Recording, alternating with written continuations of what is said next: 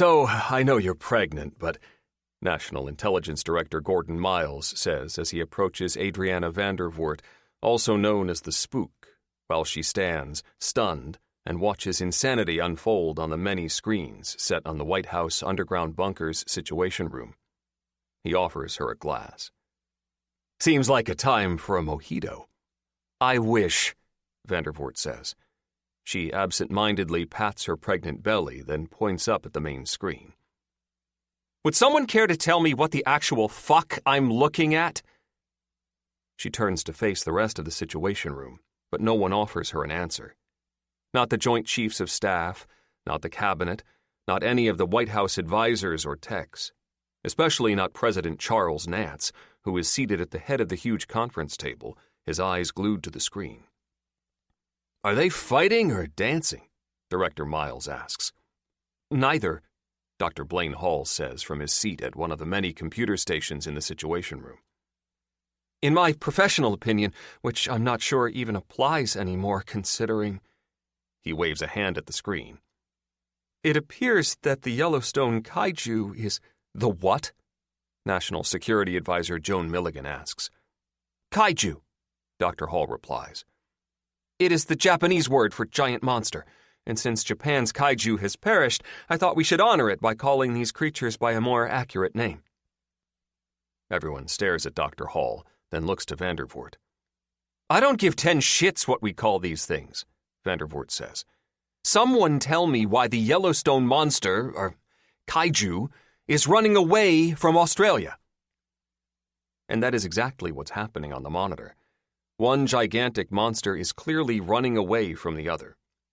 With all 4 massive arms waving frantically over its head, the Yellowstone Kaiju is dashing and dodging, zigging and zagging, doing everything it can to keep the gargantuan version of a Komodo dragon from sinking its deadly teeth into its 2 huge legs that never stop with the dashing and dodging, the zigging and zagging.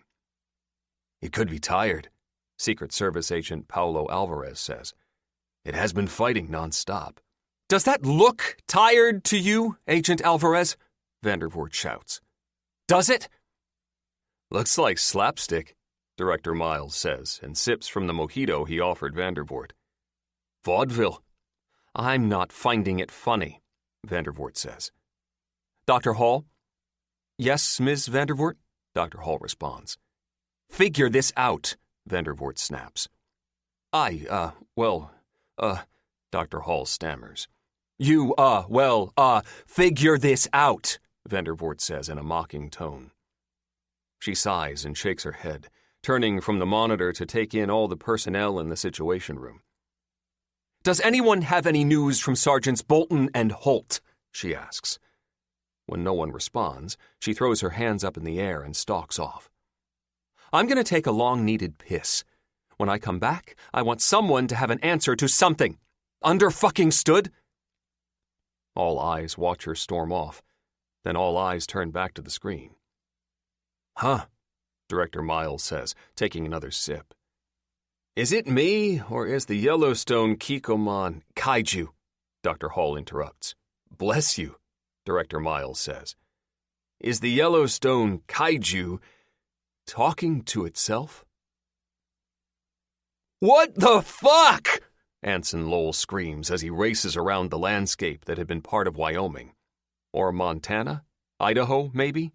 Lowell isn't quite sure what state he's stomping on. Which is the problem. He's so huge that it only takes a few dozen strides and he's crossing state borders. What the fuck? What the fuck? What the fuck? What the fuck? Lowell doesn't have time to worry about his interstate crossings. He's too busy freaking out over what has happened to him. And too busy trying to stay alive as a gargantuan Komodo dragon dogs his every massive step. Back off, you fucking butt-ugly, oversized gecko! Lowell screams. Don't you have a Geico commercial to go shoot? That's what it sounds like in Lowell's head. But externally, his new mouth bellows only shrieks and roars, not words of sarcasm. Although Lowell suspects the shrieks and roars do have a sarcastic tinge to them. The Australian monster ignores every shriek and roar and continues its chase of Lowell, its teeth dripping with saliva, the ground below sizzling and smoking with each drop. "You should get that looked at," Lowell shouts, still moving, never able to stop. Lowell, having spent most of his life in prisons, is not averse to fighting, even if he has suddenly found himself as the consciousness of a nightmare. His first instinct was to throw up his fists and get to punching. But that isn't as easily done as he thought. Mainly because he has 4 fists instead of 2, and so far he hasn't figured out how to independently control them. When he thinks of moving his left arm, both arms on that shoulder move. They shadow each other and throw him off balance, something he cannot afford while being pursued by what he's being pursued by. Lowell's left foot hits a soft spot in the ground, and he stumbles. He tries to recover from the stumble, but his brain is too confused by the new body, so he just keeps falling, and crashes into a hillside that no longer stays a hillside but becomes an explosion of dirt, rock, and ash. Australia is on him instantly. "No!" Lowell screams and manages to box the huge lizard's ear holes, sending Australia scrambling backward, its head shaking back and forth in agony. Lowell pushes up onto all 4 hands, then manages to stand, his eyes locked on Australia. "Can you back the fuck off?" Lowell yells. The air vibrates from the roar that comes out of his mouth. Lowell senses something there, but Australia doesn't back off, regroups instead, and rushes at Lowell before he can finish the thought. "Front right fist smash!" Lowell yells. And to his surprise, his front right fist obeys and slams down onto Australia's muzzle just as the giant lizard reaches him. The monster isn't expecting the blow, not after the pitiful show Lowell has made so far, and it collapses to the ground, steaming blood gushing from its mouth. Tips of teeth poke up through its upper lip. It screeches with pain and anger. "Oh yeah? Well, fuck you too!" Lowell roars. He kicks Australia in the forehead, then goes in for the coup de grace. "Both right fists smash!" They do, but not on Australia. The giant lizard throws itself to the side, and Lowell's fists hit the ground and shatter the earth, sending fissures shooting out in all directions. "Little shit," Lowell mumbles, while his mouth makes grunting noises. "Get back here." Lowell straightens and takes one gigantic step, then freezes. He glances down at his huge foot and grimaces. "Well, shit," he says, just as the fissures widen and the ground opens up beneath him, swallowing him whole. "Shit!" "The tremors are getting worse," Sergeant Connor Bolton says as he watches the sun rise over the far-off horizon. "We may have company soon." The man he's addressing, Mark Halpern, only shrugs, his eyes on the satellite phone resting in his lap, a cord snaking from the bottom to a small solar panel that's propped up on an overturned cooler a couple feet away, aimed so the first rays of sunlight will activate the panel and get juice flowing into the dead battery. On the other side of Halpern, resting against his thigh, is an AR-15 semi-automatic assault rifle. Bolton makes sure his eyes don't stray to the rifle. The last thing he wants is for Halpern to worry that Bolton is going to make a move, which, considering Bolton's injuries and exhaustion, isn't his plan. But he has no idea who Halpern really is, so he plays it cool. "What's your story, Halpern?" Bolton asks. "Little of this, little of that," Halpern replies. "I've been around." "But not military?" Bolton presses. "Right?" "No. Never got a chance to serve," Halpern says. He lifts his right leg. "Car accident when I was a teenager. Too much beer, too much speed. Missing most of the muscle in my calf, and my knee is more metal and plastic than flesh." "I'm surprised they didn't take it off," Bolton says. "I've known more than a few men and women who didn't get to keep theirs." "Yeah, but they had Uncle Sam paying for the prosthetics," Halpern says, and lowers his leg. "I was just a regular citizen with parents who had poor health insurance, so the doctor made a choice and did what he could." "Does it hurt?" "Sometimes. Not as much anymore. I've kept up on my own physical therapy routine. What's left is pretty strong. Won't be running any marathons, but I guess no one will anymore." "Unless they's running from the monsters." Jeremy, one of Halpern's people, says as he walks up to the two of them and hands Halpern a canteen. "Bet you'd be running then, right, Mark?" "I'd rather not find out," Halpern says. A wave of tremors shakes them, then subsides. "That doesn't feel like footfalls. More like the earthquakes that happened right before the eruption. Old Yellowstone may be fixing to blow again." Jeremy cackles. "I'd think it's already blown all its wad." Halpern gives the man a weak smile, then points his chin across the road to the rows of semi-intact trailers. "Sun's coming up, Jeremy," Halpern says. "How about you scrounge us some breakfast? See what's left in those trailers." "Ain't nothing left," Jeremy says. "Haley and me already looked." "Take Ginevra with you and check again," Halpern says. "You probably missed something. Double-check the junkies' trailer. They always have shit stuffed in the walls." "Really?" Jeremy asks, obviously annoyed at being sent away. "Really," Halpern replies. Bolton can feel the tension between the two, and he tucks that little observance away for future use.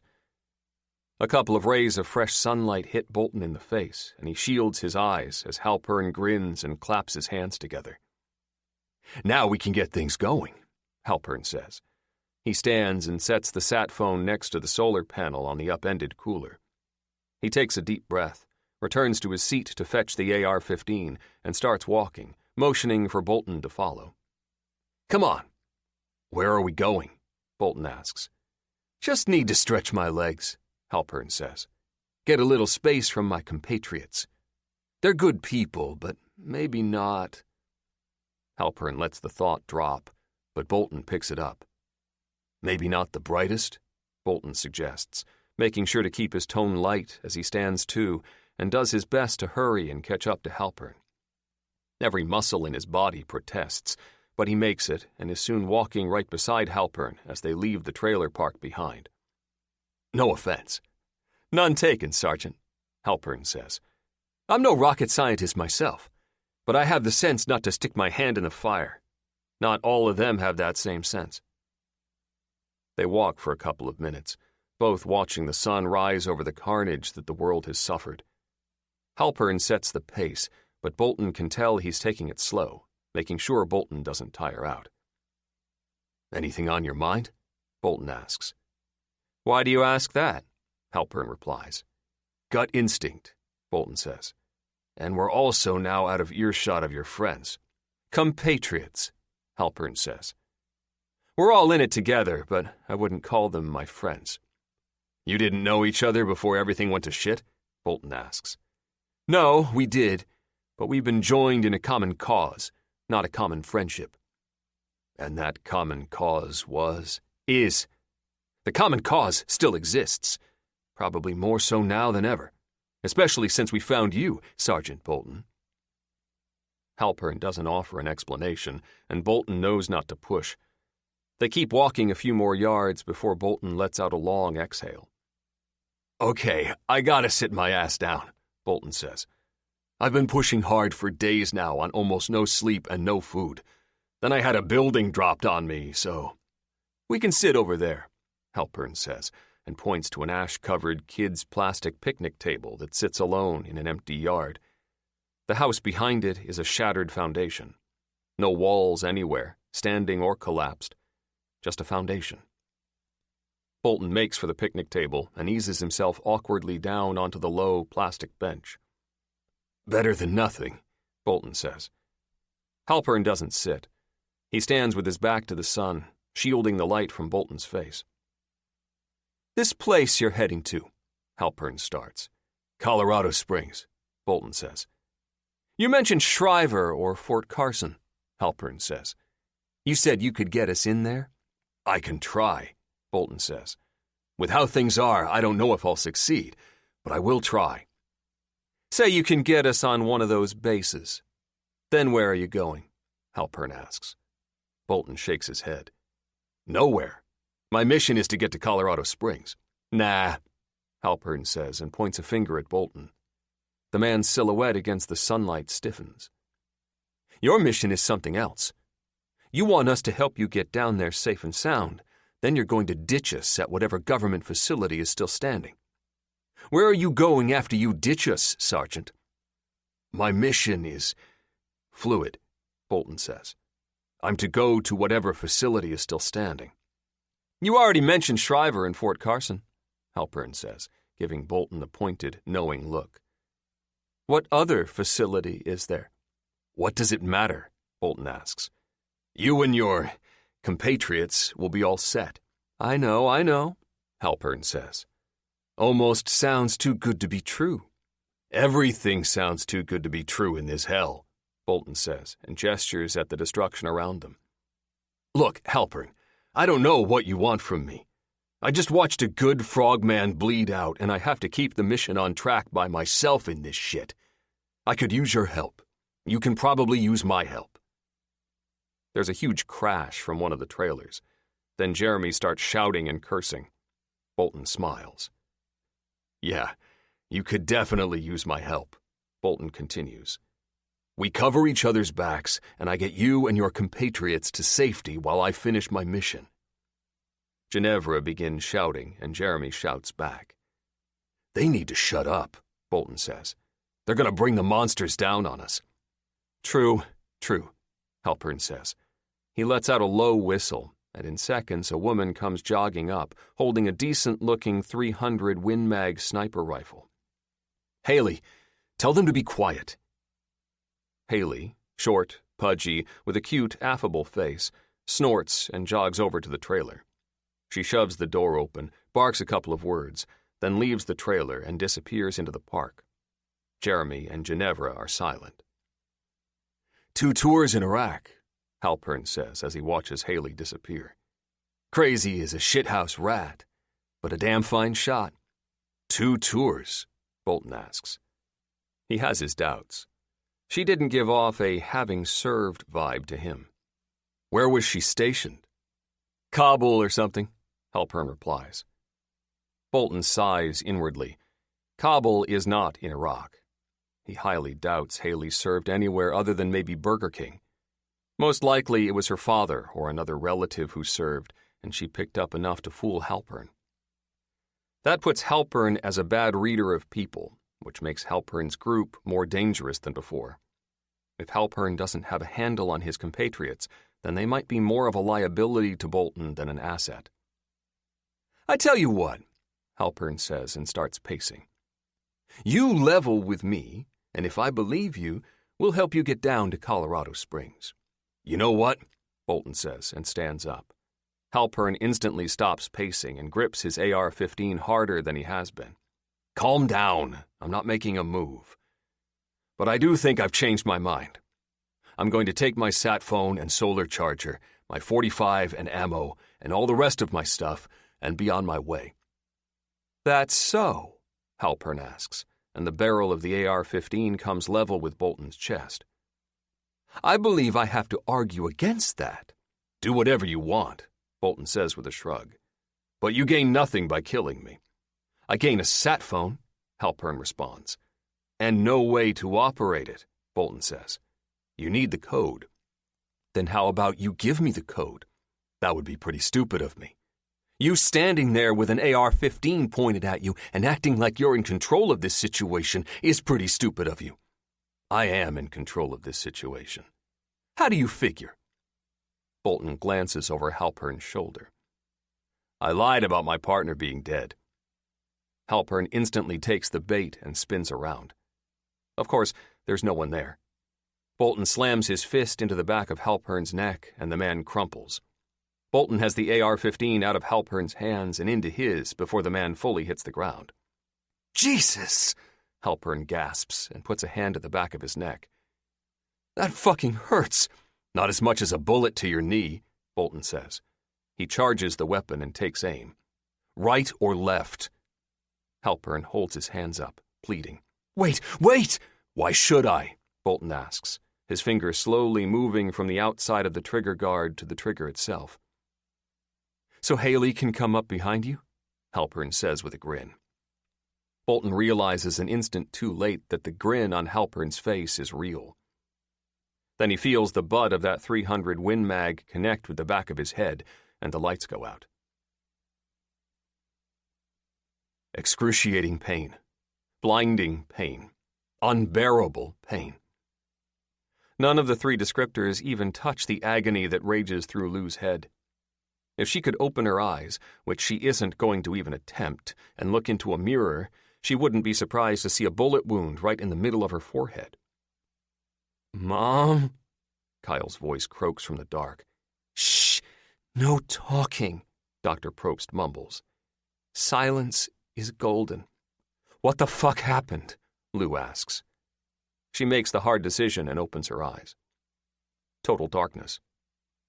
She doesn't have to wave her hand in front of her face to know the darkness is complete. She's been in situations where light isn't even a concept, let alone a reality, and she knows for a fact that there isn't a light source anywhere near them. No, Dr. Probst says. "That's talking. Stop." "You're talking," Kyle counters. "In order to get the both of you to stop," Dr. Probst says. "How's that working out for you?" Lou asks, and realizes she sounds just like Lowell. Lowell? "Lowell?" Lou says. "You awake?" No answer. "Lowell?" She tries again. "Wake the fuck up, asshole!" Still no answer. Lou doesn't want to, but she knows she has to crawl around until she finds Lowell just to make sure he's not dead. She shifts her position and the world falls away. Or she falls away as she tumbles off the cart she was lying on. "Fuck!" she growls. "Talking," Dr. Probst snarls. "Don't. Be careful," Lou warns. "You aren't on the— Ow!" Dr. Probst cries out as Lou hears a thump. "Why were we in a cart?" "Cart?" Kyle asks. Then there's another thump. "Oh, cart. Shit. Lowell?" Lou calls again. "Lowell, you awake?" "Is he dead?" Kyle asks. "What happened anyway?" "The substance," Dr. Probst answers. "It got into our heads." She takes a deep breath. "It may have killed Lowell." "No," Lou says. "He hasn't been affected by it like everyone else." "Why is that?" Kyle asks. "I have no idea," Lou says. "Dr. Probst?" "Your guess is as good as mine," Dr. Probst says. "Maybe it didn't kill Lowell. Maybe he's only unconscious. Which means we crawl around and try to find him in here," Lou says. "If he's in here." "Kyle and I can crawl," Dr. Probst says. "I'd rather not move again, but we can do that while you find the door and see if you can get us out of here." "Where are we?" Kyle asks. "Good question," Lou says. "We were going down to see the substance, then—" All three are silent as they try to figure out what happened to them. "My laptop!" Dr. Probst exclaims, then moans. "I remember something." Silence. "Yeah? What?" Kyle asks. "Oh, sorry," Dr. Probst says. "We were at the doors to the substance. We made it that far and the doors opened, then my laptop fell and—" Dr. Probst groans. "That voice," Lou says. "There was a voice in my head." "Yes," Dr. Probst says. "There was a voice." "I remember the voice," Kyle said. "It was so fucking loud. And wrong," Dr. Probst says. "There was something wrong with the voice. What was wrong?" "It wasn't speaking English," Lou answers. "I don't know what the language was, but it wasn't English." Right, Dr. Probst mutters. "I don't think it was human either." "Is the voice what drove everyone insane?" Kyle asks. "Maybe the surges in the substance were the voice breaking free and screaming into people's minds, making them go bug-fuck nuts." "That's an extremely reasonable hypothesis," Dr. Probst says. "Well done, Kyle." "Thanks," Kyle says. "But it doesn't get us out of here." "Take the compliment, Kyle," Lou snaps, then sighs. "Sorry, I didn't mean to snap. Let's get back to it. You two see if you can find Lowell in here, and I'll see if I can find the door." No one moves. "I have no idea which way the door is," Lou says. "We each need to go in a different direction until we reach a wall," Dr. Probst says. "Then we crawl clockwise until we find Lowell and or the door." "Good plan," Lou says. "I'll go this way. We can't see you, Mom, Kyle says. Shit. Okay, Lou says. She crawls to their voices and reaches out. There, we're together.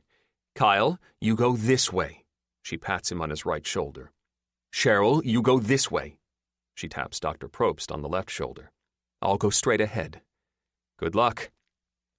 They move off in different directions, and all that can be heard is the shuffling of their hands and knees on the concrete. Then a thump and an oof. Found the wall, Dr. Probst says. Another thump and oof. Found my wall, Kyle says. Hold on, Lou calls to both. Still crawling. It takes her a couple of extra seconds, but then she reaches the end of her journey. And the doors. Yes, she says. I guessed right.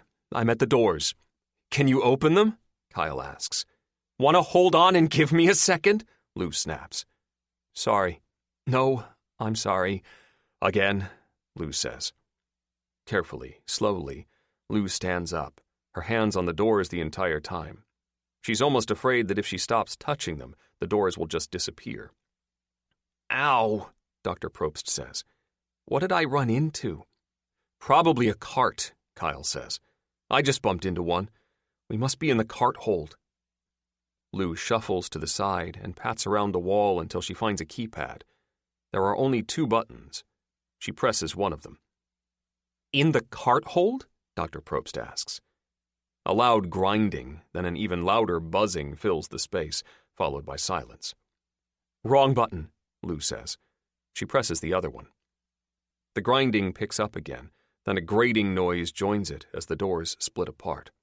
Wait, Dr. Probst cries. That thing's behind those doors! Lou mashes her hand against the close button over and over, but it's too late. The doors have opened. There's nothing there, Lou says. No monster thing? Kyle asks. No, nothing, Lou says. No light or anything. I don't hear anything either. It's gone? Dr. Probst asks.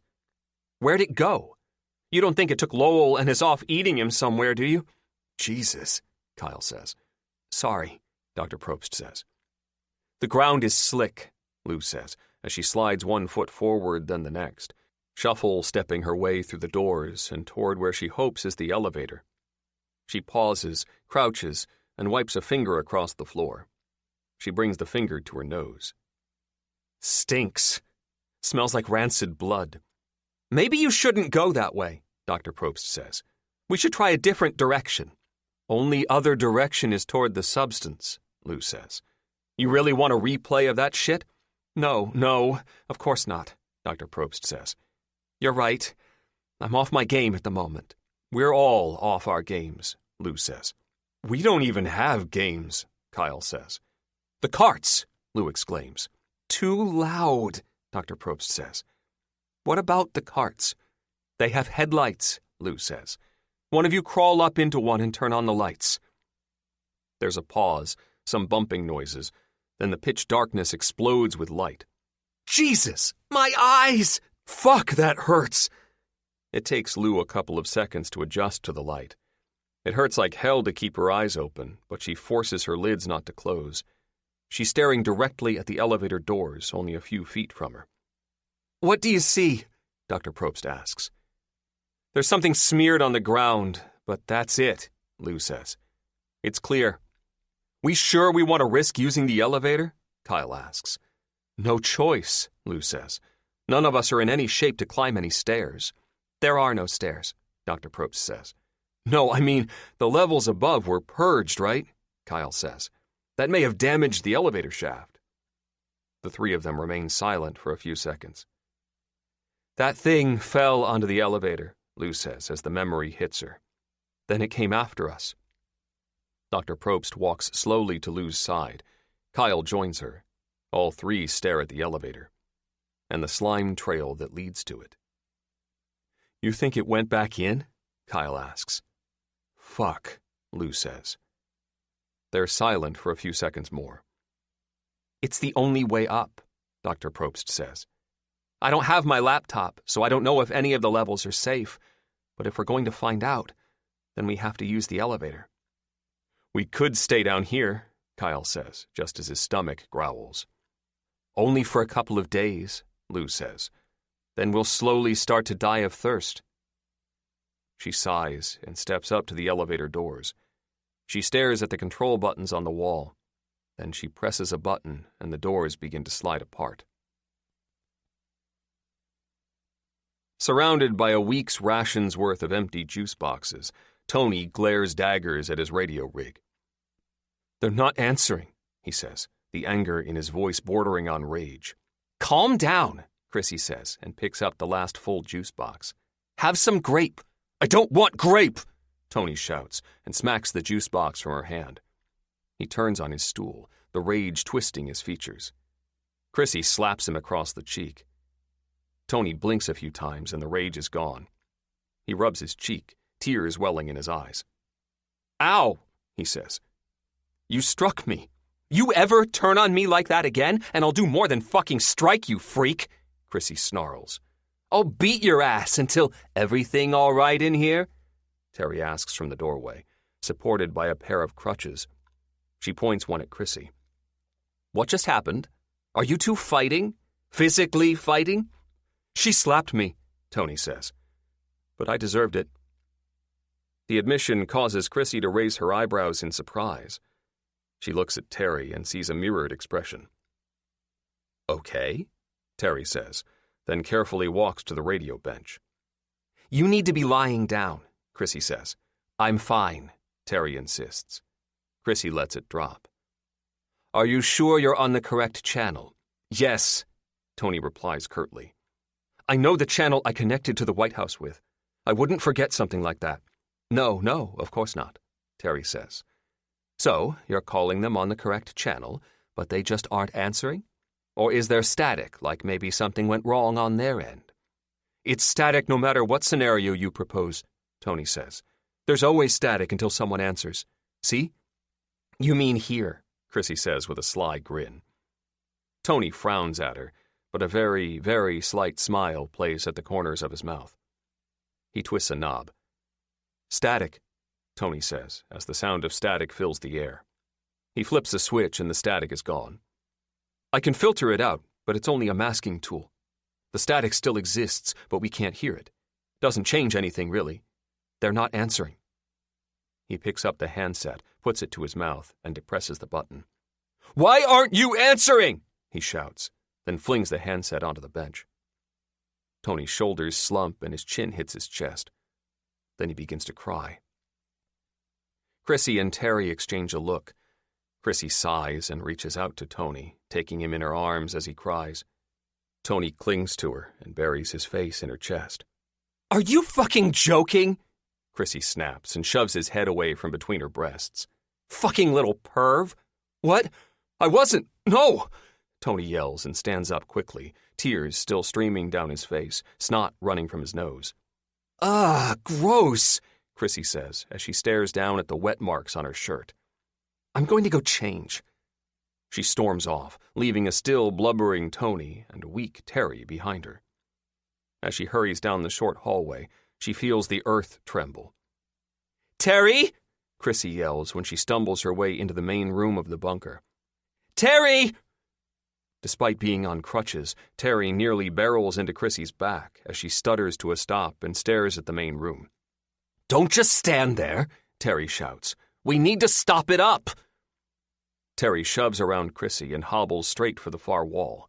The far wall where water is slowly, but not too slowly, seeping in between the bottom of the wall and the floor.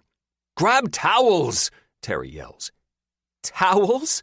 Chrissy laughs. Are you shitting me? She sighs and shakes her head. Instead of walking over to Terry and the water issue, Chrissy stomps over to Roy. Hey! Chrissy shouts at Roy. Roy, the bunker is leaking. Wake up so you can tell us how to fix it. Chrissy gives Roy a shove. He only slumps further into the chair, his head lolling at an uncomfortable angle. Oh, shit, Chrissy says. Terry, I'm 5 seconds away from cursing a blue streak at you, Chrissy. God will not be pleased, so do not put me in that position, Terry snaps. Come help me. Terry, I think Roy's dead. Chrissy says. She glances at Terry, and the older woman stares back at her, then looks to Roy. Before you ask, yes, I'm pretty fucking sure. Check his pulse, Terry says. No fucking way, Chrissy snaps. I'm not touching a corpse. Corpse? Tony asks from the doorway. Is Roy dead? The two women pause, look at each other, look at Tony, then look away. Chrissy clears her throat. I think so. Sorry.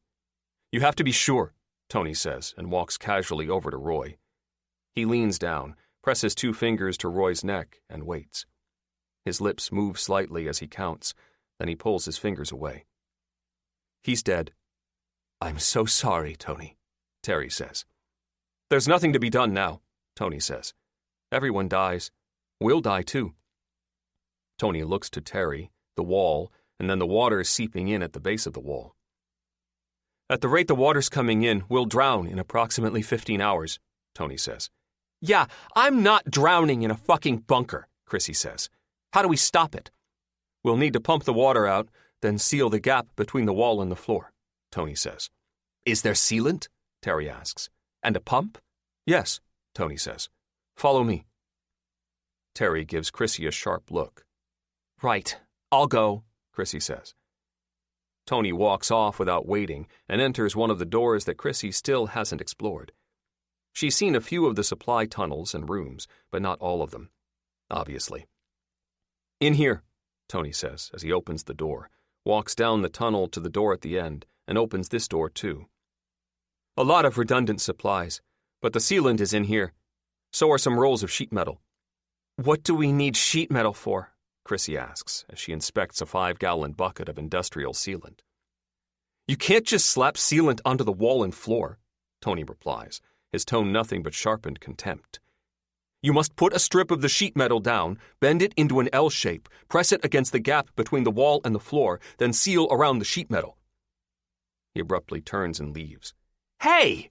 Chrissy yells and takes off after him. Tony hurries quickly into the main room, then heads directly for his room. Stop! Chrissy shouts. Tony slows, then stops. He turns and looks at Chrissy, his expression one of boredom and annoyance. What? He asks. Where the fuck are you going? Chrissy asks. We need your help with... I'm going back to my conversation, Tony says. Conversation?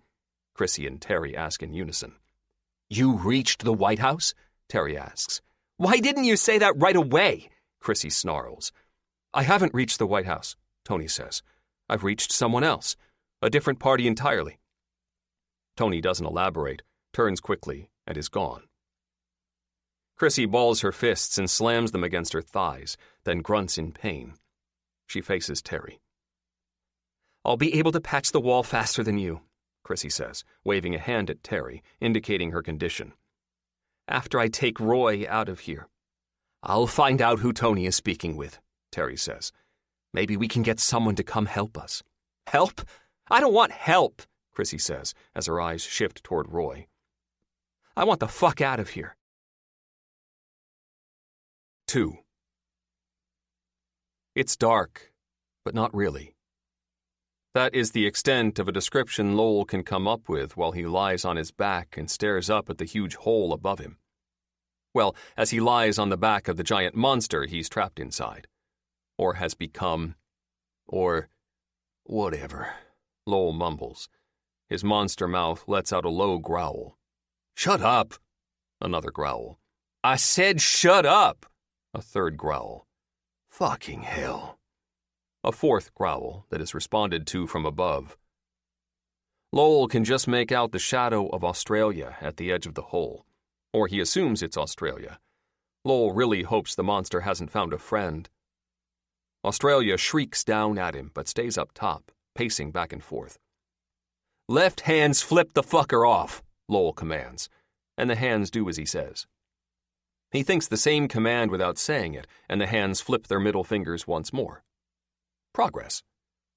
Lowell manages to think his behemoth body up and onto its knees. The pain is rough, but Lowell shakes it off, takes a deep breath into his monster lungs, and lets it out slowly, which causes a good amount of dirt, dust, and ash to swirl all about him. Big boy's got some lungs, Lowell says. He ignores the weird noises his monster mouth makes. Lowell gets to his feet, steadies himself, then takes a look around. The space he's in is massive. It'd have to be for his monster body to stand fully upright and still have a few thousand feet of hole towering above him. However, the space isn't just over him, but all around him. For as far as his monster eyes can see, which it turns out is pretty far, a gigantic cavern extends. I guess I get to choose my own adventure, Lowell says, and his monster mouth echoes in its strange tongue. Australia shrieks once more, and without even thinking this time, Lowell flips it off again. More progress. This way, Lowell says to himself. Australia shrieks down at him. Fuck off! Jesus! Feeling surprisingly spry on his giant feet, especially after taking a bit of a tumble that had to be close to a mile down into the earth, Lowell moves off in his randomly chosen direction. It takes Lowell a few minutes to realize a couple of things. That his monster eyes are pretty damn strong in the dark, and that the gigantic cavern isn't completely dark. Striations of blue crystals spur this way and that throughout the cavern's walls. The crystals are a color blue that Lowell recognizes instantly. It's the hue of the diesel-drinking junkie monster's tongues. Lowell chuckles. No way that's a coincidence. He trudges along until a noise stops him in his tracks. A low rumbling is close by, then gone. Lowell waits a few seconds, but doesn't hear it again. As soon as he starts walking once more, though, the rumbling occurs a second time. Lowell stops. He doesn't need a third-time charm to figure out where the rumbling is coming from. Both of his right arms pat his hungry belly. The second he realizes the source of the rumbling is the second he recognizes a gnawing pain in his guts. He's fucking hungry. Hungrier than he's ever been in his life. Lowell focuses on the hunger and is surprised that the pain isn't centralized to one location. He glances his monster head down at his monster abdomen, confused. Then it hits him that his monster body must have more than one stomach, or maybe no stomach at all, but some weird stomachless digestive tract. Whatever the anatomy, the monster rumbly in his monster tumbly increases with each step he takes. Fuck me, Lowell says, suddenly lightheaded. He puts two hands out against the cavern wall to steady himself. His palms come in contact with the blue crystal striations, and a 1,000,000-mile-an-hour montage of images slams through his brain. Lowell screams and yanks his hand away from the crystal. The montage stops, but the images remain, swirling in his brain until he forces them away. He's too damn hungry to rationally process what his mind's eye is seeing. Then the ground actually shakes. Great. More eruptions, Lowell mutters. Probably too much to ask to not get roasted alive by hot lava, but then the world is what it is, and being roasted alive by hot lava while inside some giant monster body is sort of how things go now, right? His growls echo off the cavern's walls and are responded to by Australia's echoing shrieks. Shit, Lowell says. He gets himself together, stands up straight, and turns to face back the way he'd just come. Australia, coming at him fast. What part of fuck off don't you understand, you fucking fuck? Lowell roars. Australia's shrieks nearly shatter Lowell's ears. If he has ears. He isn't too sure he does. What he is sure of is that he doesn't have time to check as Australia closes the distance with lightning speed. For a moment, Lowell is frozen. He can't fight a giant lizard, especially not while confined in close quarters like the massive cavern he's in. He needs room to run, to dodge, to get away from... Then it hits Lowell. Not a thought, but an instinct that has been honed over years upon years of confinement in prisons, in jails, in the backs of police cars, in basements, in closets. Lowell's body language changes as his entire being fills the massive monster he's been forced to inhabit. He raises his 4 fists. He totally knows how to fight in close quarters. Bitch, he snarls. You are about to fuck with the wrong convict. Australia lunges at Lowell and is stopped dead in its tracks as two fists slam down on the beast's snout, pushing the monster's mouth into the dirt and rock of the cavern. "How's that, motherfucker?" Lowell roars. He doesn't notice the guttural sound that his mouth emits. To his mind, it's all the same. Rage.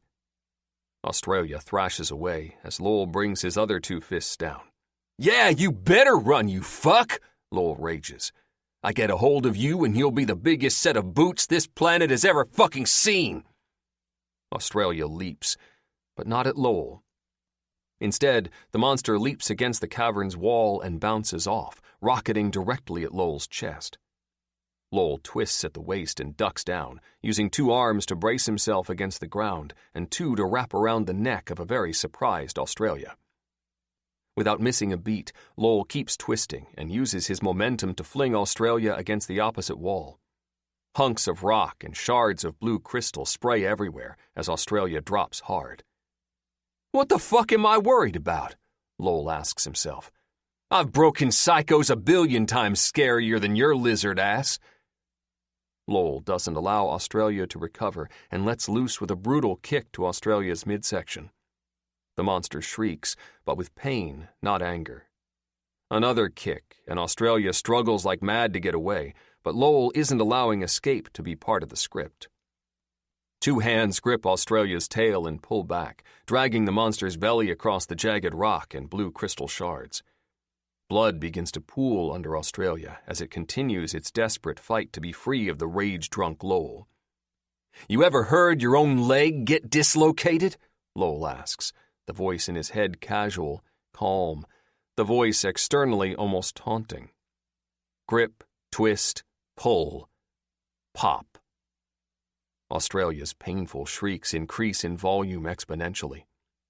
The monster's left rear leg is a useless stick of flesh and bone, a gargantuan stick, but useless nonetheless as it hangs from only muscle and tendon, the ball and socket no longer joined together. Lowell laughs and the cavern shakes.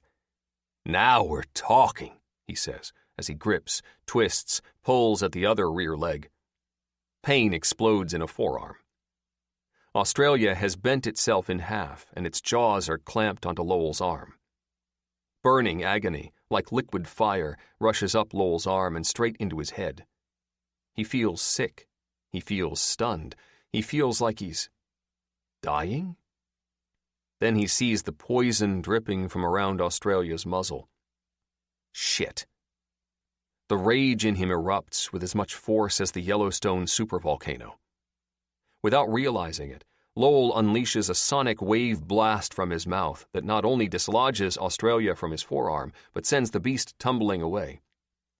Australia rolls dozens and dozens of yards before coming to a broken rest against a giant boulder. Lowell staggers and struggles to keep upright, but the venom coursing through his veins quickly turns his muscles stiff and his nerves into hot, sparking wires. "Fuck me," he mumbles, and tries to turn around so he can get out of the cavern that is about to become his tomb. Australia hisses. Lowell sighs. He turns back, wobbles over to Australia, grabs a smaller boulder, lifts it with barely controllable muscles, and brings the rock down hard and fast onto Australia's head. Blood and brains, bone and skin explode everywhere. Lowell sighs again and collapses onto his monster ass. He leans back against the wall and comes in contact with the veins of blue crystal once more. 1,000,000,000,000 images slam into his head, but as his consciousness and life fades away, one image stands out. Lowell reaches for that image, knowing it's the most important thing in his life. What little life he has left. "Where the fuck did they go?" Vandervoort shouts. "I step away to piss and you lose the kaiju?" "Thank you," Dr. Hall says. "Using the proper terminology is key." "Shut up," Vandervoort says. Dr. Hall doesn't argue and closes his mouth, but the look in his eyes tells Vandervoort he has something important to say. "Spit it out, Dr. Hall." "They were fighting, then Yellowstone fell through the Earth's crust," Dr. Hall said. "It was weird. It was like it didn't know its own strength," Alvarez finishes. Gonna agree with the doctor and the agent, Director Miles says, still sipping from a mojito. That thing is acting weird. Acting weird, Vandervoort asks in a way that states she doesn't expect an answer. How should a creature that's over 1,000 feet tall act? Is there a specific script it's supposed to follow? Play the footage back, Hall, Director Miles says. Dr. Hall does, and Vandervoort catches up on what she'd missed when desperate to relieve her pregnancy-battered bladder. Am I wrong? Director Miles asks. No, Vandervoort admits. Its behavior has changed. She points at Dr. Hall. I want to know why. I would also like to know why, President Nance says from his seat at the head of the Situation Room conference table. In fact, Ms. Vandervoort, I believe it's time I took the reins again. There's no word from Bolton or Holt, which means your supervenom plan cannot be implemented, and now all the monsters have disappeared below ground. You've tried your best, but you're failing Ms. Primary Monsters, Dr. Hall says and clears his throat. I mean, Kaiju. The primary Kaiju have disappeared, Mr. President. We still have the Kaiju in Mexico City and Africa. And there is something in Antarctica, a tech says. Exactly, Dr. Hall agrees. In my professional opinion, Ms. Vandervoort has responded more appropriately than this entire table. Dr. Hall waves a dismissive hand at the conference table and all seated around it. She certainly hasn't tried to turn the planet into a radioactive wasteland. Voices explode in protest, all of their anger directed at Dr. Hall. Vandervoort smiles at the indignation being flung from the Joint Chiefs and Cabinet. Her eyes shift from Dr. Hall to President Nance. I would have put it a bit more diplomatically, Vandervoort says. No, you wouldn't have, Director Miles mutters. But, Vandervoort continues, Dr. Hall is correct. The nuclear option failed, and considering that's the Hail Mary weapon in your arsenal, President Nance, I'm afraid your presence here is more of a hierarchical distraction than a legal necessity. The angry, indignant voices all come to an abrupt silence. Eyes shift from Dr. Hall, turn to Vandervoort, then slowly light upon President Nance. Miss Vandervoort, I'm going to give you the benefit of the doubt, President Nance says, and assume you're not suggesting I remove myself from my own Situation Room. Please help dissuade me from that notion. Vandervoort gives President Nance a kind but patronizing look and shakes her head. I wish I could put your mind at ease, Charles, is all Vandervoort says. The two titans of the apocalypse lock eyes. No one in the Situation Room moves a muscle or bats an eyelash. Breaths are held until all at once there's a flurry of motion and the personnel quickly take sides. Firearms are up, voices are raised, and violence is ready to erupt. Stop, President Nance orders in a calm voice. Stand down. The few men and women, and they are few, who rallied to the president's side try to argue. Stand down, President Nance shouts. Ms. Vandervoort is correct. My choices have only worsened the catastrophe. Sir, Joan protests. You are President of the United... No need to finish, Joan, President Nance interrupts. There is no United States of America anymore, and it would be idiotic of me to think there ever will be again. President Nance points at the main monitor showing a smoking Yellowstone caldera. His eyes stay locked on Vandervoort's. Wherever they've gone, it's their world now, President Nance continues. Borders are meaningless when monsters can stride across them with only a few dozen steps. I'm not sure how Ms. Vandervoort achieved her position, but it's a position that is responsible for the entire planet, not just our neck of it. He sighs, straightens up, and finally breaks eye contact with Vandervoort. President Nance smooths out his wrinkled clothes and smirks. I'm going to take a shower and get some sleep, he announces. Call me if you need me. With back straight and eyes clear, President Nance walks from the Situation Room and into the corridor that leads to the presidential suite. Every eye in the room follows him until he's lost from sight. Then those eyes turn to Vandervoort. You sure about this? Director Miles asks. Vandervoort nods. All right, I've got your back. Vandervoort smiles. I hate to ask it, but does anyone have a problem with me being in charge? She asks the room. Vandervoort has been at the game long enough to recognize that more than a few people staring at her have a serious problem with her being in charge, despite not voicing the fact explicitly. She takes note of those she should be worried about, especially the Joint Chiefs and a couple of cabinet secretaries, but doesn't act on her worries. They'll come for her, but she'll be ready. She's always ready. All right, now that we're one happy, harmonious family, how about everyone figure out where in the fuck the Kaiju went? Vandervoort announces. And for God's sake, someone track down Bolton and Holt. Bolton has to give it to the woman called Haley. She knows how to crack a skull and put a man down fast. He's been awake for a few minutes, and Bolton uses the time to study his surroundings and the ragtag posse that knocked him unconscious and took him captive. The room is dank and dark, most likely a basement. Industrial by the size and smell, but not huge. Other than Bolton, there's only Mark Halpern, the guy Jeremy, and the two women, Haley and Ginevra. Overriding the agony in his head, Bolton concentrates and tries to listen for others outside the room. Nothing. How's the head? I'd offer some Tylenol, but we're rationing all painkillers, Halpern says when he sees Bolton staring at him. I've had worse, Bolton says from his spot in the far corner of the room where he's zip-tied to a metal folding chair. He pulls at the plastic restraints. You could loosen these, though. They're cutting into my skin. Yeah, right, Jeremy barks. We loosen them straps, and you'll come at us faster than a fat lady after a chocolate cake. Laughter explodes from his mouth at his own joke. No one else joins in. Well, I can't get behind the humor, Halpern says. I can't agree with what Jeremy here is saying. Can't exactly risk it, Sergeant Bolton. You'll have to live with the discomfort. But as you said about your head, you've probably experienced worse. What's your endgame, Halpern? Bolton asks. The pain in his head and nausea in his stomach are almost overpowering, but it's 100% true that Bolton has experienced worse. He's trained for the unfortunate situation he's found himself in. The key is to stay alive until circumstances change.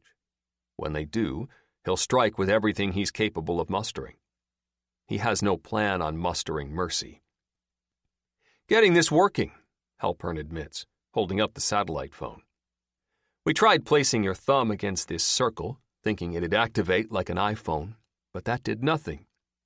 Get me in touch with the White House so they can come and rescue us, and my endgame is over. That's it, Sergeant. We just want to be rescued. You kind of blew that chance when you knocked me cold, Bolton responds. The United States government frowns on attacking its military personnel, Halpern. The reality is, even if I get that phone working for you, no one is coming. We're going to them, right? Jeremy says. Down to one of them bases? They'll let us in since we got you. Bolton grins at Jeremy, then returns his attention to Halpern. That opportunity passed with a rifle butt to the back of my head. If they were to let you in, it'd be inside a very small, very dark cell for the rest of your life. Halpern chuckles and sets the phone down on a card table, right next to a pile of everything Bolton had in his pockets, including the disk needed to activate the sat phone. Bolton makes sure he keeps his eyes averted from the disk. My turn to ask what your endgame is, Halpern says. All you're doing when you talk like that is tell me that you have no worth. You're just another mouth that needs the food and water we have short supply of. Why make yourself useless? Never said I was useless, Bolton replies. I just said that your current plan isn't going to work. We need to start over and come to a mutually beneficial understanding before any calls are made to the White House. Ginevra snarls. Bullshit. They ain't gonna let some SEAL die out in Green Beret, Bolton says. Army Special Forces, not a SEAL. So fucking what? Ginevra snaps. That's enough. Halpern says, and pats Ginevra's shoulder. I'd like to hear Bolton out and see where this is going. He chuckles again. Let me guess. It's going to Colorado Springs? Despite the pain it causes, Bolton chuckles too. I have a mission assignment, Bolton says, and I plan on completing that mission assignment. Let me go, and I'll forget all about you. Single-minded military man, Halpern says, still thinking there's order in this world. I hate to break it to you, Bolton, but order is long gone. Bolton begins to respond, then closes his mouth. He is very aware of how much order is left in the world. Zip, zilch, zero. He's seen things he doubts the yokels before him can even comprehend. He's watched it all fall apart as good men died. He knows that the mission he's trying to complete is a long shot. But that's all that's left. Long shots. The idiots in the room somehow believe they can be rescued just by making a phone call. They have no idea that he, Bolton, is trying to rescue the entire world, not just this dank, dark basement. Before he can try once more to force just a sliver of reason on Halpern, a radio squawks from the opposite corner. The surprise on Bolton's face must be blatantly obvious, because Halpern chuckles harder. Didn't notice Joshua over there, did you? Halpern says to Bolton. We sometimes forget he's there, too. Only time he moves from that radio is when he has to piss. When we have to remind him to piss, Haley says. He don't talk much, Jeremy says in a less than quiet whisper. But he knows stuff, weird stuff, like how to fix that radio and guns and— Shut up, Halpern says. Jeremy shuts up. Two voices can be distinctly heard from the corner. One is in the room, one is coming from the radio. Who's he talking to? Bolton asks. How do you have a working radio? Dumb luck, Halpern says. Dumb luck named Joshua. Jeremy is right. Joshua knows a lot about certain things. He had enough spare parts to put his radio back together after the first EMP. We're shielded enough down here that the last one didn't fry the circuits. Okay, but who's he talking to? Bolton asks. Halpern glances at the corner, then shrugs.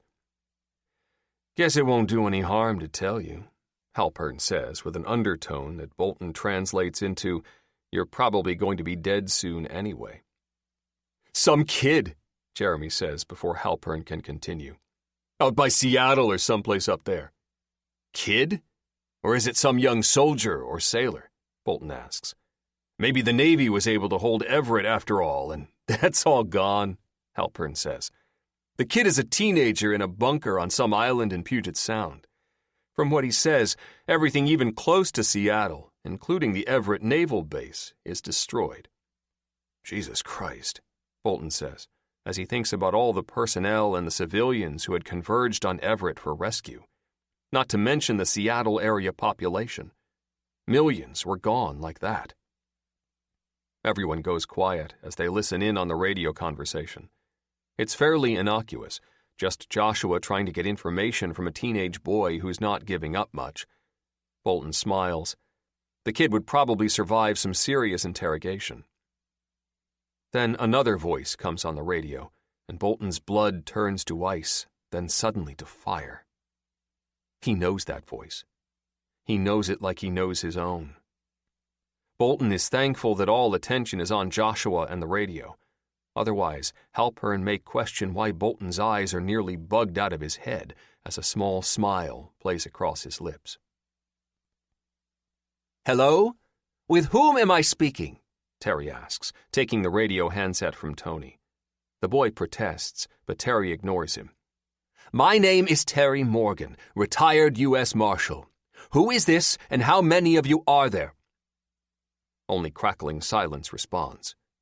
You scared them off, Tony says with exasperation. He tries to take the handset back again, but Terry refuses to let it go. Tony huffs and crosses his arms over his chest, but he doesn't storm off or leave the room. Hello? If there's someone in charge, may I please speak with them, Terry says and waits. Hello? U.S. Marshal. Retired? A new voice asks. Then you have access to the government. Terry laughs and closes her eyes. She heard the disdain and desperation mixed in equal measures in the voice. Unless whoever is on the other end of the transmission has vast resources, there isn't much point in continuing the conversation. She made a mistake by announcing she was a former U.S. Marshal. Before, when the world was normal, that announcement would have carried weight. But now, after, it only sows seeds of distrust. It was a mistake born of exhaustion, pain, and stress, but it was a mistake. Terry may have blown any chance of being rescued. "What?" the voice on the radio asks. "What do you mean?" "He's not speaking to us," Tony says, and uncrosses his arms, a look of interest on his face. "Hello?" Terry calls. "Hello?" "Hey, Terry." Terry staggers, and Tony barely catches her before she can collapse, her knees suddenly weak. She repositions the crutches and takes a deep breath. "What's wrong?" Tony asks. "Are you sick?" Still gripping the handset, Terry brings the mouthpiece to her lips. "Connor?" she whispers. "Yep," Bolton responds. "Wow, you're alive." "I'm alive. You're alive!" she nearly shouts. Who is, where is... "I understand all of your questions," Bolton says. "I'm not in a place to answer everything, but yes, Lou and Kyle are alive and well." "They are!" Terry nearly shouts. "Where?" "Just safe," Bolton says. "Right. Good," Terry replies, understanding immediately that Bolton is not in a position to reveal Lou and Kyle's location, either for their safety or for the safety of wherever they are. She prays they're in a secure government facility. And if they are, then why is Bolton where he is and in the situation he's in? "Are you safe?" "For the moment," Bolton says. No, he's not safe. Terry hears that plain as day. "You're on an island in Puget Sound?" Bolton asks. "Yes, in a bunker," Terry replies. "I have no idea how long the bunker will hold out, though. There are some horrible beasts outside that would like to get inside." "That's the narrative of the day," Bolton says with a sad laugh. "How much time do you think you have? Can you hold out?" Before Terry answers, she looks at Tony. The teenager shrugs, closes one eye, then says, "A couple of weeks, maybe." "A couple of weeks, maybe," Terry relays into the handset. "You?" "My time is short," Bolton says. "I need to be somewhere soon, but I believe once I've taken care of what I need to do, then I'll be free to come get you." The sounds of protests, a scuffle, then crackly silence fill the air. "What happened?" Terry asks Tony. "Did we lose the signal?" "No," Tony states and checks the radio. He shakes his head. "It sounds like a disagreement. They're disagreeing." "Disagreeing? What does that mean?" Terry asks, praying she hasn't caused any harm to come to Connor Bolton. "Get him back! Get him back! He knows where my daughter and my grandson are!" Tony only blinks at Terry. "I said get him back!" she snaps. "How?" Tony asks. "They're not talking." He cups a hand to his ear. "Nope, no talking." Before Terry can get more worked up, the second voice returns. "Miss Morgan, my name is Mark Halpern," the voice says. "How much room do you have in that bunker?" "Room? What are you talking about?" Terry replies. "We need to leave here. We're not looking for others to join us." "And where are you going to go when you leave there?" Halpern asks. "An island in the middle of a large body of water sounds about as secure a location as you can get." He clears his throat. "Trust me." "I don't trust you, Mr. Halpern, because I don't know you," Terry says. "I do know Connor Bolton. Put him back on." "That won't be happening," Halpern says. "Sergeant Bolton will no longer be speaking to you." "If you harmed him," Terry shouts. "Calm down, Ms. Morgan," Halpern interrupts. "Sergeant Bolton is fine. A little banged up, but fine. And if you would like him to stay fine, then you will need to tell me exactly where you are so we can come join you." Tony snorts and rolls his eyes, then mouths, "Crazy and dumb." Terry nods. Crazy and dumb. A nightmare combination. How many of you are there? Terry asks. 5, Halpern says. 6 with Bolton. Yes, we have room, Terry says, and waves off Tony's look of protest. If you arrive with Connor unharmed, then you and your friends can share the bunker with us. Tony opens his mouth, and Terry holds up a warning finger. Tony closes his mouth. I'll put Tony back on, and he can help guide you to us, Terry says. Is your radio portable? Not easily, but yes, Halpern says. Our batteries should last the trip. Good, Terry says, and closes her eyes. Good. Here's Tony. She places the handset in Tony's hand, but doesn't let go. Figure out how to get them here as fast as possible, Terry says. Why? So we can run out of supplies sooner? Tony scoffs. We don't have room for them, and there's flooding. I know, Terry snaps. They can have the damn bunker. I just need Connor here so he can take me to my daughter and grandson. Oh, Tony says, and his whole body deflates. Okay. Hey, Terry says, and catches Tony's eye. You and Chrissy are coming with us. I won't leave you here. And Biscuit, Tony says. He comes too. Well, yes, he is my dog, Terry says and smiles. Now, get back on that radio and do whatever you can to get them here. Understood? Understood, Tony says. But do not tell them we're leaving when they get here, Terry says. Make them feel like they'll be welcomed into the family and can stay with us forever. Tony frowns. That's a lot of lying. I'm not very good at lying. Terry's face hardens. I think you're better at it than you admit, Tony. No more BS. Tony pauses, and Terry can't quite figure out the look on his face. Except for them, Tony says finally, placing the handset to his mouth. They get the BS. Exactly. Hello? Tony says into the handset. Hey, Tony. Joshua's voice replies. You gonna help with the coordinates? He casts one last look at Terry, then nods and says, Are you familiar with the state of Washington? Some, Joshua says. Terry finds a stool and plops down onto it while Tony and Joshua converse about travel logistics. Lou and Kyle are alive. That's all she can think about.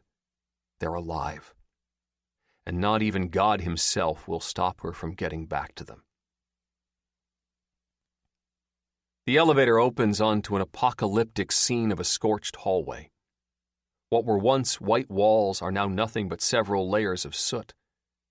Lou, Dr. Probst, and Kyle stare at the destruction, but do not leave the elevator. Well, we know which way not to go, Dr. Probst says, as she points down at the corridor floor. Gross, Kyle says, at the sight of the fluid trail that leads from the elevator doors and down the corridor, lost around the corner. No footprints, Lou says, and claps her son on the shoulder. So, Kyle says. Lowell didn't come up here, Lou says. He's got to be somewhere, Dr. Probst says. Who else got us onto that cart and left us in the cart hold? Maybe he stopped on another level, Kyle says. The elevator wouldn't stop at any other level, Lou says, and steps from the elevator. Come on. Whoa, Dr. Probst hisses out. Are you about to follow the trail of gross? Kyle snorts. Trail of gross. Yes, Lou says. That's the way to the control room, right? Yeah, but Dr. Probst stammers. Gross trail? Kyle finishes for her. That, Dr. Probst says. Look at it. That's slime. Guess what made that slime? The Dr. Blob thing, Kyle says. The Dr. Blob thing, Dr. Probst says. Although I wouldn't quite put it that way. Control room is that way, Lou says, as well as the central elevator. So, Dr. Probst replies.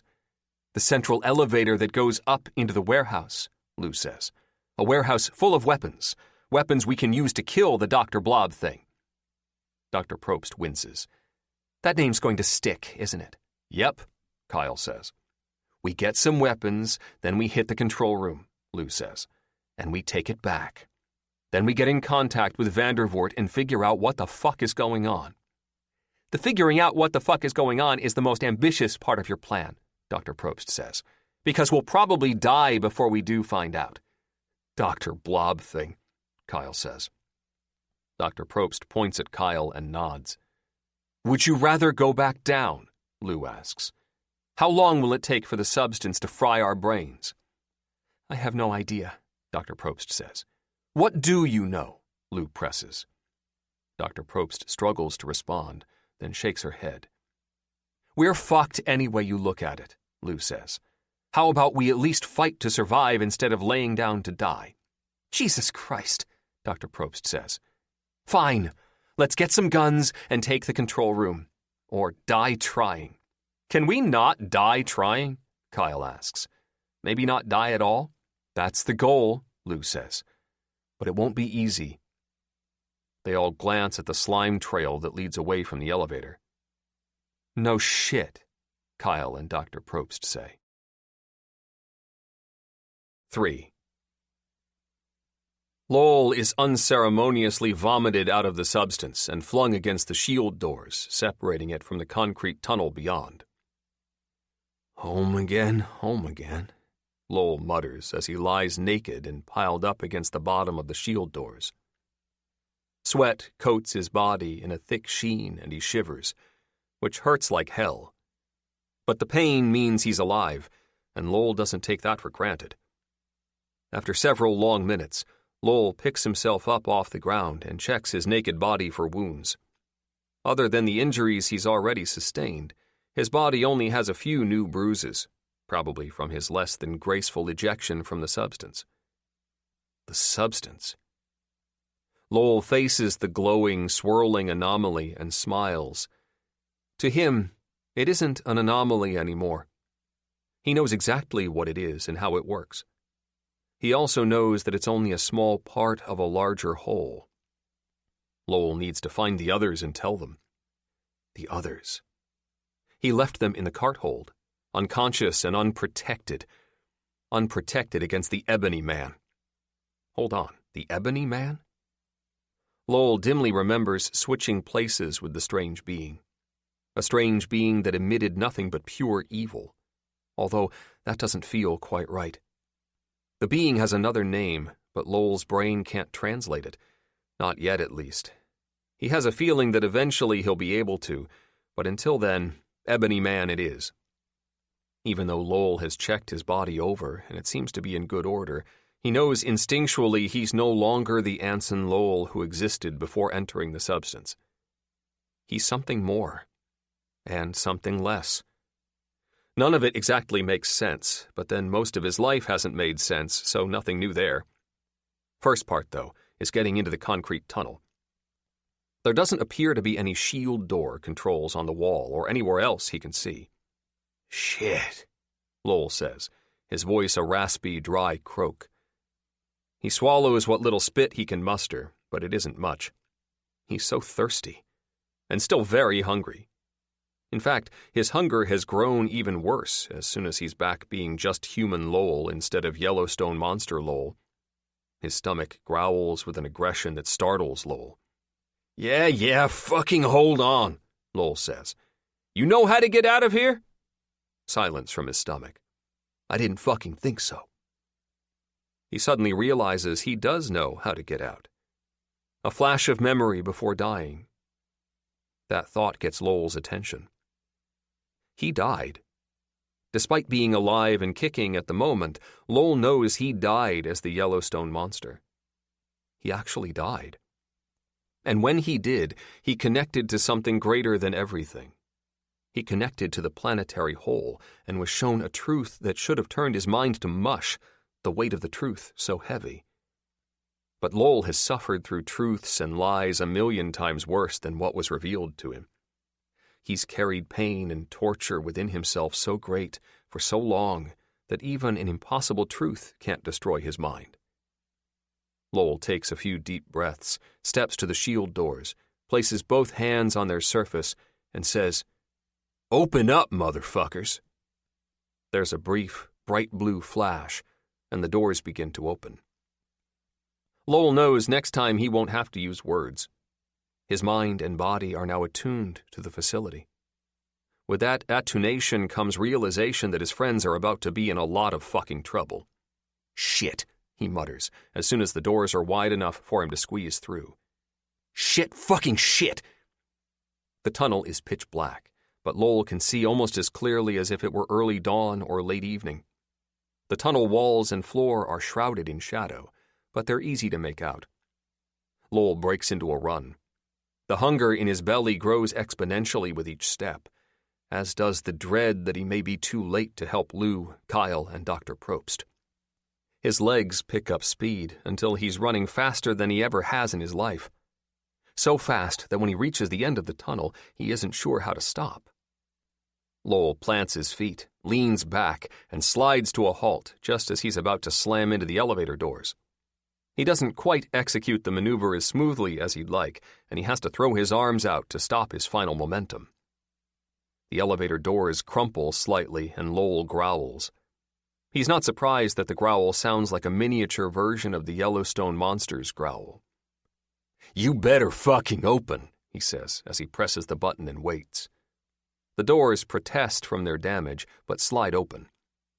No elevator. A wicked grin spreads across Lowell's face. The Ebony Man.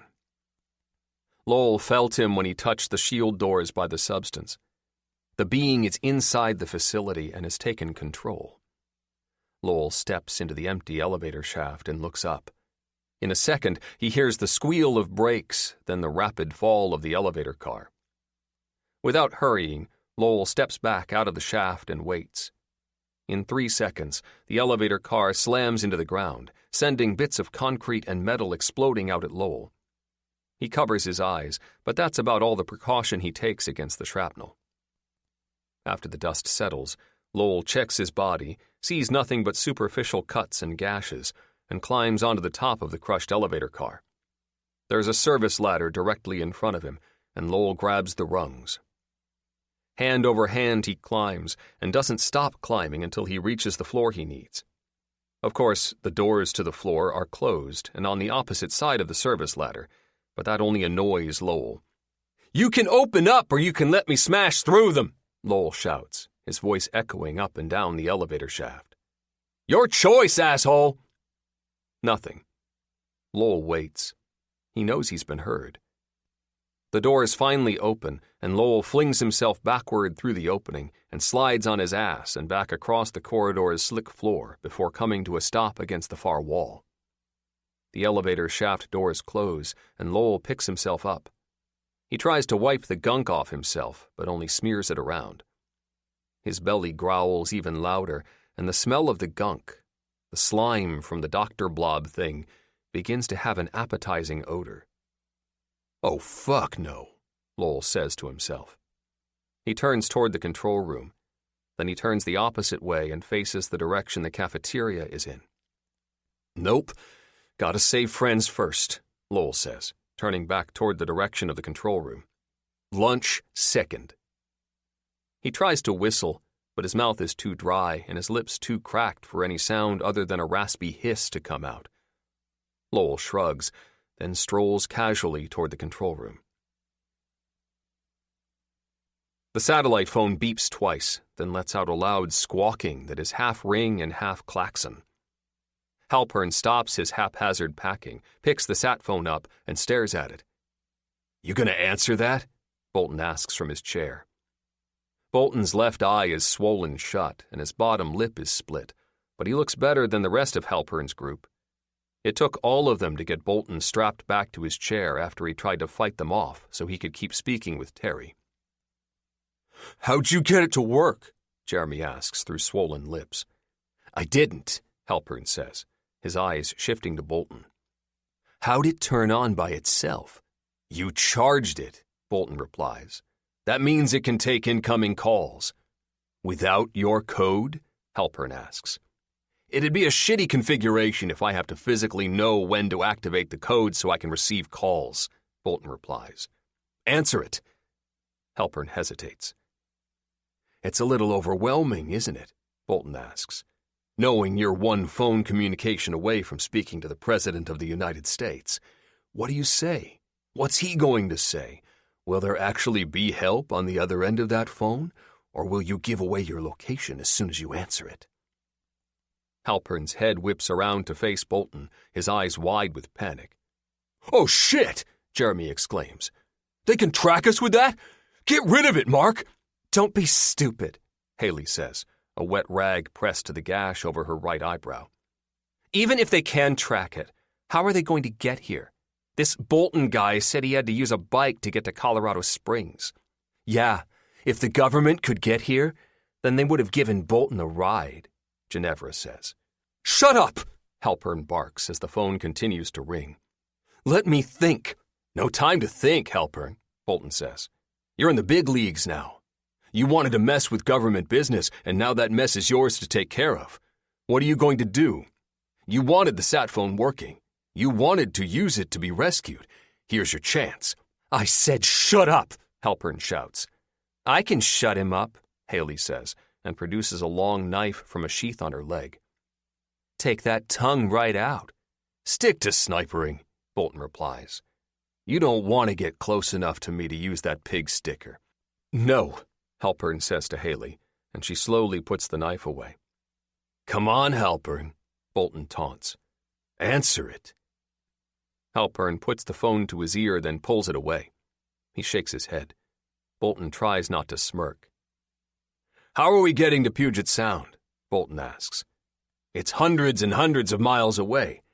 You think you'll really make it there? Answering that phone is your only real choice. There's true safety on the other end of that line." "We can get there," Joshua says from the corner. He stands up and shakes a piece of paper at the entire room. "I have their coordinates. We can use the crawler to get us there." "That thing? It's slow as molasses," Jeremy complains. "And cramped as hell," Ginevra adds. "Leave him here," Joshua says to Halpern, the paper flapping in Bolton's direction. "We don't need him now that I know where we're going." Bolton laughs. The phone continues to ring. Halpern shakes his head. "That woman won't let us in without Bolton," Halpern says. "He's our ticket." "Or you answer the phone and get rescued by the U.S. government," Bolton says. "That was the original plan, Mark.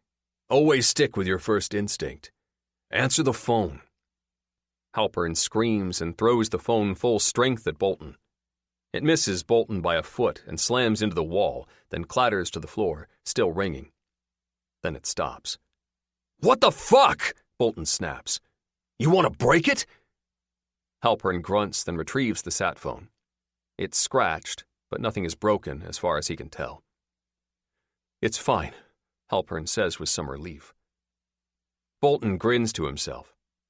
He'll wear Halpern down. He can tell the man's bravado is weakening by the minute. Too many choices to make. Halpern isn't an experienced leader. The decisions are paralyzing him. "Load the radio and gear into the crawler," Halpern says as he tucks the phone into a cargo pocket on his pants. "And gag this asshole. I don't want to have to listen to him the whole trip." "Gladly," Haley says, and takes a stained bandana from out of her pocket as she stands up and walks toward Bolton. "Oh, come on," Bolton protests, seeing the state of the bandana. "At least use something clean." Everyone ignores him, and Bolton ends up with the soiled bandana stuffed into his mouth. He gags and coughs the material into a better position, but can't spit it out. Bolton glares at his captors, but they ignore him as each of them gets to work gathering their belongings. "Nothing?" Vandervoort asks. "No one can tell me what happened to either of those kaiju. That's it? One falls underground, the other follows, and poof, nothing left?"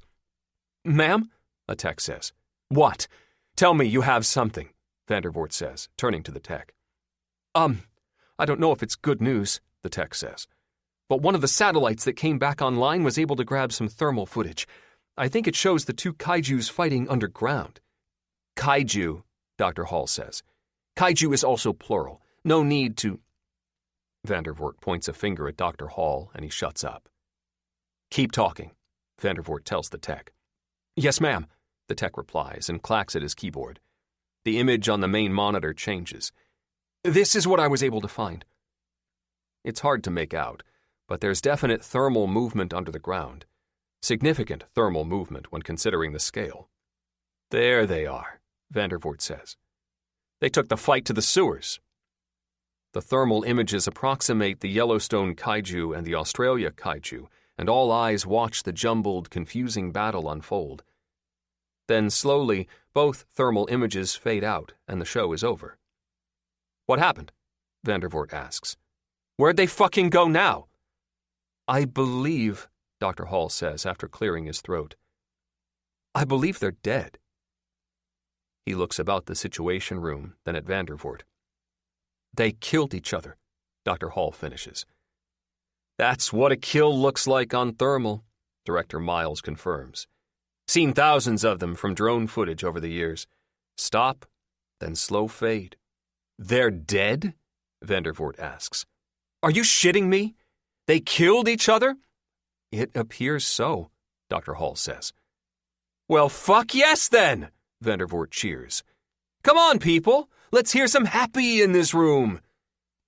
Slowly, cautiously, everyone in the Situation Room begins to clap, then cheer, then simply shout with delight. There's still Mexico City, Africa, and Antarctica, Director Miles says to Vandervoort.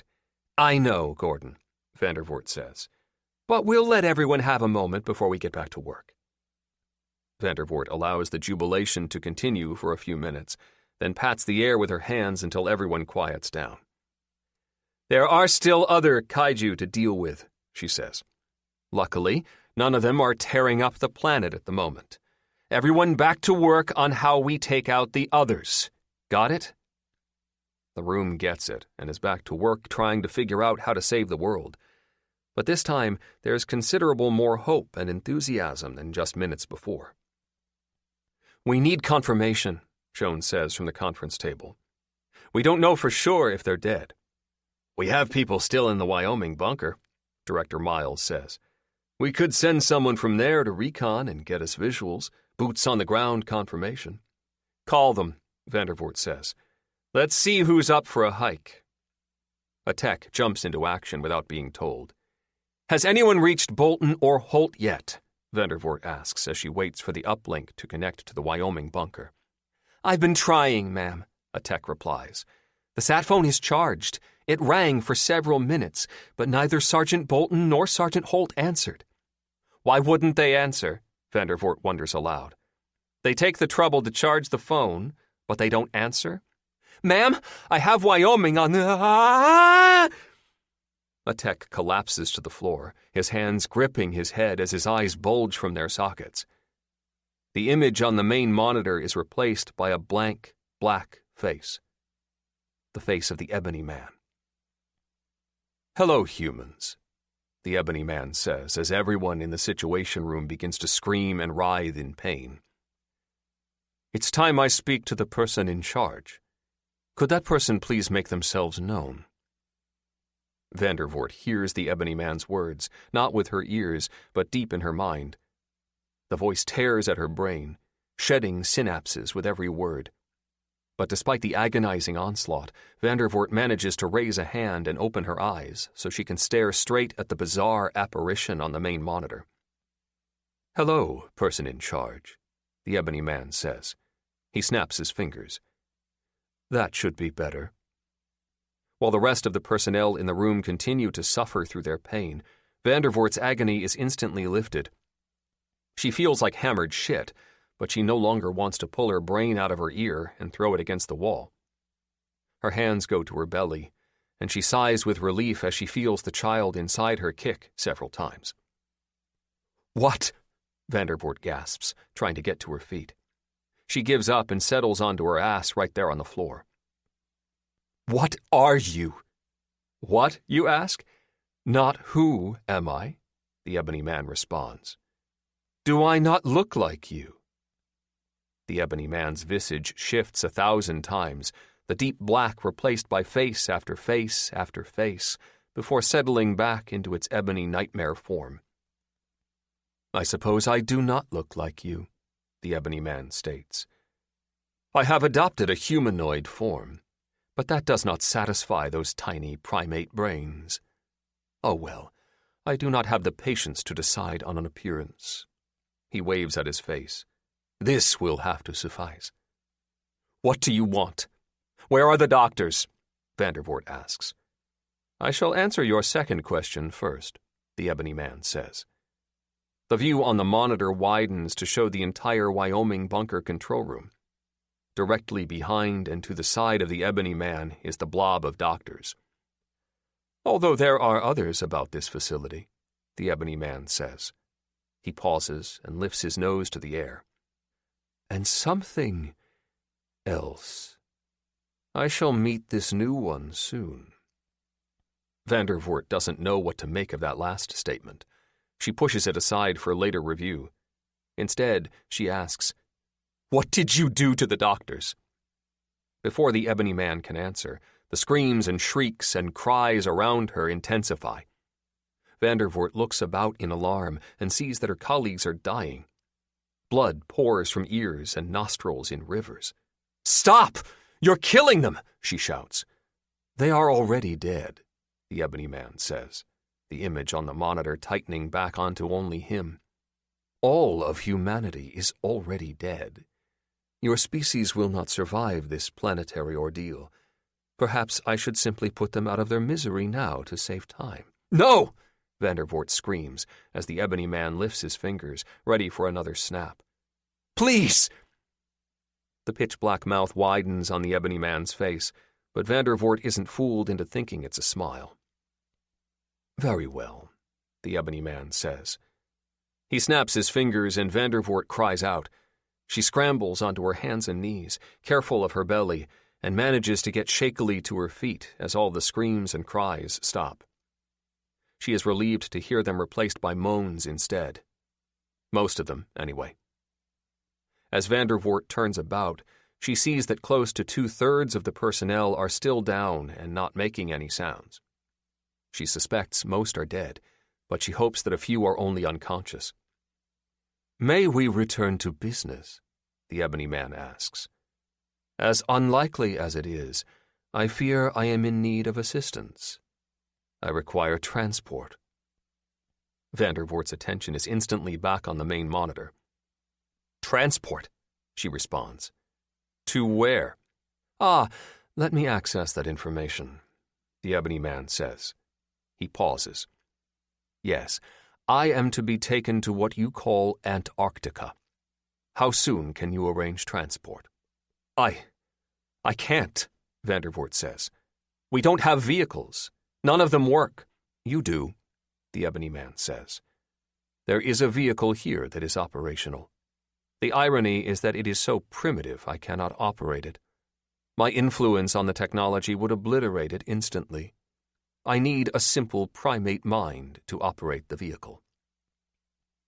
Vandervoort realizes what the Ebony Man is talking about. There's a vehicle in each bunker, one large enough for all personnel to escape in if needed. I know what you're referring to, Vandervoort says, but the vehicle is programmed to a static location, a rescue point where it can be recovered after launch.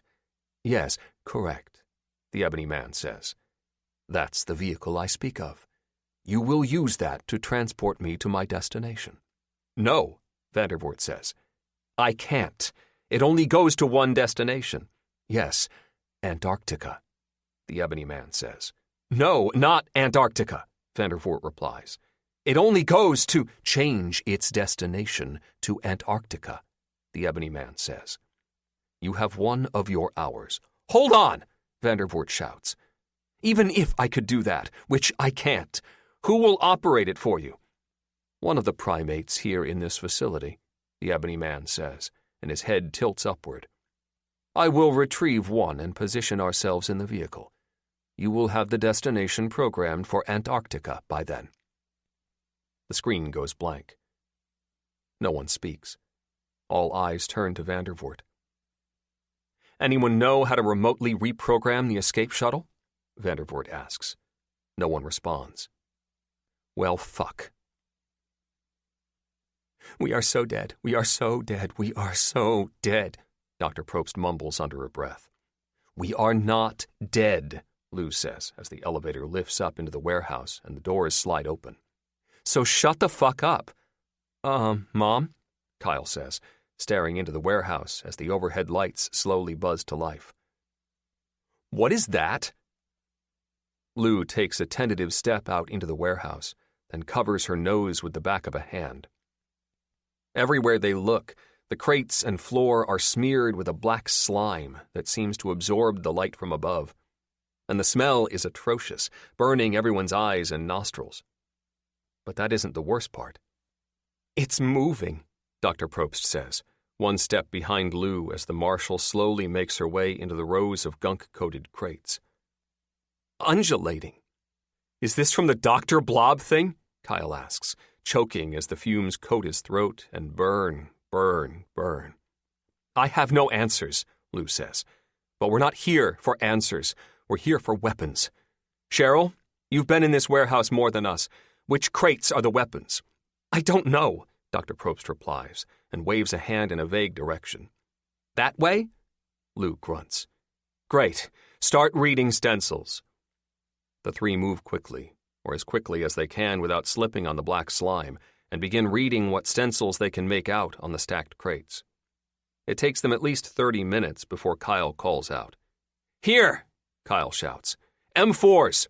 "Perfect," Lou says, and starts looking along the sides of crates until she finds what she needs. A pry bar. "How are you going to open it?" Dr. Probst asks. "All the other crates are stacked on top of it." Then Lou stares up at the top of the stacked crates. "One thing about government work," Lou says as she tucks the pry bar into a belt loop, "is that it's always predictable. If there are M4s on the bottom, then there are M4s on the top." She starts to climb the crates. "Mom!" Kyle exclaims. "Be careful!" "I wasn't planning on hot-dogging it," Lou replies. "I don't know what hot-dogging means," Kyle says. "She'll be careful," Dr. Probst says. Lou makes it 3 crates up before things get dicey. The slime is thicker and stickier the further up the stack she goes. It undulates faster and faster until it fairly vibrates around Lou's hands as she reaches past the gunk for non-slime handholds. It takes close to 20 minutes for her to make it all the way to the top crate. Lou can barely make out the stenciled letters through the slime, but she confirms that the top crate holds the same inventory as the bottom crate. With her balance on the crate perilous, Lou removes the pry bar from her belt loop, places it to the crate's lid, and shoves hard. It takes thoughtful movement to leverage the lid up while keeping herself from falling, but she manages. The lid gives way with a pop, then a slither as it tumbles slowly away, the black slime slowing its fall to the ground on the other side of the stack. Lou tucks the pry bar back into her belt loop and grins at the crate's contents. Dozens of neatly rowed M4 carbines, looking like they're brand new off the factory line. "This is the hard part," Lou shouts down at Kyle and Dr. Probst. "You're going to have to catch them as I throw them down." "What? That's crazy," Kyle yells. "We'll miss and they'll brain us." Lou considers this for a moment. She glances down at the two and realizes Kyle is right. Dr. Probst is no athlete, and Kyle is just a teenager with 0 experience handling weapons the way Lou needs him to. "I have an idea," Dr. Probst shouts, then takes off jogging, or semi-jogging as she avoids the pools and puddles of black slime. In minutes, she returns with a hand jack. On the jack is an open crate of MREs. "Toss them into here," Dr. Probst yells. "The meals will cushion their fall." "Great idea," Lou says, and waits until Kyle and Dr. Probst have the crate of MREs positioned directly under her. "Look out below!" Lou lets an M4 drop, and it falls right into the crate with a whump. Kyle quickly pulls it out, checks it over, and grins up at his mother. "Not a scratch," he calls. Lou drops 5 more, giving them each 2 M4s to carry. Then she slowly climbs down and nods approvingly at Kyle and Dr. Probst. "Ammo," she says. "That I know," Dr. Probst says. "Ammo is up front." Dr. Probst leads the way, and they eventually come to the stack of crates filled with ammo boxes of 5.56 millimeter rounds. "Magazines," Lou says. Each M4 has one, but we need extras for reloading. Cheryl? I just saw these here, Dr. Probst replies. I don't know where magazines are. I'll look, Lou says, and points at Kyle. Go back, dump out those MREs, and bring that hand jack and crate back here. We're stockpiling. Can we eat some of the MREs? Kyle asks and shivers. I don't want to, but I'm fucking hungry. Lou frowns and is about to say they don't have time, but Dr. Probst stares intently at her. Lou nods. Yes, bring some back, Lou says. We'll take a minute, refuel, then start loading magazines. They may be over this way, Dr. Probst says, relief in her eyes. I don't know for sure, though. Dr. Probst chooses a direction and leads Lou to another stack of crates. Magazines, but for small arms, not the M4s. It takes them a while to finally track down the correct crates, and once again, Lou scales the tower, pops open the topmost crate, and finds the treasure. She drops them down one by one, since they're empty metal shells, and light enough for Dr. Probst to catch by hand, which Dr. Probst does with semi-decent accuracy. Sorry, Dr. Probst says, nodding at a small stack of dropped magazines. I separated those out. I figured they may be damaged from the fall. Good thinking, Lou says. Kyle! Coming! Kyle responds and joins them with the hand jack and a crate filled with boxes of ammunition, and a few MREs. Only chicken lasagna. It'll do, Lou says. Let's pull out some ammo boxes and get to work while we eat. I want every one of these magazines loaded. All of them? Kyle says, eyeing the pile of good magazines. That's going to take forever. Bullshit, Lou says. You know how to load ammo. Once we get in a rhythm, time will fly by. Kyle gives her a look that says he has zero confidence in that statement, but doesn't complain verbally.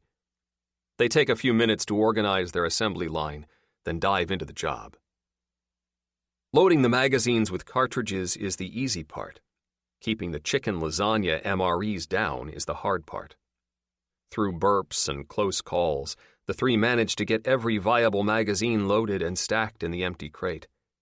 There are plenty of full ammo boxes, too, so they can reload magazines as needed. That comes with, Lou says, nodding at the hand jack as she works, rubbing her hands together to keep them from stiffening up after the repetitive work of loading magazines. Where? Dr. Probst asks. The control room, Lou says. That's the goal. Lou slaps a fresh magazine into her M4, charges the carbine, and smiles. Back to the elevator, she says. Dr. Probst doesn't move. What's wrong? Lou asks. Dr. Probst glances at the end of the rows of crates. We could just leave, she says. We might be able to get the doors open, and if it isn't too bad out there, we could walk away from this place. Lou gives her a curious look. Are you feeling okay? Yeah, Dr. Probst says and shakes her head. Weird, I hadn't even thought of leaving until the words came out of my mouth. We have to stay here and figure this shit out. You sure you're okay? Lou asks. Yes, I'm good, Dr. Probst says. Lou sees the uncertainty in the woman's eyes, but she doesn't push. To the elevator? Kyle asks, his eyes flitting back and forth between Dr. Probst and his mother. Time to go blob hunting? Time to go blob hunting, Lou says. They make their way back to the elevator in silence, load the hand jack and crate inside, cram around it, then descend. The ride down feels like an eternity, but as soon as the doors open, everything moves at lightning speed.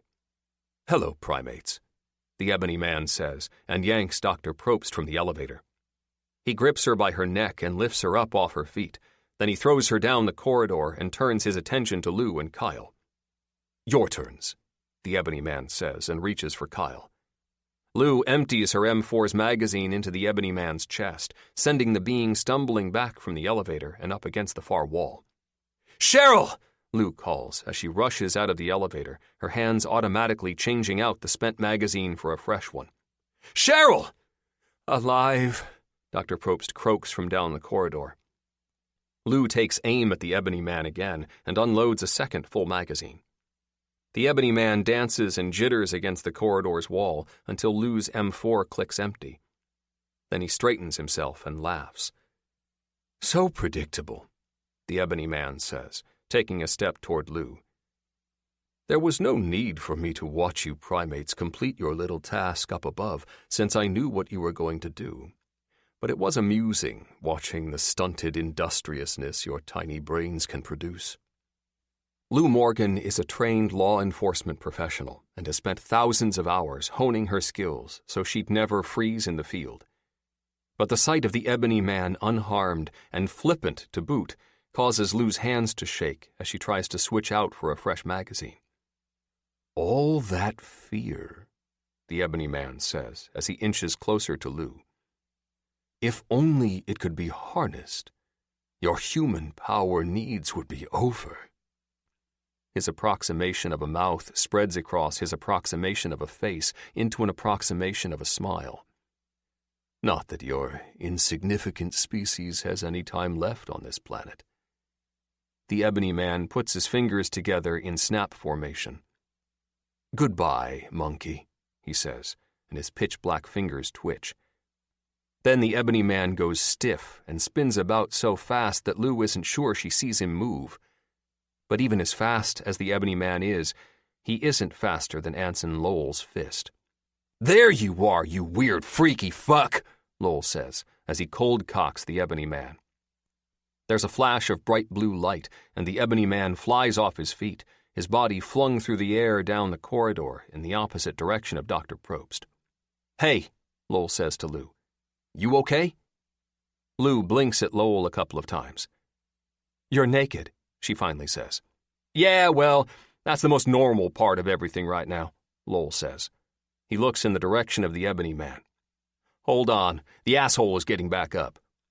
Lowell sprints down the corridor directly at the Ebony Man. Lou turns to look at her son. Kyle stands just inside the elevator doors, keeping them from closing. "Are you hurt?" Lou asks. Kyle shakes his head. "Good. Get that crate out here into the corridor. There's still a—" Two noises cut Lou off. The roar of rage from the Ebony Man and the scream of terror from Dr. Probst.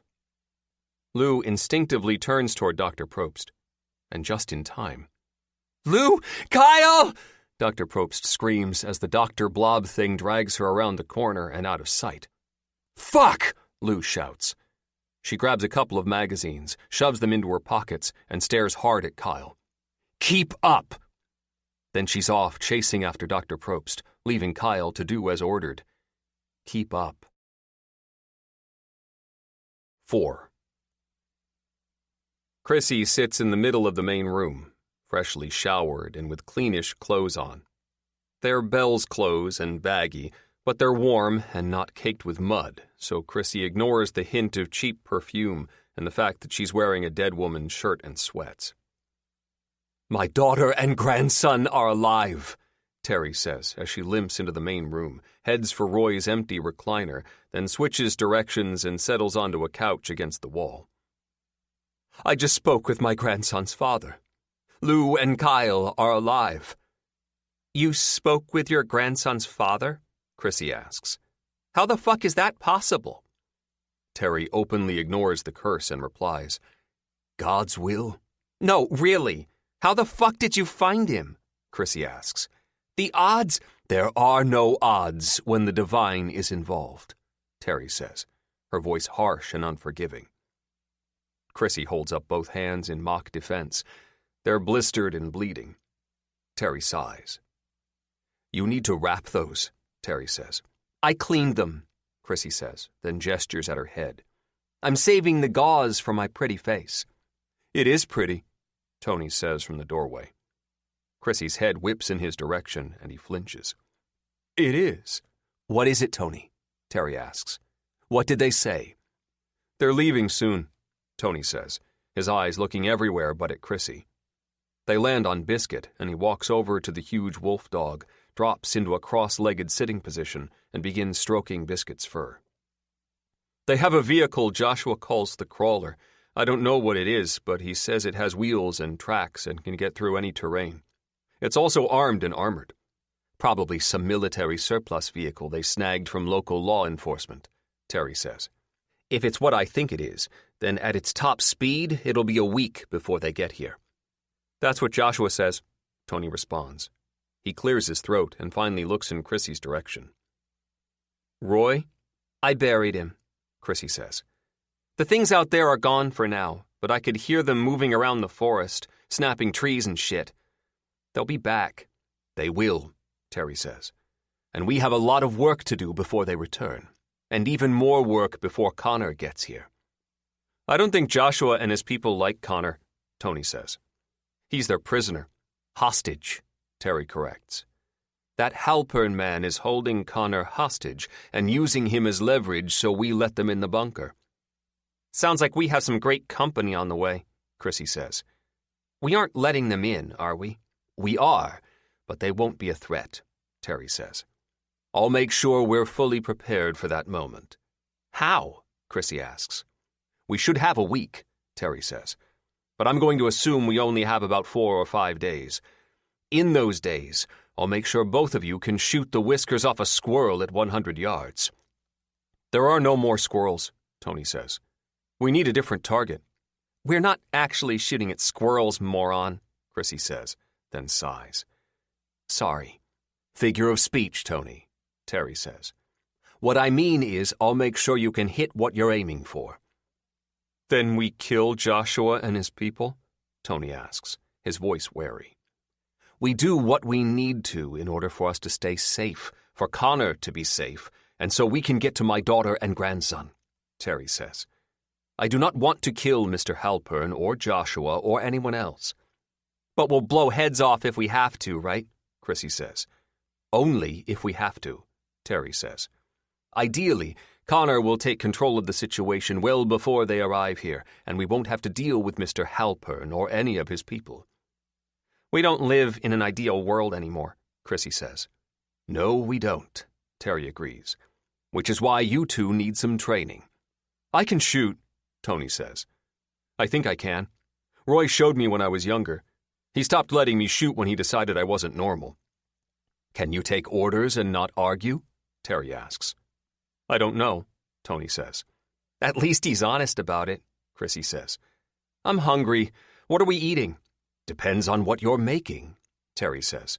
I would like hamburgers, Tony says. Do we have burgers? Chrissy asks.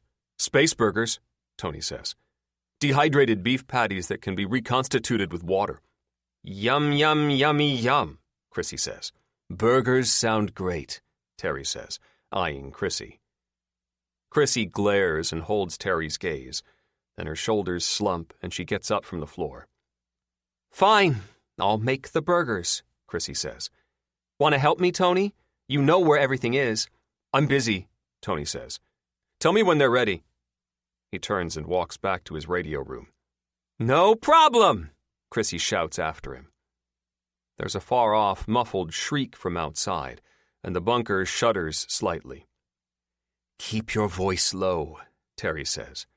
I'm not getting eaten just before my chance to reunite with my daughter and grandson. Whatever, Chrissy says, and moves into the kitchen area. Biscuit whines but doesn't lift his head or move to get up. The dog's not too worried, Chrissy says. The dog is exhausted, Terry replies. As am I. She eases her legs up and lays out on the couch. Wake me when the food is ready, Terry says, and closes her eyes. Chrissy mumbles her annoyances as she preps the meal, and Terry slowly drifts off to the grumpy sounds of the surly teenager, while thoughts of Lou and Kyle drift through her fading consciousness. Mom! Kyle yells as he struggles to keep up with his mother. He can hear Dr. Probst's screams and pleas for help, but he doesn't hear any responses from Lou. Kyle rounds a second, then a third corner, and comes to a full stop. There's no sign of Dr. Probst, his mother, or the Dr. Blob thing. Shit, Kyle says, realizing he took a wrong turn somewhere. I should have followed the slime. He looks down at the semi-clean floor beneath his feet. No slime. Kyle spins about and screams, nearly dropping his M4 as terror fills his every cell. There, at the end of the corridor, stands a being.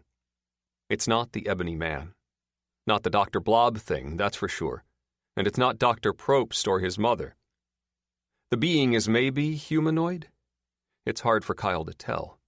The outlines are fuzzy. Or is that Kyle's head? He doesn't exactly feel right when he looks at the being. "Hello?" Kyle manages to utter. The being tilts what Kyle thinks is its head. "Where'd you come from?" Kyle asks. More head tilting. Then a step forward. No, you can stay right there," Kyle says, taking a step back. "Totally cool if we keep our distance." 2 steps. Kyle matches them with 2 backward steps. 3 steps. 4 steps. An arm reaches for Kyle. "Nope," Kyle says, and slings his M4 to his back. "Big nope." He turns and runs. This time, Kyle doesn't care where he's going. He isn't trying to find anyone, only trying to stay as far away from the new wrinkle in life inside the facility. Kyle has no idea how many corridors he's sprinted down, how many corners he's turned, how many closed and sealed doors he's passed before he finally finds a door that isn't locked tight. Activating the door, Kyle jumps inside, his hand mashing the door's controls as soon as his legs are clear of the threshold. The door slides shut, and Kyle tries to find a lock. But a tingling sensation at the back of Kyle's neck sends him down to his knees, his head just under the small porthole window in the door. A shadow occludes the light coming in from the corridor through the porthole window, and Kyle knows the mystery being has caught up with him. He carefully, silently, brings the M4 around from his back. He grips the weapon tightly, realizes he hasn't charged the carbine, and gently pulls on the bolt, desperate to chamber around. None of those movements are as silent as Kyle would like, and he cringes at the metal-on-metal sounds the M4 makes. There's a knock at the door. Kyle freezes, his breath caught in his throat. Another knock. Then the door slides open, and Kyle is forced to scramble away on his hands and knees. He spins around when he reaches a row of cabinets he can put his back against. The M4 is up and waving back and forth. At nothing. There's no weird being in the doorway. There's no weird being anywhere that Kyle can see. Then Kyle catches a shadow out of the corner of his eye and doesn't even have time to scream before a long finger touches Kyle's left temple. Pain more powerful than even the waves of agony caused by the substance and the Ebony Man course through Kyle's body. His limbs go rigid, and he barely recognizes that his bladder has loosed. The M4 clatters harmlessly to the floor. Stimuli in volumes that no human brain is meant to endure at one time fills Kyle's mind. Knowledge rolls over Kyle like an avalanche. He understands none of it. There's no way he can. His human brain isn't capable of comprehending the data that is shoving its way into Kyle's skull. Eons pass. The agony waves crash over and over against the rocks of Kyle's mind. Then the finger withdraws and the agony stops. Kyle turns and vomits. It's the only response he can manage. There's a voice in Kyle's head asking him questions. He answers and doesn't answer. Then vomits again. When Kyle is finished vomiting and stable enough that he thinks he can get to his feet, he realizes the weird being is gone. The event is fading from his memory already. "No fun," Kyle mumbles as he gets to his feet. He reaches down for his M4, picks it up, and checks the weapon. "Find Mom." Kyle stumbles from the room, looks both ways down the corridor, then chooses a direction and stumble walks as fast as he can. "Cheryl!" Lou shouts as she tries to keep up with the Dr. Blob thing and its captive. "Cheryl! Answer me!" "Fucking help!" Dr. Probst replies, her voice far off but not too far off that Lou worries she won't catch up. "I'm coming," Lou yells. "Keep up, Kyle!" It takes Lou 2 more corridors before she realizes her son hasn't been responding to her orders to stay close and keep up. Lou risks a glance over her shoulder, and fear stabs her deep inside when she sees only an empty corridor and no Kyle. Motherly instinct wants to bring Lou to a halt so she can turn back and find her son. Dr. Probst's screams for her to "Fucking come and get me, Lou!" are all that keep Lou from reversing directions. She has to consciously force herself to continue running toward the doctor's shouts, though. Lou's eyes return to the slime trail that coats the corridor's floor. She can see Dr. Probst's finger marks smearing the slime. They're random, chaotic, desperate. "Hold on, Cheryl!" Lou shouts, putting on an extra burst of speed that she knows she'll pay for later. Her body feels rough. She's getting close to her limit. "I'm almost to you!" Lou has no idea if this is correct or not. Dr. Probst's screams always seem to be 2 corridors away, no matter how fast Lou runs. Then the running is over. A tentacle strikes out at Lou as she rounds a corner.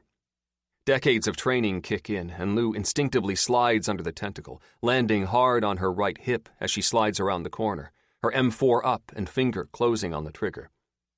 But Lou holds her fire. The Dr. Blob thing retracts the offending tentacle and adds it to the many others that envelop Dr. Probst, suspending the doctor in the air, keeping Lou from squeezing the M4's trigger. "Don't shoot me!" Dr. Probst shouts. "Not going to," Lou shouts back. "Lower your weapon," the Dr. Blob thing says. Or Lou thinks it says. She's not sure if she's hearing the words with her ears or with her mind. "I don't think I will," Lou responds. Tentacles tighten and Dr. Probst squeaks.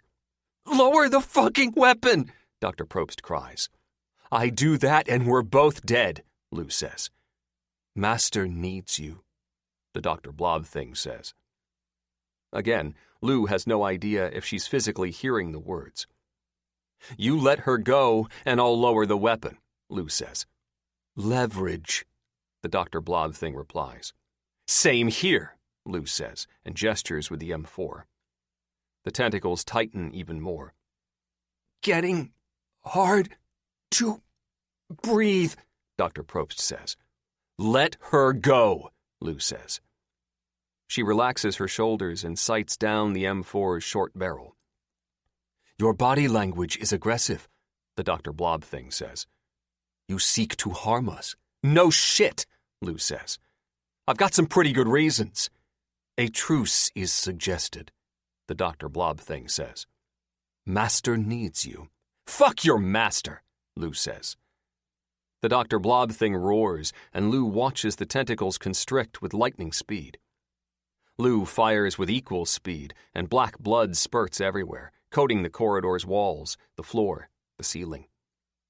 Dr. Probst falls to the ground, and slip-slide scurries her way to Lou, as the Dr. Blob thing writhes with pain and rage, most of its tentacles turned into flailing chunks of flabby flesh.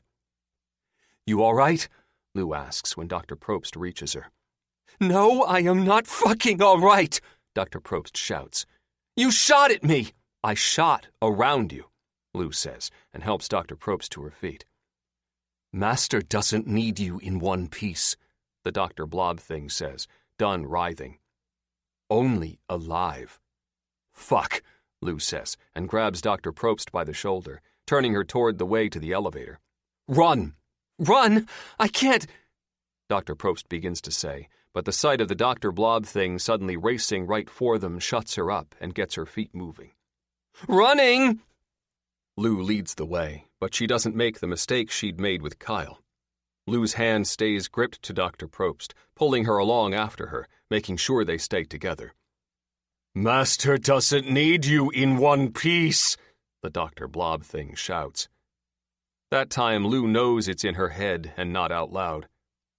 She's really fucking sick of words, pain, thoughts being shoved inside her mind without her consent. Really fucking sick of it. "You cannot defeat me," the Ebony Man says as he picks himself up yet again after suffering another one of Lowell's punches. "Pitiful human." "Yeah, not thinking that word applies to me anymore," Lowell says. He pauses. "Either of those words, really. You made a big fucking mistake switching places with me." "It allowed my release from the substance and the shackles of that terrestrial prison," the Ebony Man says, as he begins to pace back and forth like a leopard in a cage, his blank face directed at Lowell. "Know that there is no stopping me." Lowell laughs hard. The Ebony Man's face scrunches up in annoyance. Even without features, it's easy to tell that Lowell's laughter has hit a nerve. "You will suffer for your hubris," the Ebony Man says and snaps his fingers. Nothing happens, except for Lowell's continued laughter. The Ebony Man snaps again and lets out a low growl when once more the gesture fails to provide the results intended. "Stop that!" the Ebony Man roars. Lowell slowly stops laughing, wipes at his eyes, and gives the Ebony Man a shit-eating grin so brilliant it could have been used to light up a film set. "You did this, asshole," Lowell says, and waves his hands over his naked body. "You sent me in there, and shit happened." "You should have been killed," the Ebony Man shouts. "By what? The substance?" Lowell asks. "Or by that fucking giant lizard I ended up fighting? Now that was some wild shit. I've been in brawls before, but never with 4 arms of my own and an opponent the size of Rhode Island." "Your human body and mind should have been consumed by the substance," the Ebony Man says. Lowell tilts his head. He heard the word the Ebony Man said, and his mind instantly translated it into substance. But Lowell knows that the true name is much more ancient and cannot be comprehended fully by a human brain. Good thing Lowell no longer feels he has a human brain. No, what he feels is an ever-expanding consciousness that's allowing impossible images and thoughts to become known. "Kinda tickles," Lowell says. "Tickles," the Ebony Man responds. "You make no sense. Wrong there, Mr. Licorice," Lowell says, and smiles at his joke. "Mr. Licorice? That's your new name." "My name is—" "Don't care," Lowell interrupts. "Really, I don't. What I do care about is what's in Antarctica." "There's nothing of importance there for you," the Ebony Man says. "Wrong again, Mr. Licorice. Do not call me that. Or what? You'll destroy me?" Lowell shakes his head, then closes the space between them. He gets right up in the Ebony Man's blank face. "You said the substance should have consumed me. I think it did. The thing is, Mr. Licorice, that me and the substance kind of dug each other. I shit my britches when I ended up 1,000 feet tall with some serious dental work and a couple more appendages than I'm used to, but in the end, even after getting my ass handed to me by the Geico lizard on steroids, the substance looked out for me." "No," the Ebony Man says. "You're not worthy." "And you are?" Lowell laughs even louder. "Pal, you can't hide your shit from me. I know about Antarctica and what's waiting down there. I know who you are and how you ended up on my planet. I also know there's a lot of scrapping still to do before the real fight begins." The Ebony Man stiffens. "You don't like that, do you?" Lowell asks. "You don't like that the substance likes me and hates every molecule in your being. That really pisses you off." "Primitive creature," the Ebony Man spits. "Maybe, but primitive can mean simple, and sometimes simple is good," Lowell responds. "You had a job to do when you were sent to Earth. You'd made a deal. Bring the substance to this planet, let it do its thing, and you could walk away free once everything was complete." Lowell shudders and takes a step back. "I'm not happy about what the purpose of the substance is or why it was sent here," Lowell continues.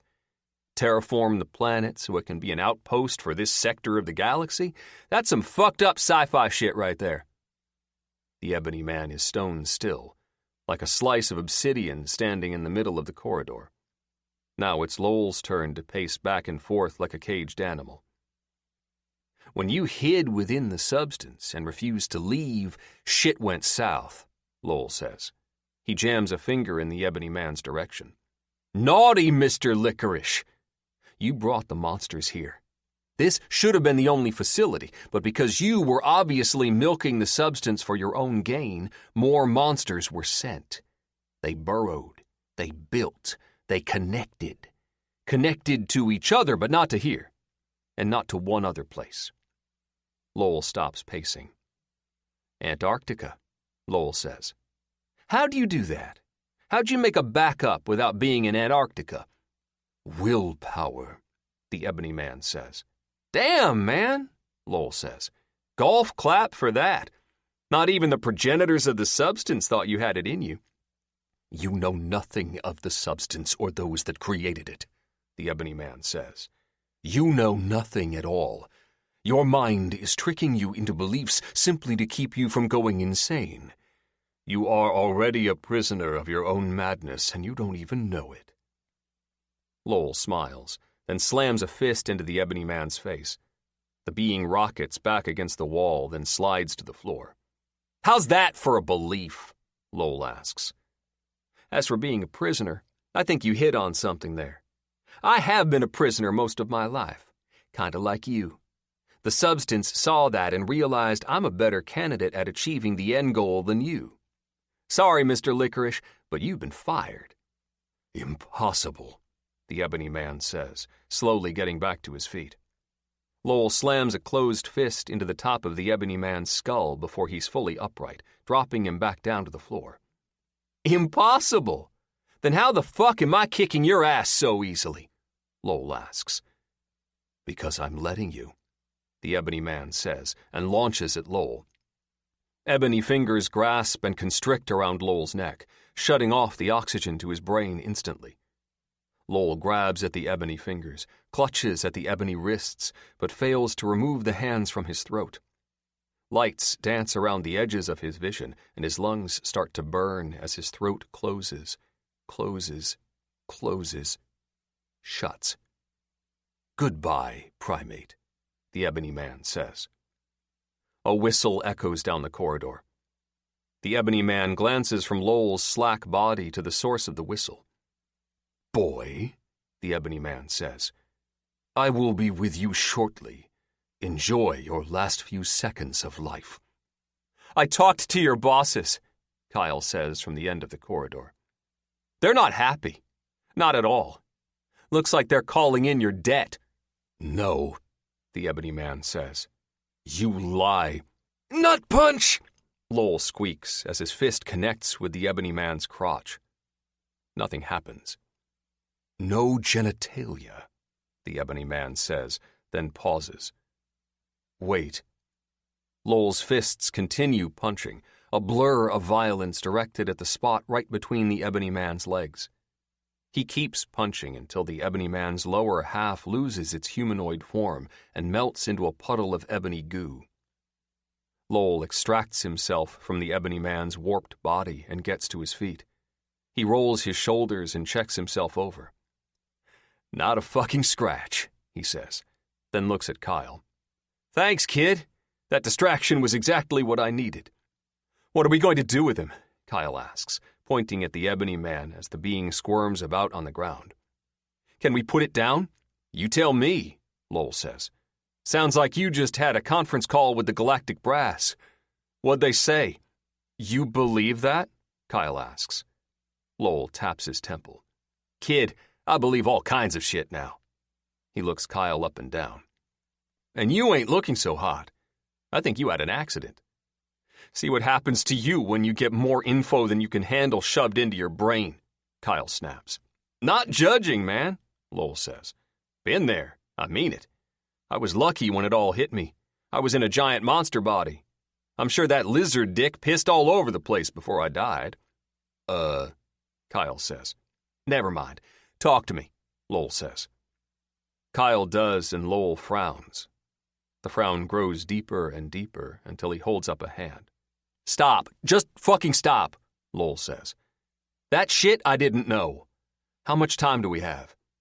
A week? Maybe more? Kyle says, shaking his head. I don't know for sure. I can't quite convert time from them to us. Totally understand that, Lowell replies.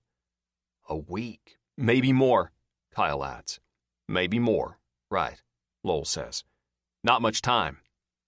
Lowell turns to the Ebony Man. Hey, licorice prick, Lowell shouts. Quit your crying and get yourself together.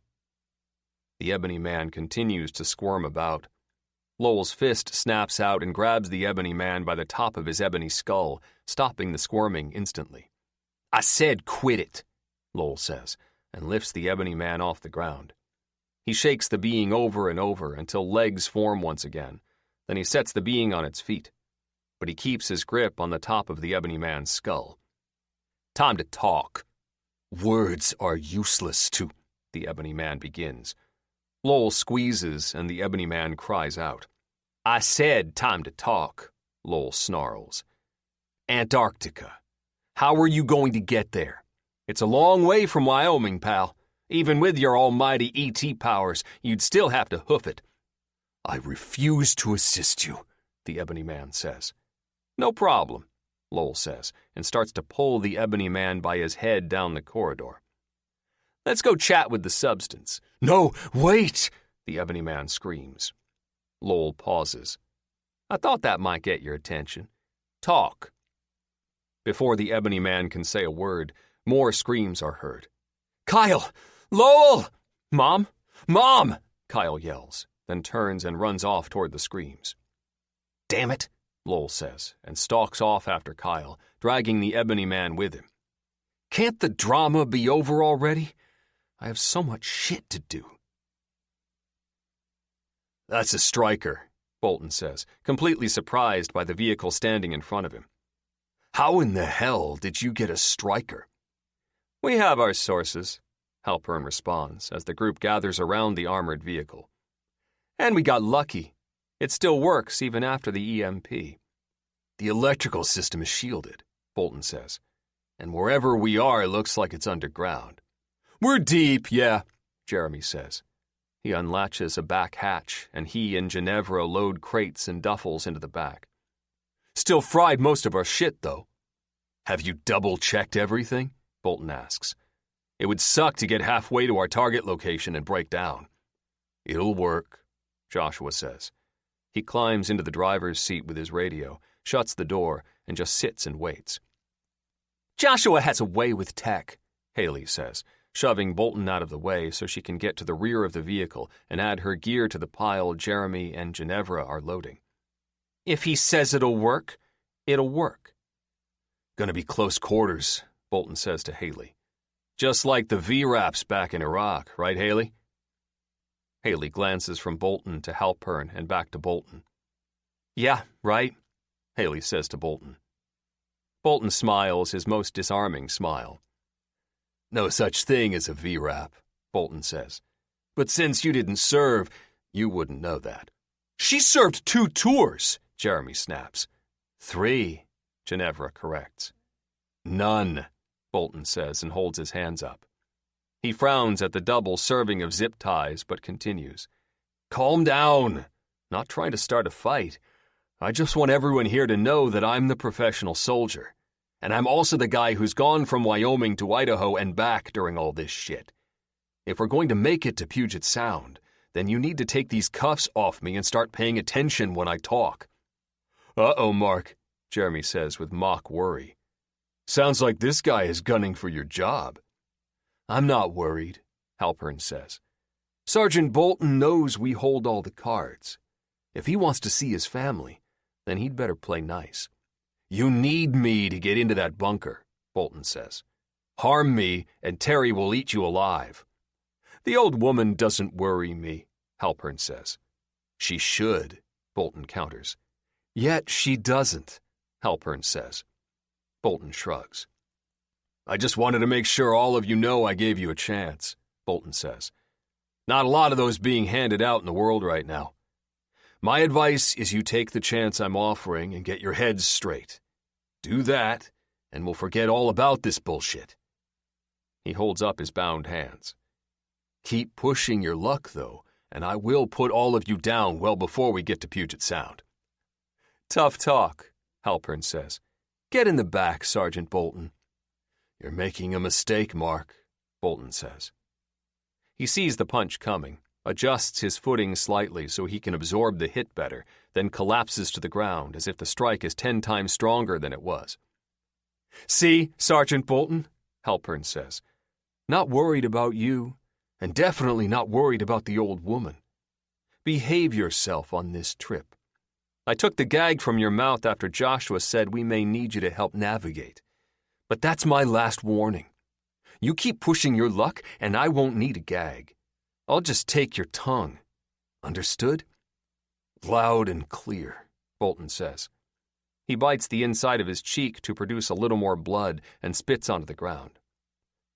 Didn't even see that hit coming. Nice work on not telegraphing your punch. If you can do that, then maybe I'm a little bit more over my head than I thought. I have some training too, Halpern says, then twirls his hand in the air. Load up and let's move. Halpern limps around to the passenger's side door and climbs in. Joshua turns his head and gives Bolton a cold look, like a shark zeroing in on its prey. Bolton takes a moment to reassess his opinion of Joshua, and a moment is all he gets as Jeremy and Ginevra grab him and drag, push, shove him into the back of the vehicle. Get your ass in, Jeremy says. Bolton tries to climb up through the hatch, but his bound hands slip and he falls backward. Jeremy and Ginevra catch him, keep him from knocking all three of them down, and shove him up and inside the vehicle.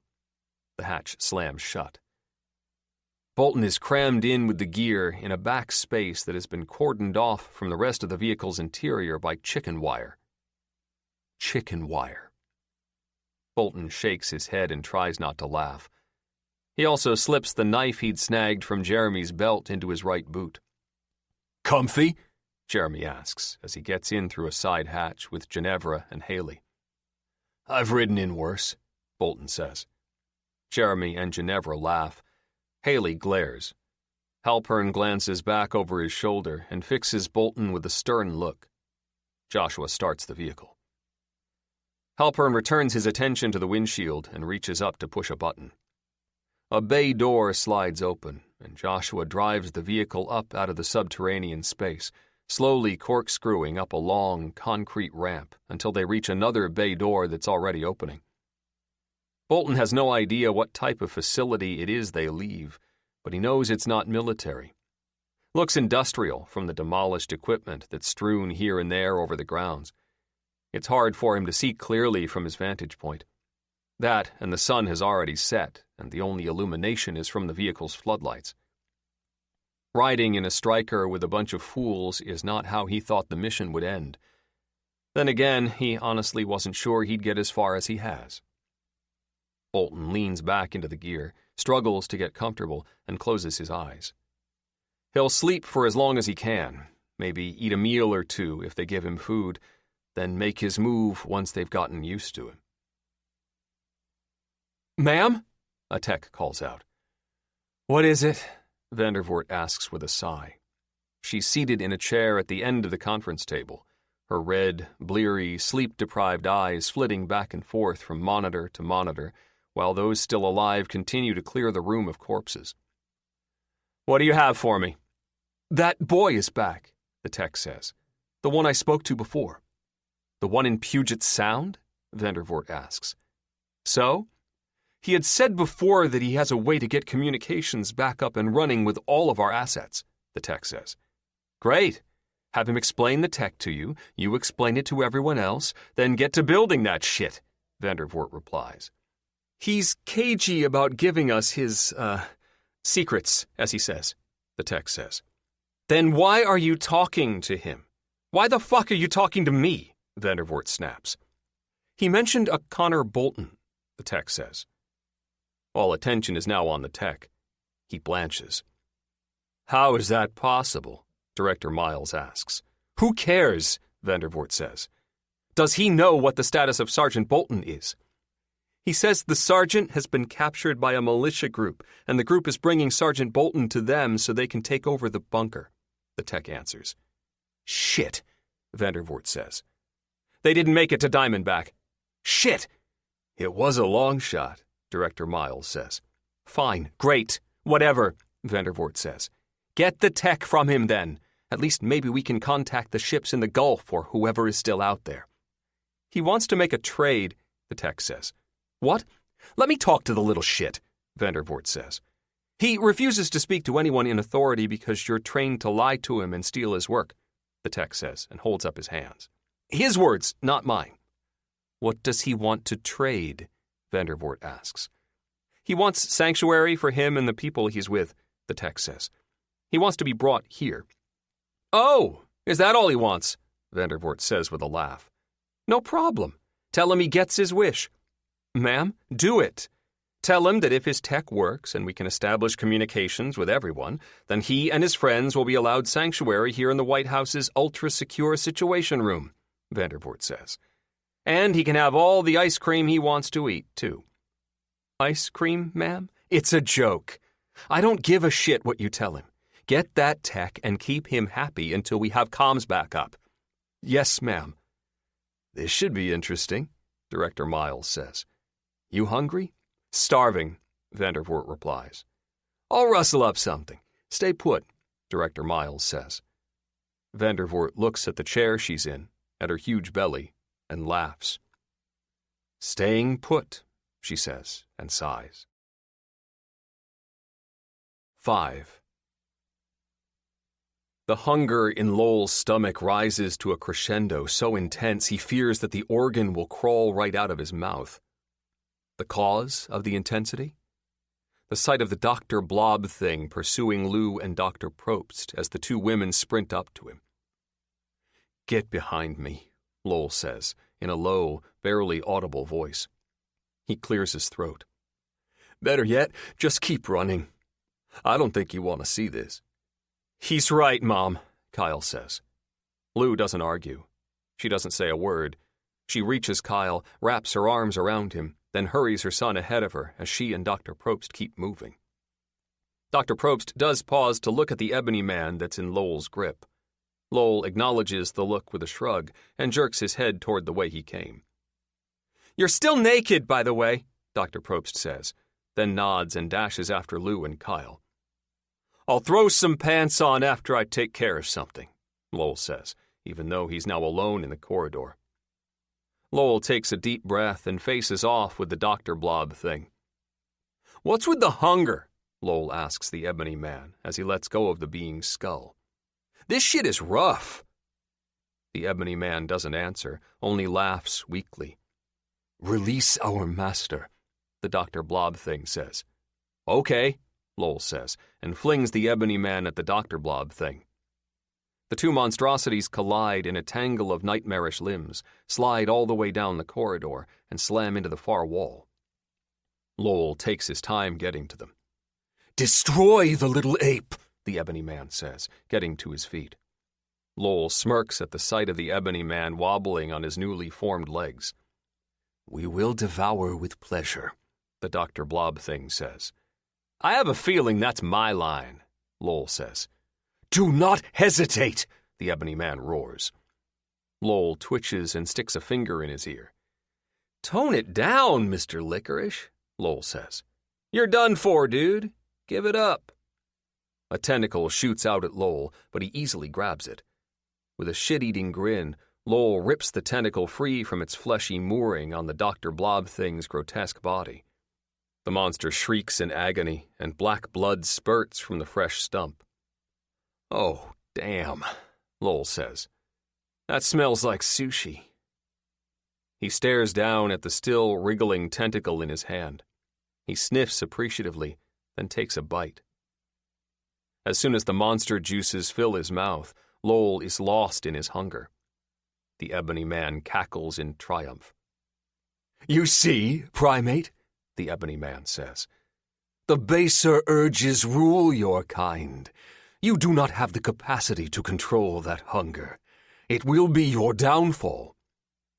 The Ebony Man snaps his fingers, and the Dr. Blob thing rockets down the corridor, straight at Lowell. Lowell doesn't stop his devouring of the severed tentacle. Instead, while his left hand holds the meal, his right arm cocks back in anticipation, then strikes hard and fast as soon as the Dr. Blob thing is on him. Lowell's right hand pierces the Dr. Blob thing's body, stopping the monster dead. Literally. Lowell yanks his hand free, and a trail of innards and organs come with it. The Dr. Blob thing deflates to the floor like a popped balloon. Tossing the remnants of the tentacle aside, Lowell eyes the feast before him. Then he looks past the abominable corpse at the stunned Ebony Man. "I'm guessing you've never had to eat 3 meals a day in prison," Lowell says. "You get good at not getting shanked while eating." I will not be humbled by a monkey, the Ebony Man shouts.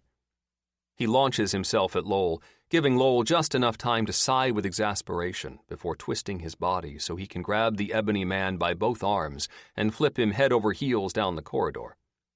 The pitch-black being tumbles over and over until the wall stops his momentum and he comes to an unceremonious stop. I'd say I could do this all day, but that might encourage you to try, Lowell says. He grabs the Dr. Blob-Thing corpse and drags it with him as he stalks over to the Ebony Man. You gonna be cool, or do I have to kick your ass some more? The Ebony Man rolls over onto his back. His entire body shudders, turning from solid to liquid, then back to solid in the blink of an eye. How? Is all the being manages to croak out. How what? Lowell asks. You're insignificant gnats of a species, the Ebony Man says. Yeah, please keep talking, Mr. Licorice, Lowell responds. Can't wait to hear where this is going. My kind are superior in all ways, the Ebony Man continues. Uh-huh, sure, and? You should be a splatter of blood under my boot. You aren't wearing boots. You understand my meaning. You bet. You think you're hot shit, but you aren't. Want to know why? Of course you do. You asked how, which is like why's cousin. Lowell bends down and gets his face right up against the Ebony Man's blank face. This is my planet, bitch, Lowell says. You forgot about home advantage, Mr. Licorice. He straightens back up. Now, you stay put while I try to do something about this fucking hunger. Twitch a licorice nib, and I'll tear you down into molecules. Got it? The Ebony Man nods and places his back firmly against the wall. Good, Lowell says. He eyes the monster corpse. I wonder where the bacon is on this thing. Lou and Dr. Probst collapse into chairs the second they enter the facility's main control room. They're both white as ghosts and shaking hard from fear and adrenaline. Lou's eyes go wide, and she opens her mouth to scream some of the fear away, but closes it as her son walks into the control room after them. What's going on? Dr. Probst asks, beating Lou to the question. I wish I didn't know, Kyle says, his face haggard and his shoulders so slumped they look to be carrying the weight of 1,000,000 worlds on them. Really, Mom, this sucks. What sucks? What do you wish you didn't know? Lou asks. She gets to her feet and checks her son over, her hands smoothing his hair, patting his cheeks and arms, her eyes staring into his. Everything, Kyle says. He gently removes himself from Lou's maternal ministrations and collapses into his own chair. Lou looks to Dr. Probst, but she only shrugs. Kyle? What's going on? Lou asks, returning to her chair. Everything, Kyle says, and taps at his temple. The alien shoved everything in here, and it fucking hurts, Mom. Did you say alien? Dr. Probst asks. It's not from our planet, so yeah, I said alien, Kyle replies. Your head. You must have hit it, Kyle, Lou says, and is about to get out of her seat once again, but Kyle waves a hand at her to stay seated. I didn't hit my head, Kyle says. The alien touched my head and downloaded way too much shit into my brain. The ultimate TMI. Lou starts to say something, but Dr. Probst makes eye contact with a look that says, let him speak. Lou waits for Kyle to continue. Kyle shakes his head, then sits forward, his eyes on the control panels. How do we contact the White House? He asks. Why do we need to contact the White House? Dr. Probst asks. Because they're coming, Kyle says. They? Dr. Probst asks. I don't know what to call them, Kyle says, and taps his temple again. There isn't a translation. More aliens? Dr. Probst prods. Different, Kyle says. Huge, like the monsters stomping around our planet, but not... They aren't shells. Kyle shakes his head, obviously confused. Whatever they are, they're coming here and are going to destroy Earth. Destroy Earth? Why? Dr. Probst asks. It's what they do, Kyle says with a shrug. They destroy worlds, take them over, and shape them into forts or bases or outposts or whatever. It's a war, Lou says. We're stuck in the middle of a war. A war? Like an alien war? Dr. Probst asks. Jesus Christ. That's why I have to talk to the White House, Kyle says. I was told there's a way for humanity to survive, but we've only got a week at the most. A week at the most to save humanity, Dr. Probst scoffs. Well, humanity's dead. Bureaucracy will see to that. We don't have a choice, Kyle says. There's one shot at us living through this, and we have to act now. I don't understand, Dr. Probst says. You think? Lou snorts. Right there with you, Kyle says. Why save us if they're coming to destroy us? Why bother with us at all? Dr. Probst asks. Get me in touch with the White House, Kyle says. I don't have the energy to explain it twice. Do you know how to contact them? Dr. Probst looks about the control room. Yeah, I think so. Good, Kyle says. He closes his eyes. Jesus, I'm tired. Hey, Lou snaps. Don't fade yet.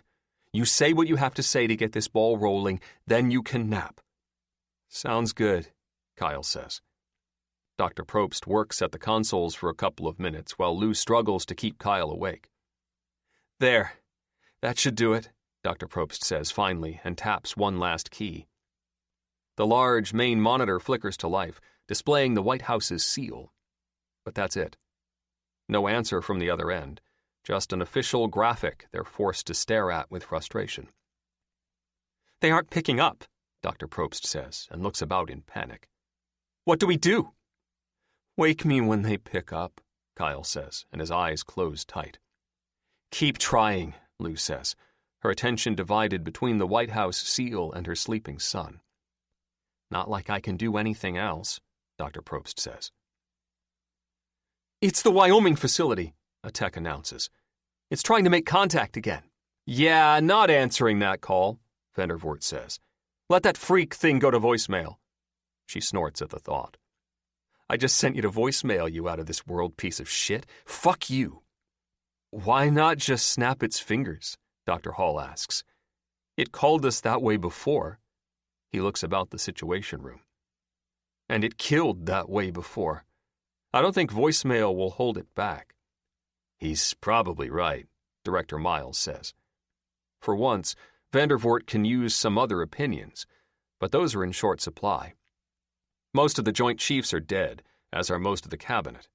There are a few capable techs, a few Secret Service agents, and some other support personnel left. It comes to a paltry 24 as opposed to the close to 100 who had been maintaining the situation room. Ma'am? Joan asks from the conference table, where she shoved together a couple of chairs and is trying to stretch out and rest. If I may. Fucking please do, Vandervoort says. This is a fluid situation, Joan says. We have to respond in kind. By not answering, we could make the situation worse. Or we could avoid getting our heads torn open from the goddamn inside out, General Azul snarls. Gordon? Vandervoort asks. I already agreed with Dr. Hall, Director Miles says. I doubt we can ghost that thing. Fuck, Vandervoort says. Where are we with reprogramming the shuttle to go to Antarctica? None of the techs answer. Most avoid Vandervoort's eye completely. Shit, she says. If I answer and that thing wants to know when he gets to take a joyride to the South Pole, what should I tell him? Anyone? The truth? Dr. Hall suggests.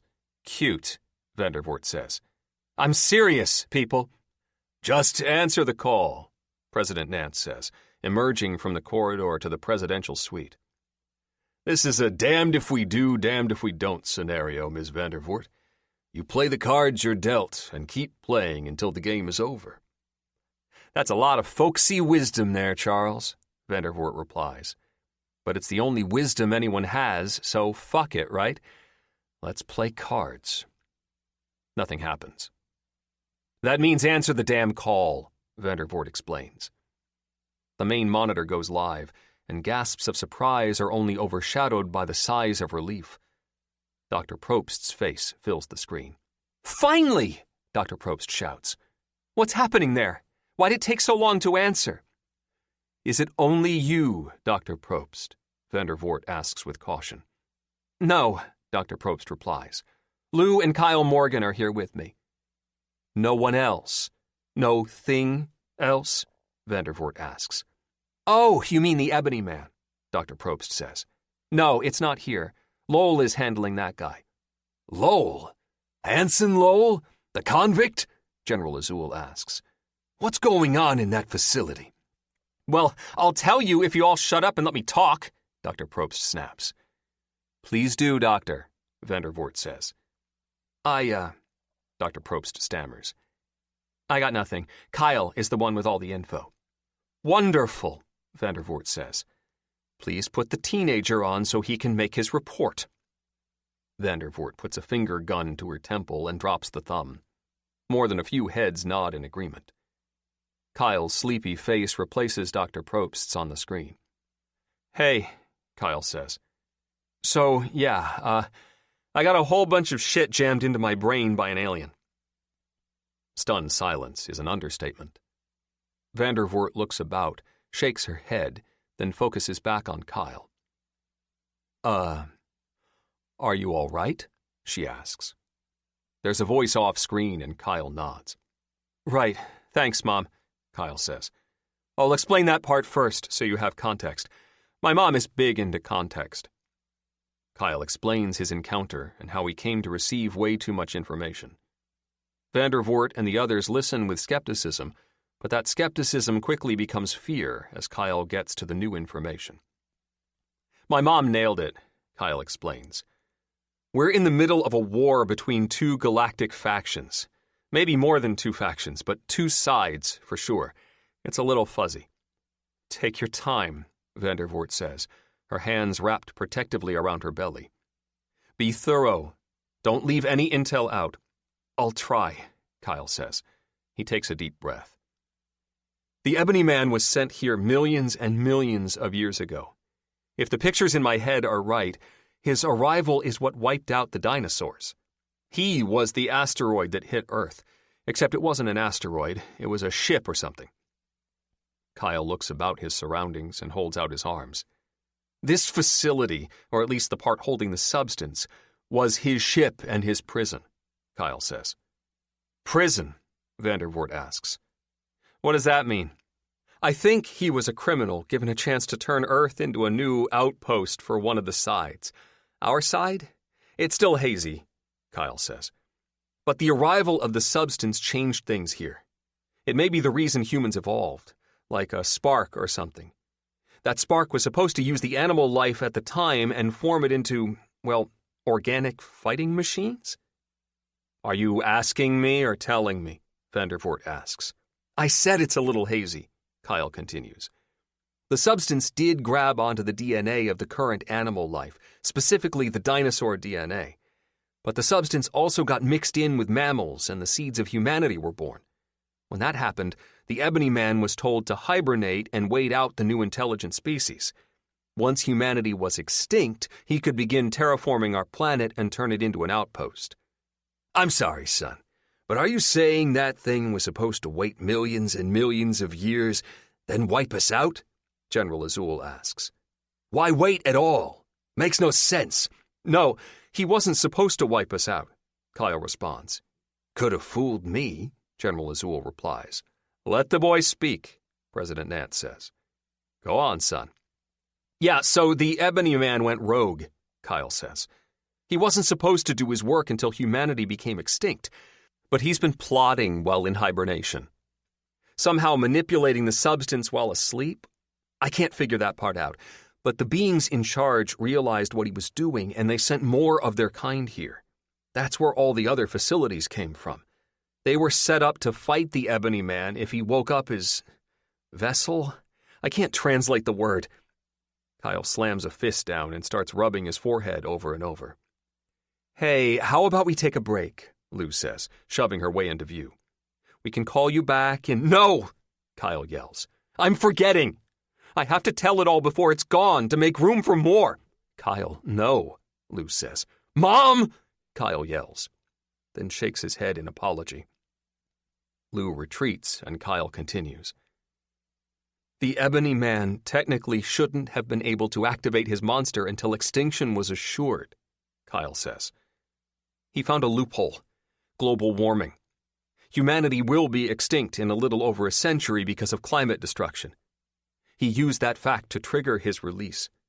That's how the Yellowstone supervolcano became active.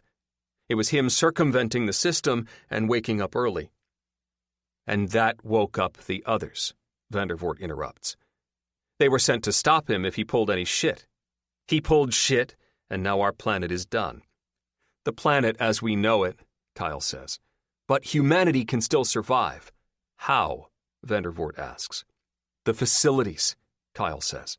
They're all over the world, and they can be used to save us. We just have to get the people there. Hold up, Vandervoort says.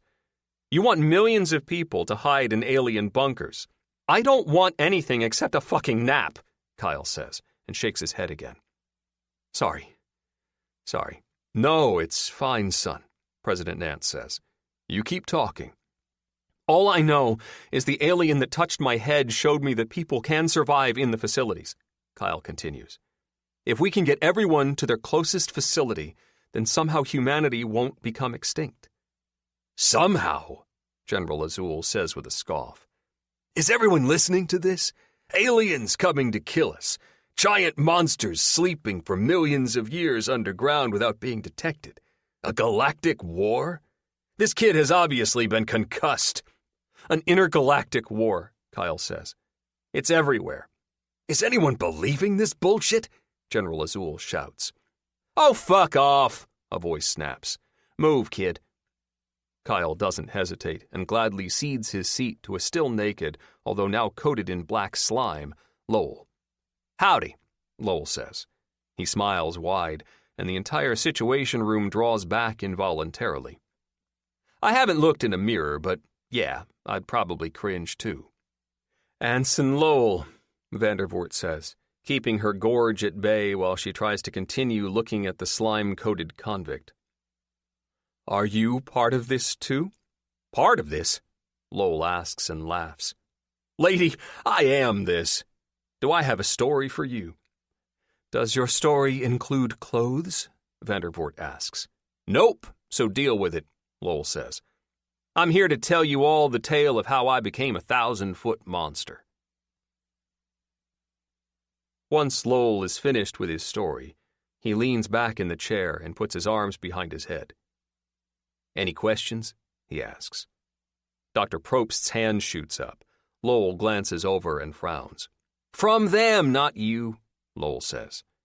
He looks from Dr. Probst to Lou, then at Kyle, whose eyes are closed once more. Lowell ignores the being collapsed at his feet. Kid, wake up. You aren't done yet. Fuck, Kyle says, his voice thick and sleepy. I don't think I have anything left. You do, and you know it, Lowell says. Lou starts to protest, but Kyle holds up a hand. It's okay, Mom. I gotta do this. Tell them the last part, then I'll tell them about Antarctica, Lowell says. Kyle scoots his chair over to Lowell so he's in the camera frame too. He looks up at the main monitor and Vandervoort's extremely agitated and terrified face. Whoever the aliens are, they've opened up all the facilities, Kyle says. All we have to do is get people to them, then lock them down before the big beings get here. If we lock them down, then we have a chance. If we don't, then humanity goes extinct. But the facilities are dangerous, Vandervoort says. I watched all of my scientists die. That was the Ebony Man, Kyle says. But Lowell has him under control. Mr. Licorice have nappy time, Lowell says. I don't know what the fuck that means, Vandervoort replies. Anyway, so we have to get everyone to the facility. Right when global communications are out and... Vandervoort pauses. Oh, she has something, Lowell says, seeing the look on Vandervoort's face. What you got? There's a kid in Puget Sound who has tech he says will reconnect comms across the globe, Vandervoort says. How are you talking to him? Lowell asks. He has a shortwave radio that's modified with some device he created, Vandervoort says. He got through White House security protocols like they don't exist and contacted us, so I believe the device will work. Perfect. That's how you start coordinating the migration to the facilities, Lowell says. He studies the look on Vandervoort's face. What's the problem? We've told him we'll come get him once he gives us the tech, but he isn't being too cooperative, Vandervoort says. He wants to know specifically how we'll get him and the others with him to the White House, and we don't have an answer. Someone says something to Vandervoort off-screen. We can't figure out how to modify the shuttle to get to Antarctica, Vandervoort snaps. How will we modify it to fly to Puget Sound, pick them up, then fly to D.C.? Hold that thought, Lowell says. Antarctica. That's where I need to go. Vandervoort blinks a few times, then sighs. I knew this was too good to be true. That thing got to you. Vandervoort gestures to kill the feed, but Lowell shouts, "Hold the fuck on!" and the screen stays active. Lowell reaches down and grabs the Ebony Man by the head and lifts him up again. Say hi, Mr. Licorice, Lowell says. The Ebony Man only groans. He's a little under the weather after I beat his ass. Beat his ass? Vandervoort asks. How? I told you the substance changed me, Lowell says. Get me to Antarctica, and instead of using the monster, Kaiju! Dr. Hall can be heard shouting from off-screen. Kaiju? Like the Japanese monster movies? Lowell asks. Of course. He laughs and claps his hands together. Perfect! So there's a giant kaiju down in Antarctica that Mr. Licorice was going to use to conquer Earth with, so it's ready for his overlords or whatever they are, Lowell says. The Ebony Man groans something and Lowell gives him a shake. Yes, they are your overlords. Now shut up, Mr. Licorice. Anyway, the kaiju in Antarctica is one of the really big ones, like twice the size of Yellowstone. It's been grown to be used not only for kicking ass, but for like long-range space travel. I shit you not, folks, it's a space kaiju. Like the others coming to destroy us, Kyle says. Instead of flying off like a little scared bitch, which is what Mr. Licorice was going to do just in case his overlords try to pull a fast one on him, Lowell says, and lets Ebony Man fall back to the ground with an audible thud. I'm going to use the space kaiju to fight off the other space kaiju coming to shred this planet to its core, which, by the way, is a type of organic machine powered by the substance and controlled by the other facilities. Not this one, since it isn't connected due to Ebony Man's indiscretions, but the rest are part of a network that basically is the bones and arteries of Earth. Earth is an organic interstellar base, Kyle says. I can't explain it. You'll see once everyone is inside the facilities and we hit the reset button.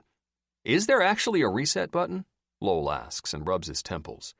That feels more metaphorical. I don't know anymore, Kyle says and yawns. I gotta sleep. I'm done. Sleep? Done? Vandervoort says. You're just getting started. No, he is not, Lou snaps and crosses the control room to Kyle. She helps him to his feet and turns him away from the camera. Come on, you can sleep now, baby. Kyle is pretty much already asleep on his feet as Lou helps lead him out of the control room. So, everyone know their assignments? Lowell asks with a smirk. Well, you all get that kid to fix the world's communication issues. I'll be here getting the shuttle reworked so it will send me down south to good old Antarctica. How will you get the shuttle to work? Vandervoort asks. It's connected to this facility, right? Lowell asks. Yes, Vandervoort says. Great, Lowell says and holds up a hand. I kind of have a connection to the place now. Sorta. It's a work in progress, still figuring out what I can and can't do. But send me all the information on the shuttle, and between Dr. Probst and I, we'll get it working. Wait, what? Dr. Probst asks. I'm a geologist, not a shuttle technician. Why won't anyone listen to me? Don't sell yourself short, Cheryl, Lowell says. You didn't become the geologist you are by being stupid. With your brain and my magic touch, we can get the shuttle reprogrammed and ready to take me down to Antarctica. He glances down at his feet. Me and Mr. Licorice here. You're taking that with you? Dr. Probst asks. He's the keys to the front door, Lowell says, and returns his attention to Vandervoort. We good here? Good? Hardly, Vandervoort says. But we have no choice. You do what you need to in order to save this planet. We'll do what we can to coordinate communication with the survivors across the world and start the migration into the facilities. Great, Lowell says. Then we'll sign off and get to work. Good luck. He kills the comm and smiles at Dr. Probst. She does not smile back. Why so glum, Cheryl? Lowell asks. This is fucking insane, Dr. Probst says. I know, Lowell replies, a grin stretching from ear to ear. Wait until they find out that some of the facilities might still have aliens in them. That's going to be really fun. Get that goddamn kid with the radio back on the comms, Vandervoort shouts. Yes, ma'am, the tech in charge of communicating with Tony replies. Vandervoort turns her chair about to face everyone left. It isn't many. President Charles Nance, National Security Advisor Joan Milligan, General Lawrence Azul, National Intelligence Director Gordon Miles, Dr. Blaine Hall, Special Agent Paulo Alvarez, a few assorted aides, and a few techs. That's it. Can we do it? Vandervoort asks. If we can get comms reconnected, can we move millions and millions of people into these facilities? Most Americans are already on ships, Joan says. We can divide the ships up and send them in different directions so we spread the load across a few of the facilities. If the ships are operational, Director Miles says. We'll deal with that once we have comms up, Vandervoort says. How many people can the Wyoming facility hold? General Azul asks Vandervoort. At most, 300,000, Vandervoort says. Seriously? Joan asks. That many? It has levels and areas that have never been opened before, Vandervoort says. We've barely scratched the surface of the facilities. All focus has been on the substance. Okay, Joan says. But even if there are 10 viable facilities, and they all can hold the same amount of survivors, then that's only 3 million people. And we don't know if all the facilities are viable. Millions will still die. Billions, General Azul says. Millions have already died because of the eruptions. Once those doors to the facilities close, the total will be in the billions. Are you willing to make that call, Ms. Vandervoort? President Nance asks. Are you willing to choose who lives and who dies? Honestly, yes, Vandervoort says. I've been called the Spook for most of my career. Know what else I've been called? The Ghoul. I don't plan on letting anyone die, but I don't get to make that choice. Simple math does. There's X amount of space for Y amount of people. Once X is full, what's left of Y is shit out of luck. Good Lord, Joan says. You're a monster like those things. Hey, Director Miles shouts. Stop acting like your shit doesn't stink, Joan. You're the fucking National Security Advisor. You may not have the numbers Vandervoort does, but you have plenty of innocent blood on your own hands. We all do. Gordon is right, President Nance says. This has now become a numbers game. We get as many people to safety as we can now, then we pray to the good Lord above for forgiveness later. Has anyone figured out how we get us to the Wyoming facility? Dr. Hall asks. It's the closest one, right? That's where we'll want to go? Stunned realization hits everyone like a ton of bricks. They all look at Dr. Hall and he winces. We are going to try to get to a facility, yeah? He asks. Because if not, then I think I want to resign and start walking now. Alvarez can come with me. We make a good cross-country team.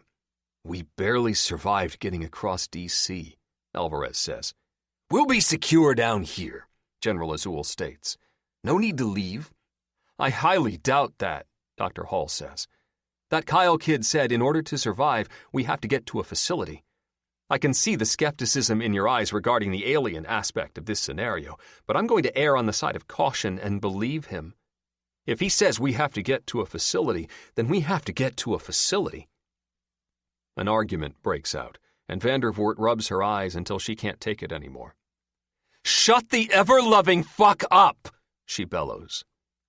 The argument quiets down. Nothing happens until we have comms, she says. She points at the tech burdened with that duty. Talk to me. I have him on the line, ma'am, the tech says. He still wants a guarantee of rescue. Give it to him, Vandervoort says. I already said that. Do not make me repeat myself again. He wants proof, ma'am, the text says. Let me talk to him, Vandervoort says. He refuses. Let me fucking talk to him, she roars. Yes, ma'am, the text says. Comms open. Hello? Who am I speaking with? Vandervoort asks. I said I didn't want to talk to anyone in charge, Tony's voice responds. You lie to get your way. Everyone lies to get their way, Vandervoort says. Are you telling me you don't lie to get your way? Ever? There's a long pause, and Vandervoort looks at the tech. He shrugs his shoulders. I'm not very good at lying, Tony says finally. That's not the same as never lying, Vandervoort says. So I'm going to assume your moral objection to speaking to me is bullshit. But what I'm about to tell you is not bullshit, okay? It's very, very hard to believe, but I think due to the circumstances we have all been forced to witness, the unbelievable isn't the same as the impossible. Do you agree? I don't know, Tony says. I think you do, Vandervoort says. Let's begin again. What's your name? A long pause. Tony. Hello, Tony, Vandervoort says with a smile. You may call me Adriana. It's a pleasure to meet you. We haven't really met, Tony says. We're talking to each other, but we haven't met in person. This one is a winner, General Azul says. Vandervoort shoots him a look that almost knocks him out of his seat. My apologies for that, Tony, Vandervoort says. Some people in charge are not just liars, but they're also assholes. This causes Tony to laugh. Vandervoort's smile returns. Are you ready for one hell of a story, Tony? Vandervoort asks. Is it a science fiction story? Tony asks. I like those the most. You have no fucking idea, Vandervoort says, before launching into an abbreviated version of what she was told by Lowell and Kyle. 6. The sat phone rings for the 12th time since the striker has set out on its journey. Bolton comes awake quickly at the sound, instantly orients himself to where he's at, then leans his forehead against the chicken wire. Answer the damn phone, Bolton says once more. It doesn't matter if they track us with the phone. Planes are grounded. Drones are stuck in Colorado Springs. We're traveling in a fucking striker, which can take a missile hit and still survive. Answer the phone. Don't do it, Jeremy says. Yeah, don't do it, Haley says. I have zero intention of answering the phone, Halpern says. So stop asking, or the gag goes back in. I thought you was going to take his tongue, Ginevra asks. Do it. Just cut it out and shut him up. We need him talking, Joshua says from the driver's seat. Those are the first words he's spoken since the journey first began. Leave his tongue. I'd like to second that, Bolton says. Mark, I'm not trying to make trouble, but they are calling for a reason. Please, I beg you, answer the sat phone. The radio suddenly crackles to life. Hello? That's the kid, Halpern says to Joshua. What does he want? Joshua looks over at Halpern. The look says it all. Right, Halpern says. How would you know? I'll find out. He grabs the handset and clears his voice. Hello? Is this Tony? Halpern asks. This is Mark Halpern. Where's Joshua? Tony asks. He's busy driving, but you can talk to me, Halpern says. I'm in charge here. I don't care about you, Tony says. I need to talk to Sergeant Bolton. I'm afraid that isn't going to happen, Halpern says. He's unavailable. I don't believe you, Tony says. Put him on. I can't do that, kid, Halpern says. We're on the road and the radio handset won't reach where he's riding. You're lying, Tony says. Bolton chuckles, and Haley reaches back with her rifle and slams the butt against the chicken wire. Shut it, she snarls. Tony, right? Halpern asks. I need to speak to Bolton, Tony says. Listen, Tony, I hear the satellite phone ringing, Tony says. That's the White House trying to reach Sergeant Bolton. Everything has changed. We can't stay here. We're leaving the bunker." "What?" Bolton exclaims. "God damn it, Mark, let me talk to him." "How has everything changed?" Halpern asks. "Why would you leave the bunker?" "I'm not allowed to tell you," Tony says. "On orders from the White House." Halpern laughs. "Kid, I wasn't born yesterday. Stop messing around. If you're leaving the bunker, then there's no reason to keep Sergeant Bolton. He's alive because you want him to be. No bunker, no Bolton." There's a long pause. "I lost him," Halpern says. "No, he's still there," Joshua says. "He does that." "Aliens are coming to destroy the world," Tony says. "Or what's left of it." Silence. Then uproarious laughter from Halpern, Jeremy, Ginevra, and Haley. Joshua and Bolton stay silent. "I don't know what he's high on, but it sounds great," Jeremy exclaims. "Tell him to save some for us." "You high, kid?" Halpern asks. "I am not high," Tony says. "Let the kid speak," Joshua says. "You're getting a little pushy, bud," Jeremy says. "You don't boss Mark around." Joshua turns his head slowly and glares at Jeremy. Watch the road," Jeremy says. "You're going to crash us." Joshua doesn't look back at the road, but keeps his eyes on Jeremy. "Jesus," Jeremy says. "Sorry." Joshua turns back to the road. Bolton really wants to know who the fuck Joshua is.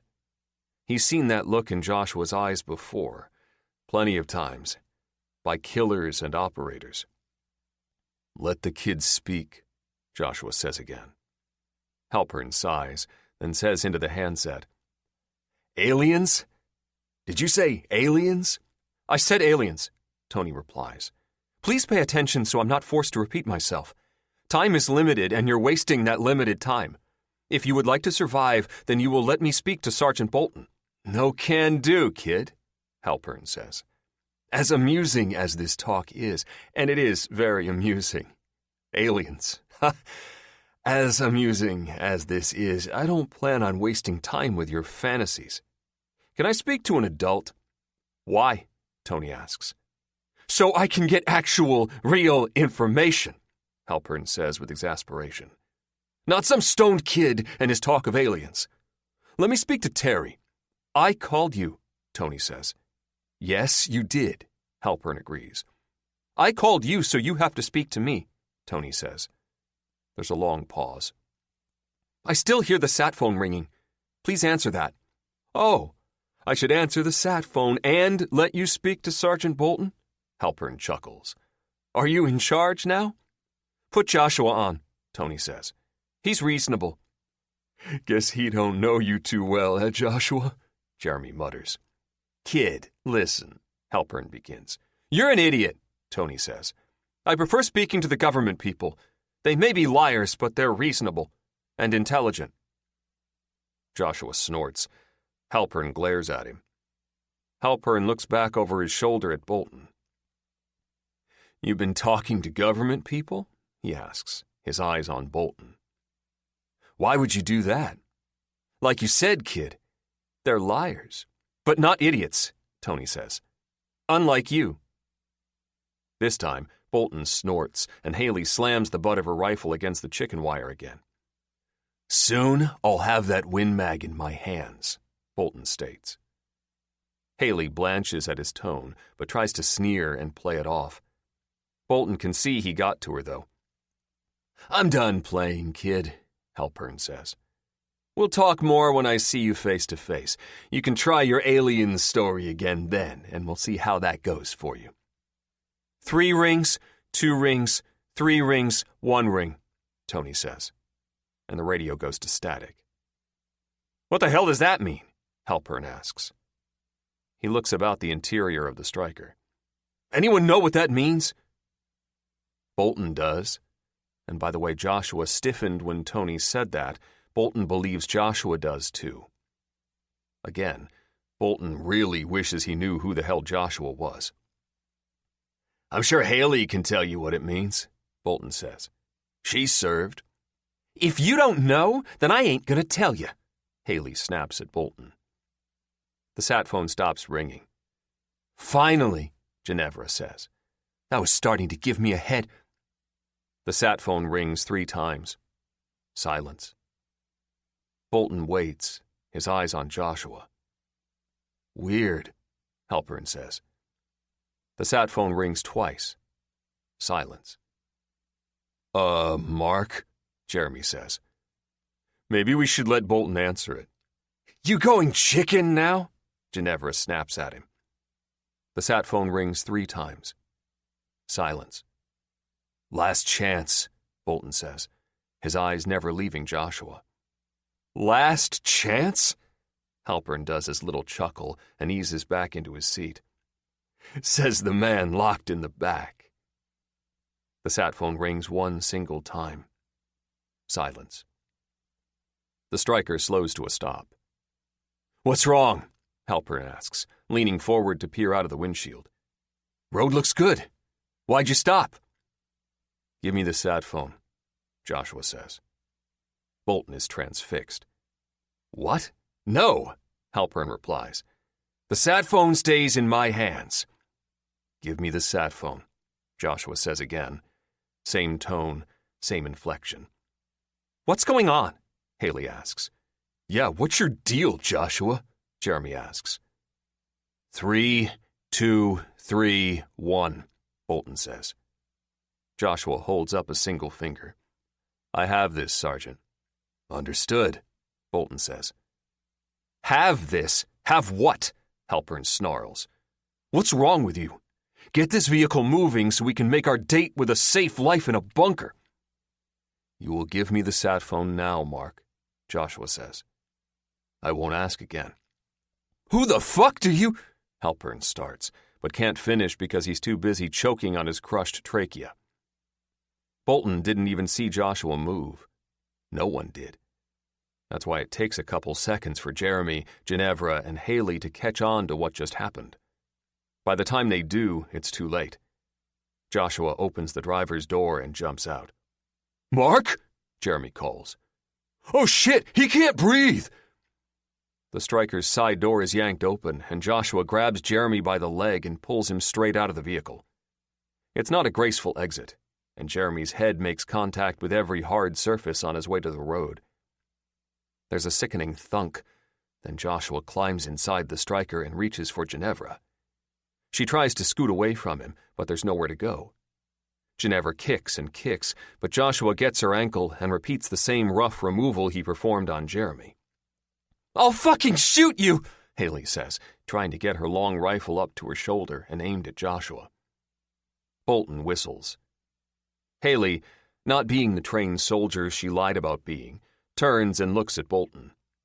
All she ends up seeing is the blade of a knife shoved through her right eye as Bolton slams his body against the chicken wire hard enough to bend it the distance needed to get to the woman. Chicken wire, Bolton mutters before looking at the side door. Joshua is standing there, his eyes on Bolton. Can you get out, or do I need to open the back hatch? Joshua asks as he leans in, grabs Haley's corpse, and pulls it from the vehicle. I got it, Bolton says, and shoves against the chicken wire. It pops free after a couple of seconds, and Bolton crawls through the gap and into the main part of the vehicle. He scrambles up front to the passenger's seat, just as Joshua hops back into the driver's seat. Halpern is still in the passenger's seat, his eyes bulging as he slowly suffocates.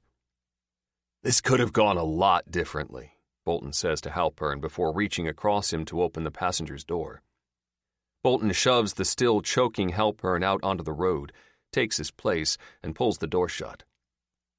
Sergeant Connor Bolton, United States Army, Bolton says, as Joshua starts the vehicle up and gets it moving again.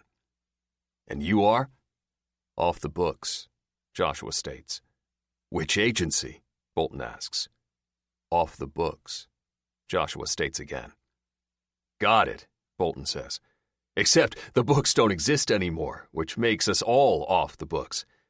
You killed 3 people just now, and 1 is still choking to death, so I'd like to know who I'm riding with. Joshua doesn't respond. Come on, man, Bolton says. The old ways are gone. All of them, Joshua says. Agencies? All of them? All of them. Is your name really Joshua? It is. Good. Call me Connor. I prefer Bolton. Bolton works just as well. You'll want to call Tony back and find out why they're leaving. He said aliens. He did. They sit quietly for a few seconds.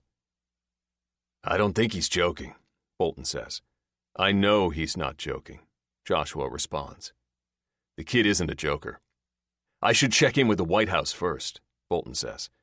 They'll slow us down, Joshua says. Tony first. I know you're used to working off the books, but I'm not, Bolton says. I have a duty to the President of the United States. You have a duty to your family, Joshua says. Terry Morgan is part of your family, right? And she's in the bunker with Tony. Call Tony. Not the response I was expecting, Bolton says, and looks at the radio, then the sat phone, then back to the radio. He picks up the handset.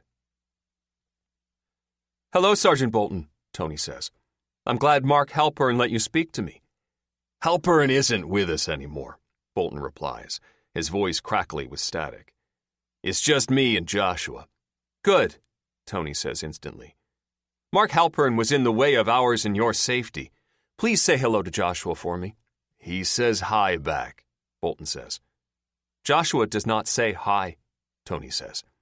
Okay, he says hello, Tony, Bolton says. That sounds more like Joshua, Tony says. Listen, Tony, you were talking about aliens? Bolton asks. I was, Tony says. But Terry is here and would like to speak to you. Yeah, maybe that's a good idea, Bolton says. Terry hobbles over to the workbench and takes the handset from Tony. She gives Tony a look and he frowns. May I use your stool? She asks. Yes, Tony says and gets up. But he doesn't go far. He moves to the other stool at the workbench and starts checking his device. Connor? Terry asks. Here, Terry, Bolton replies. Are you all right? We're fine, Connor, Terry says, and rests her forehead in her free palm. Or as well as people can be when faced with the possibility of extraterrestrial life and the extinction of the human race. I'm thinking you start at the beginning, Bolton says with a laugh. Tony looks over and sees Terry smiling widely. He thinks it's the first true smile he's seen on the woman's face. While Terry fills Bolton in on everything they've been told, Tony focuses on his work. It's a better device than the one connected to the radio Terry is using. That one allowed him to contact others with working shortwave radios, even though his radio isn't shortwave. But the device he's working on now can contact anyone or anything with a communication device. He's tested all the circuits, and now all he has to do is load in the operating system. Hand me that phone, Tony says to Terry, who's still busy speaking to Bolton. I asked you nicely, so please hand me that phone. Hold on, Terry says. What do you need, Tony? That phone, Tony says, and points at a disassembled iPhone that looks like it's seen better days. Now, please. Terry hesitates, then hands the phone to Tony. Thank you, Tony says after a pause. You're welcome, Tony, Terry says, then returns to her conversation with Bolton. Tony does a couple more tests, then he connects the phone to the device by a convoluted tangle of wires. The phone powers up, and a single icon appears on the screen.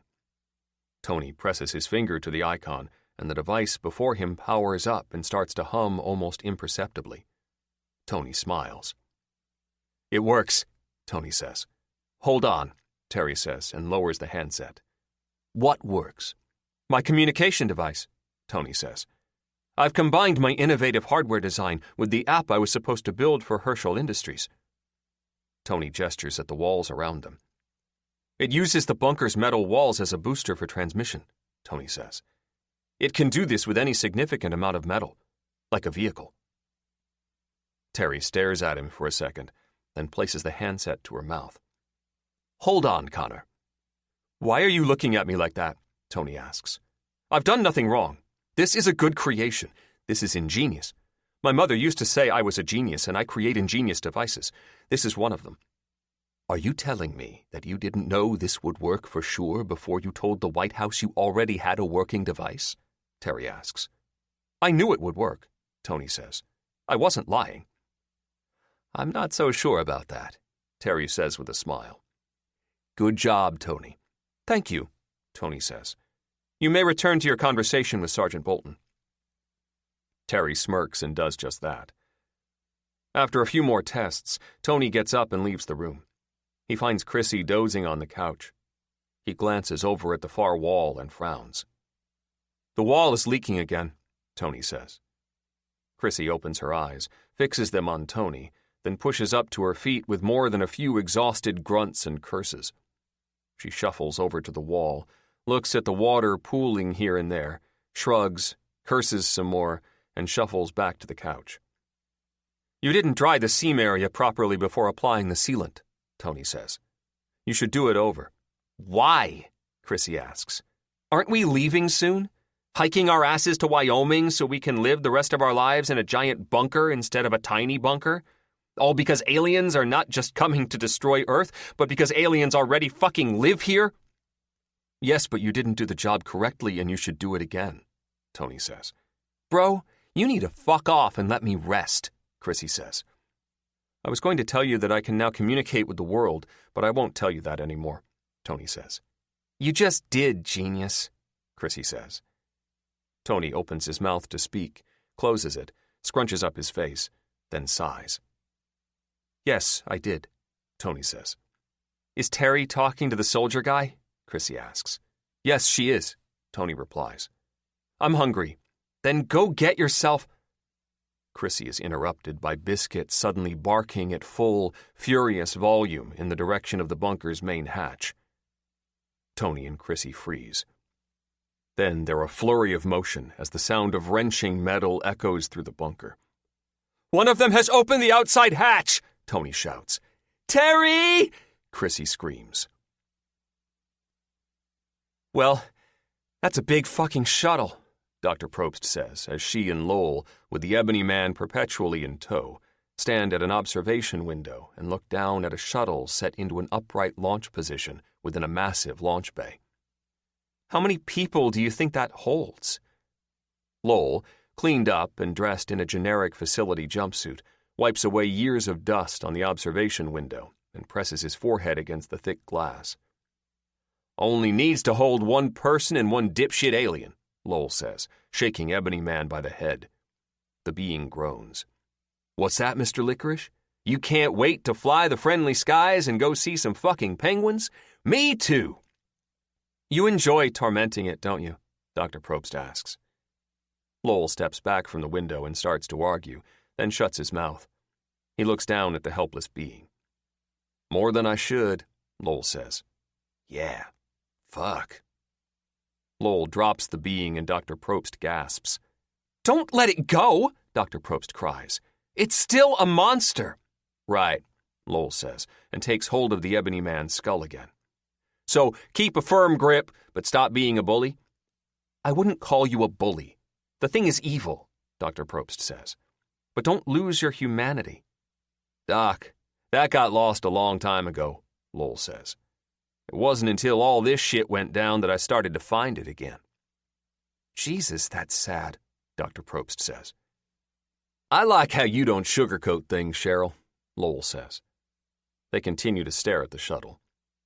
Where do we start? Dr. Probst asks. Right here, Lowell says. He frowns at Dr. Probst. I swear this isn't bullying. It's kind of the only way I can extract accurate info from this asshole. Lowell shoves his hand deep inside the Ebony Man's head. Don't worry, he doesn't feel it, Lowell says. The Ebony Man moans. Much. Lowell's eyes roll back in his skull, and he hums to himself for several seconds. Then his eyes return to normal, his hand withdraws from the Ebony Man's head, and he gives Dr. Probst a big smile. All right, so I have the exact coordinates up here now, Lowell says, and taps his temple. Now, let's see if I can reprogram the shuttle to go where I need it to go. One of us should go with you, Dr. Probst says. Lowell gives her a surprised look, one that is only matched by Dr. Probst's own surprised look. Volunteering? Lowell asks. I, Dr. Probst stammers. Just messing with you, Doc, Lowell says. This trip is meant for only me and Mr. Licorice. Stop calling me that, the Ebony Man whispers. You disgusting freak. Oh, we're going to have the best road trip ever, Mr. Licorice, Lowell says. Don't you worry. I'm still fuzzy on the purpose of this trip, Dr. Probst says. You're going to find a monster bigger than the Yellowstone monster? Kaiju, Lowell says, holding up a finger. Got to be scientific, Doc, and call them by the proper name. I don't know if Japanese monster movies count as science, Dr. Probst says. You got any other science that explains the giant brutes? Lowell asks. Dr. Probst only blinks. Exactly. They turn back to the shuttle. How do we get down there? Dr. Probst asks. Follow me, Lowell says, and leads the way, dragging the Ebony Man behind him. They leave the observation area, and Lowell shoves a door open to a stairwell. It's going to be a hike, Lowell says, and starts down the stairs. At first, he lets the Ebony Man's body slam against every single stair, until Dr. Probst gives him a look of disapproval. Sorry, Lowell says. He lifts the Ebony Man up enough that the impacts on the stairs aren't so brutal.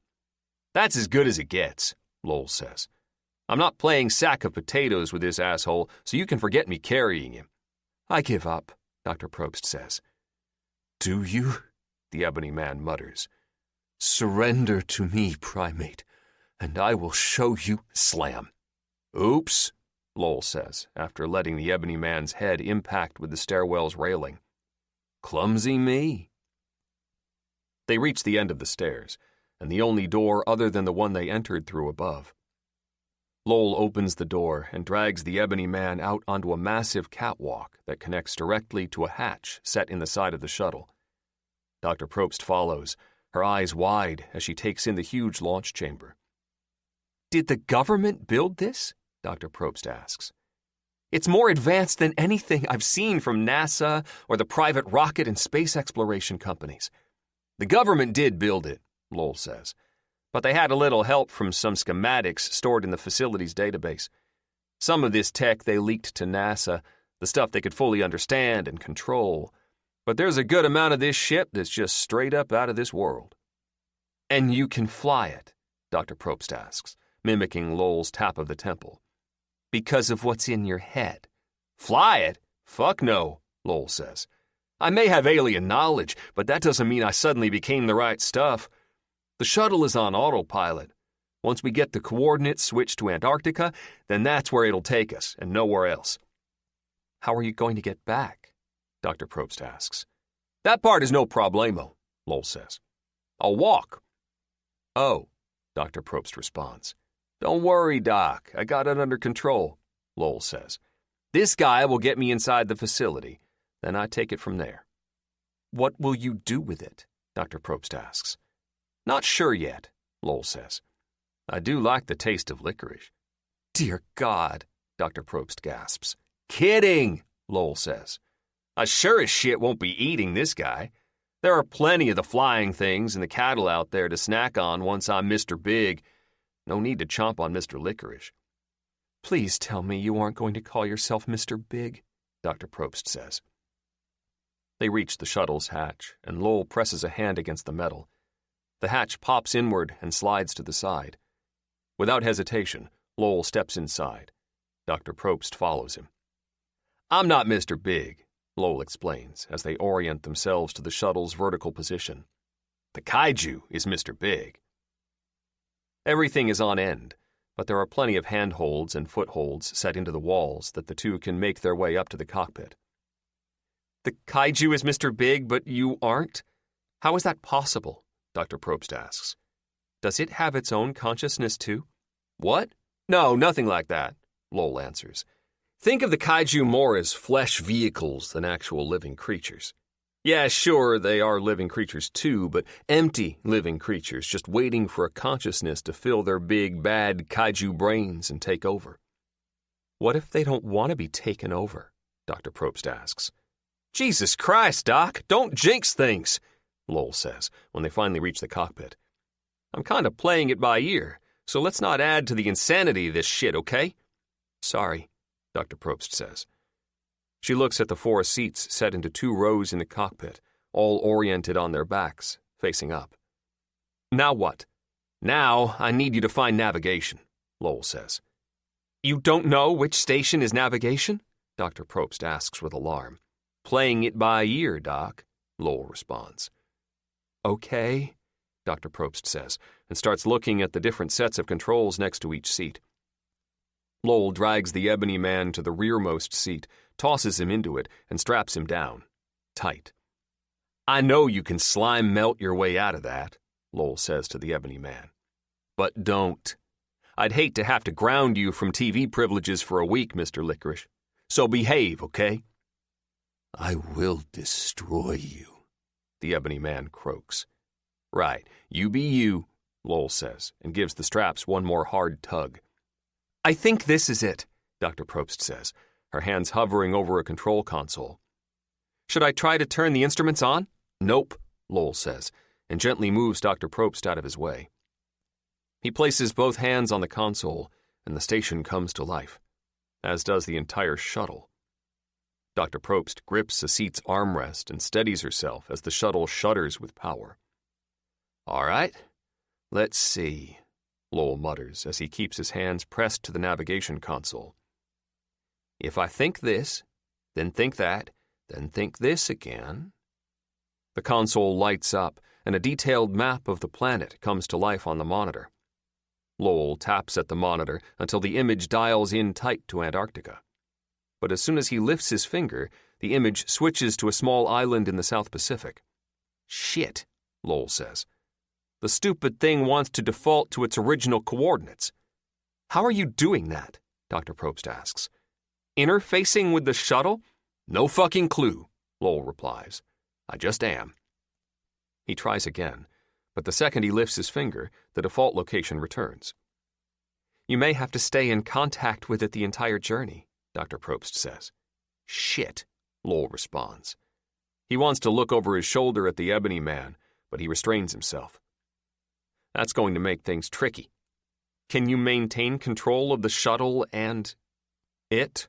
Dr. Probst asks. Don't really have much of a choice, Lowell says. I'll sit right here and just keep hanging on. What if he makes a move on you? Dr. Probst asks. What did I say about not jinxing me, Doc? Fucking A, Lowell snaps. You brought me with you to help, Dr. Probst snaps back. So I'm helping. You have to think this through, Lowell. I'm trying, Lowell shouts. Try harder, Dr. Probst shouts back. Anger fills Lowell's eyes, but he takes a deep breath and calms himself. You're right, he says. Thanks for keeping it real. I don't know what else I can do, Dr. Probst says. I'm a geologist, not a rocket scientist. Lowell grins. Speaking of being a geologist, there's another reason I wanted you here. We need to talk. Aren't we talking now? Dr. Probst says. Yeah, Lowell says. But we need to talk. I have something to show you. Where? Dr. Probst asks.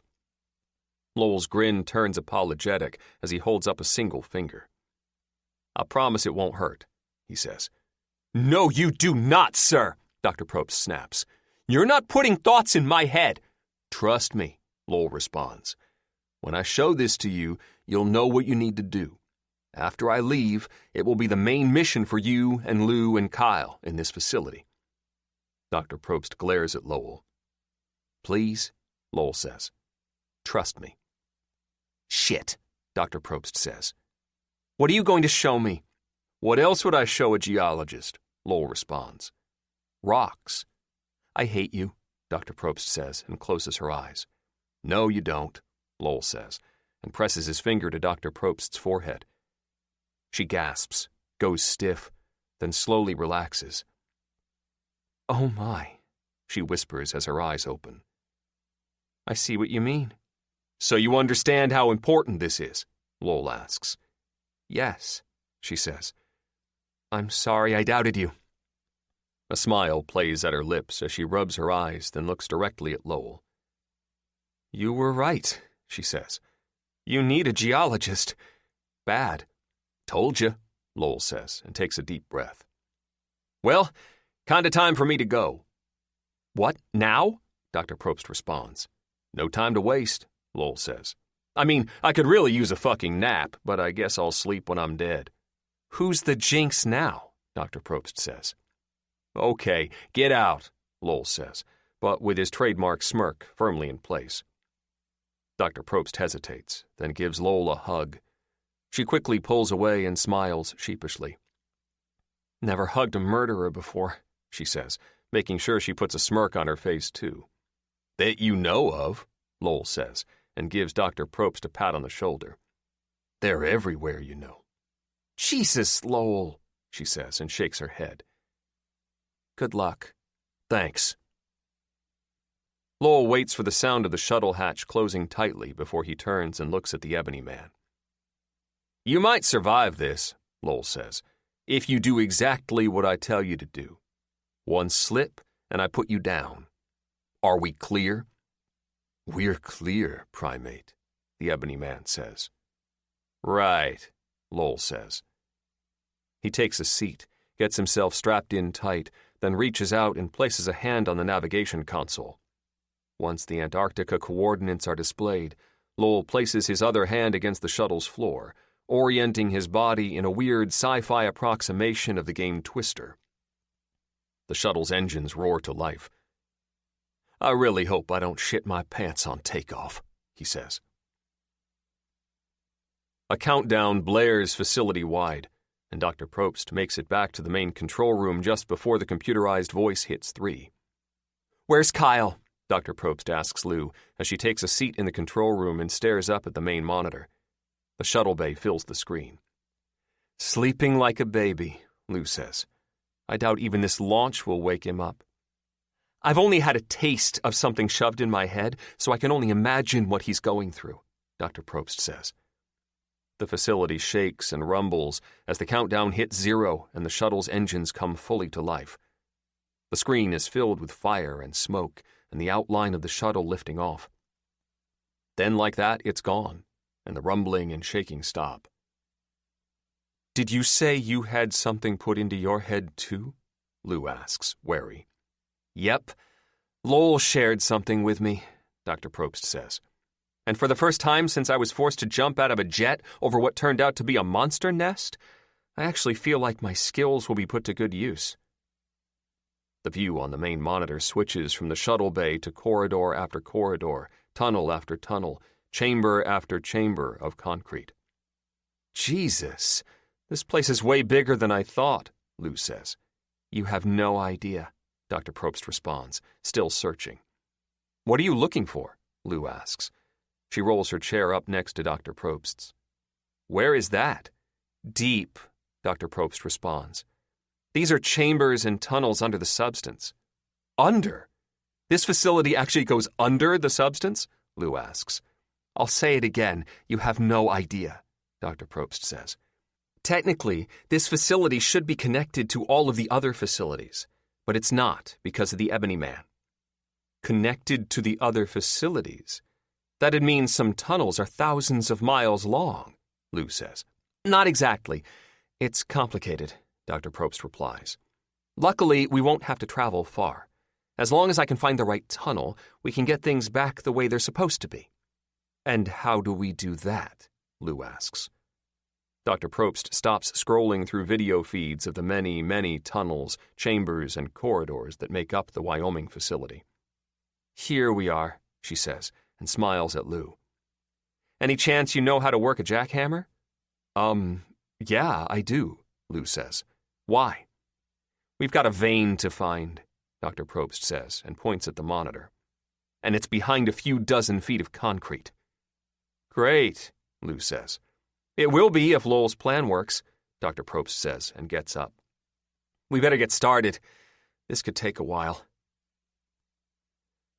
At full speed, with us taking turns to drive and stops to refuel, it'll take us, Bolton says from the passenger seat. 3 days minimum to reach the coast. Better than a week, but still slow. We have to go faster. Joshua's response is to raise an eyebrow. That eyebrow raise says it all. Bolton slumps back in his seat. Exactly. How do we go faster? Bolton says. Gotta work the problem. Let me know when you figure it out, Joshua says, his eyes on the demolished roadway before them. The Stryker therein was designed to crawl up over anything, which it proves time and time again as it climbs massive hunks of asphalt and crunches over fallen tree after fallen tree. Bolton knows that if they could keep a 60-mile-per-hour pace, which is the top speed of the vehicle, they could make up some time. But the apocalyptic landscape is not cooperating with their wishes, so they only manage to average about 30 miles per hour at the most. We need aircraft, Bolton says. Joshua snorts. Stop the vehicle, Bolton orders. Joshua gives him a questioning look, but doesn't stop the vehicle. I'm not kidding, Bolton snaps. Stop!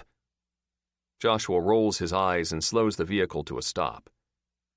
Explain, Joshua says. My original mission was to head to Colorado Springs, Bolton says. I know, Joshua replies. There are military facilities there, Bolton says. I know, Joshua repeats. One of them is the Diamondback facility, Bolton says. I was supposed to get down to Colorado Springs, hopefully meet up with survivors, and maybe get armed drones into the air. Armed drones? To kill the monsters with, Joshua says. In theory, Bolton responds.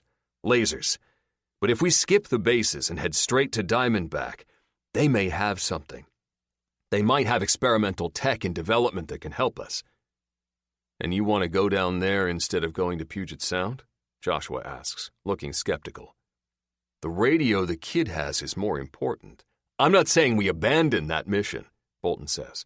I'm saying that Diamondback has lots of different tech in development, not just weapons. Aircraft, Joshua says. Aircraft, Bolton says. Understood, Joshua says, and begins the tedious process of turning the massive vehicle around on a surface that was once a highway and is now a ghost of a road. It takes them close to 30 minutes just to get the Stryker pointing the way they want. Do you think Diamondback will be manned? Joshua asks. I hope so, Bolton says. We won't know until we get there. Big risk, Joshua says. I know, Bolton replies. But it's a risk we need to take. We'll be wasting time if we get to Diamondback and there's no aircraft, Joshua states. Your family will be left stranded. I know, Bolton says with a sigh. I know. 7. Tony, get the rifles! Terry yells over the deafening impacts against the bunker's internal hatch. Chrissy, gather as much gear as possible. We're getting out of here. How? Chrissy shouts. I don't know, Terry yells. I need my device, Tony shouts. Terry starts to argue, but knows how important that device is. Get it, she shouts. I'll get the rifles. What gear am I getting? Chrissy asks. Food, water, clothes, respirators, sleeping bags, tents, anything we need to survive out there, Terry responds. It is out there. Well, it is about to be in here. So less arguing and more gathering, young lady, Terry yells. Tony! Oh, hurry, Tony shouts from the corridor to his room. Terry flinches at the booming thuds coming from the main hatch, then races as fast as she's able to the armory. Small arms are useless against the monsters, but the monsters aren't the only threat, so she chooses 3 Beretta 9mm semi-automatic handguns. Terry grabs several boxes of 9mm ammunition and 4 extra magazines per handgun. For the monsters, she snags 2 crates of grenades and a Barrett 50 caliber sniper rifle with plenty of ammunition. She also takes an assortment of knives, paracord, zip ties, a hatchet, 3 machetes, 3 first aid kits, 3 gun belts with holsters, and a collapsible shovel. All of it gets stored in 3 duffel bags except for the Barrett, which she straps to her back. She doesn't like the weight it puts on her legs, but she has no choice. It won't fit in a duffel unless collapsed, and she knows it'll be just a pointless hunk of metal and plastic in that state. So on her back it goes. Of course, there's no way for Terry to carry the 3 duffel bags by herself. She moves quickly from the armory to one of the supply rooms and hunts desperately for a cart or wheelbarrow or something with wheels. She finds exactly what she needs in a collapsible cart with 4 huge rubber tires. It takes only the release of 3 latches and the push of a button, and the cart is fully formed and usable. Terry is about to leave the supply room when something catches her attention on a shelf by the door. She pauses, opens the translucent plastic crate, and almost cries. A self-inflating life raft with 4 folding oars. In the cart it goes.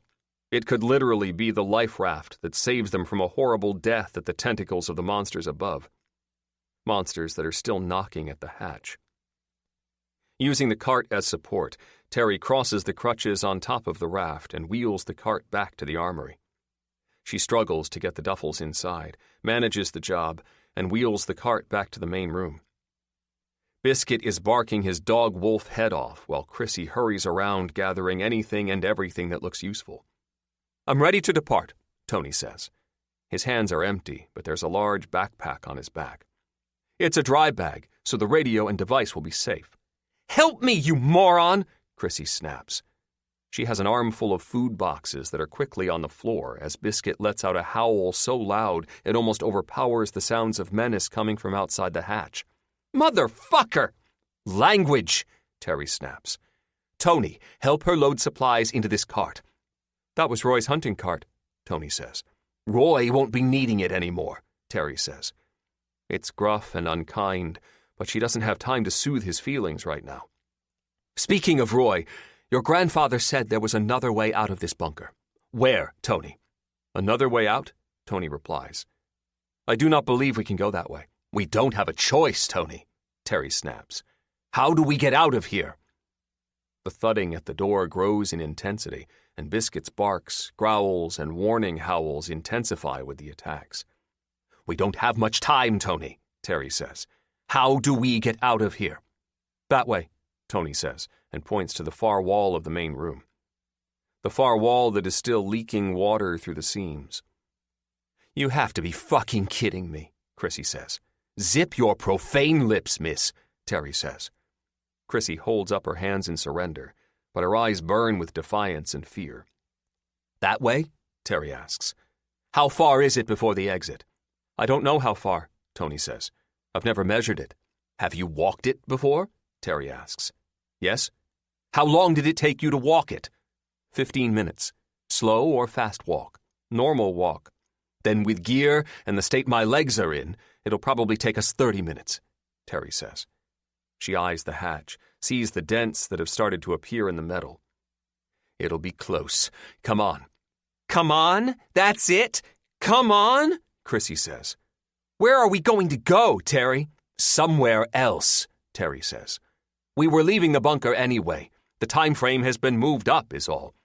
"And if the things are on the other side of this secret exit?" Chrissy asks. Terry pats the cart. "Then they'll want to get out of our way." Chrissy glares for a second, then shakes her head and laughs. "Might have been easier if that shark had eaten me, too," Chrissy says. "We have to cross open water," Tony says. "I can push you in. I'm certain a shark will be willing to finish the job." Terry and Chrissy both stare at Tony for a moment, then burst out laughing. "What did I say?" Tony asks. "Show us the way out, Tony," Terry says. Tony shrugs and walks to the far wall. He kneels down and hunts along the base of the wall. When he finds what he's looking for, he gives the wall a hard smack, and a slim panel pops free. Tony opens the panel and grabs a handle, then yanks hard. The sound of metal on metal joins the cacophony of the monster attacks and Biscuit's never-ending barking. A third of the wall is shifting to the side. But before the wall is even an inch of the way open, water starts streaming into the main room. "Shit!" Terry shouts. "Language!" Chrissy responds. "Help me get this open!" Terry yells and starts shoving supplies out of the way in the cart to get to the raft. "Now! We need that stuff!" Chrissy shouts. "And we'll take it, but we need this first," Terry yells and smacks the plastic crate at the bottom of the cart. "And we need it now!"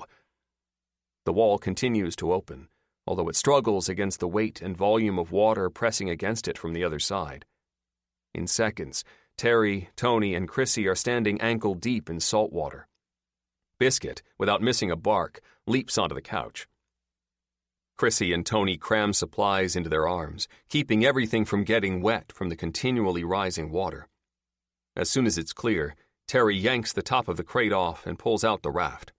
She turns it this way and that until she finds the pull tab. Terry pulls the tab and tosses the raft toward the wall. The raft is already inflating by the time it splashes into the water. "Everything in the raft," Terry orders. "Keep the duffel bags dry."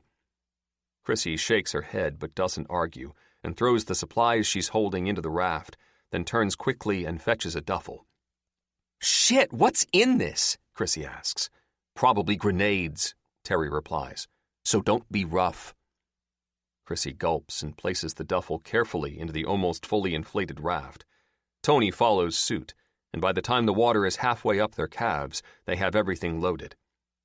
"How deep is it going to get?" Chrissy asks. "Deep," Terry says, as a rush of salt water flows into the main room. They're now thigh-deep in water, and Biscuit is no longer barking at the hatch, but barking at the water that has come up over the couch cushions and is swirling around his furry legs. Terry grabs the cart and shoves it through the water. "That's gonna slow us down," Chrissy says. "If I don't have something to hang on to, then I'm never going to make it," Terry says. "The water is too deep for me to wade on my own." "Grab the raft," Chrissy says. "No, you two need to hang onto the raft and get it moving," Terry says.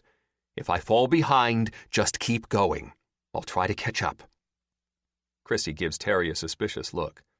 "I'm not sacrificing myself or anything like that," Terry says. "But I won't be the reason we all drown. Now, start pushing that raft." Chrissy and Tony do just that. "Biscuit!" Terry yells. "In, now!" Biscuit continues to bark at the imploding hatch. "Biscuit!" Terry roars.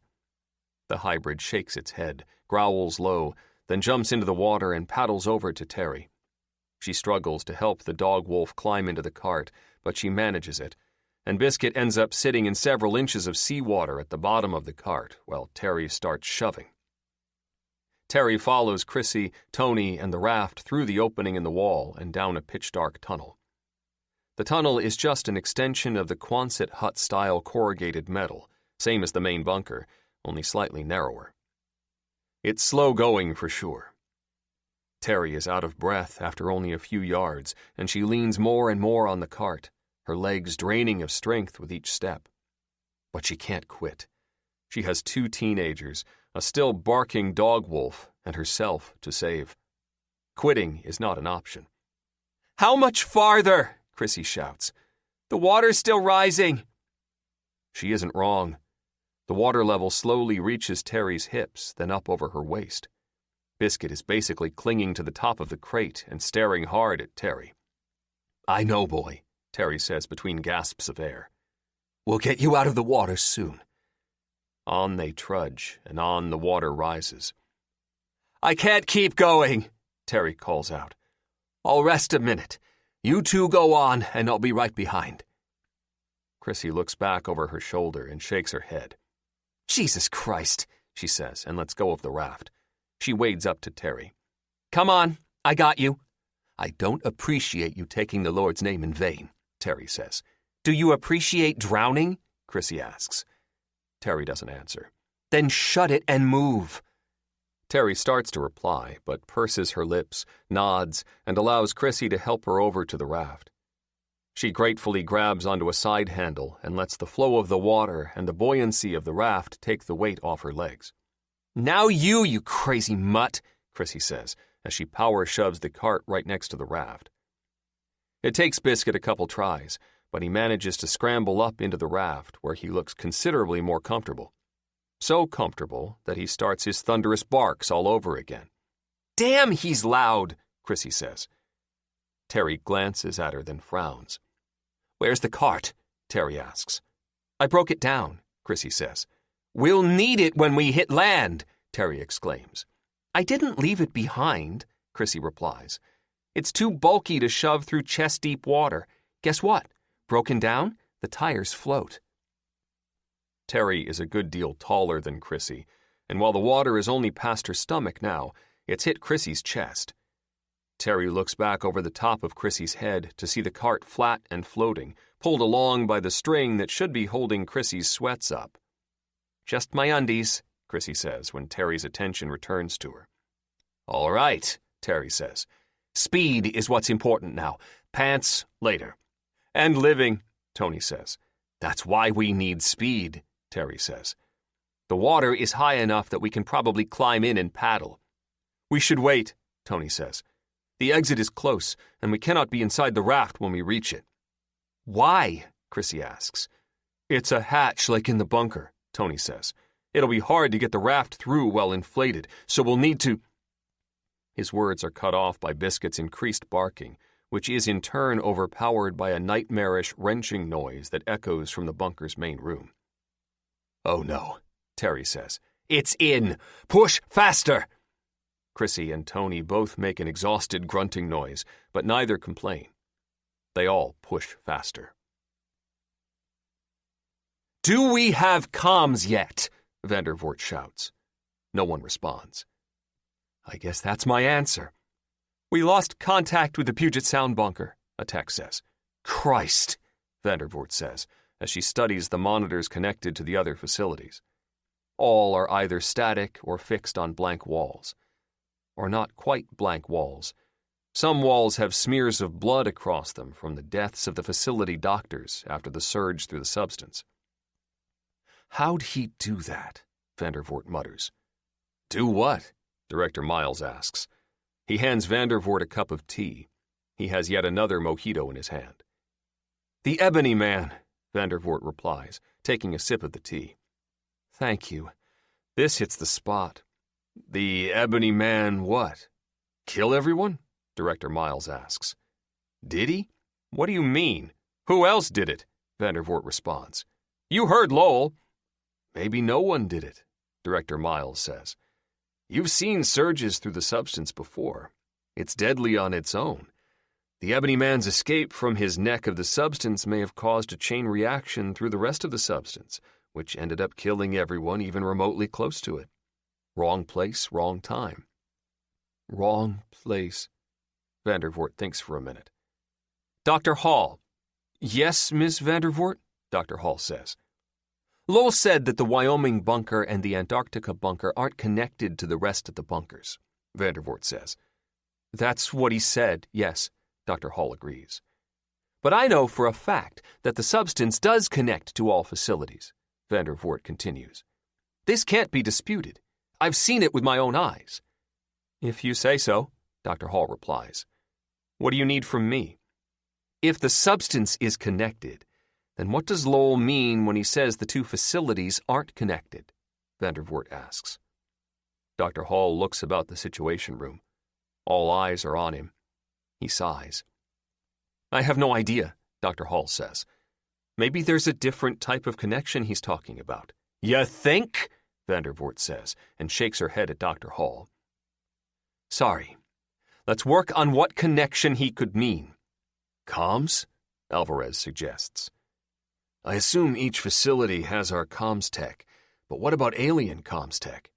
The Wyoming and Antarctica facilities might be on a different channel or totally different tech, or just disconnected altogether." "That," Vandervoort says.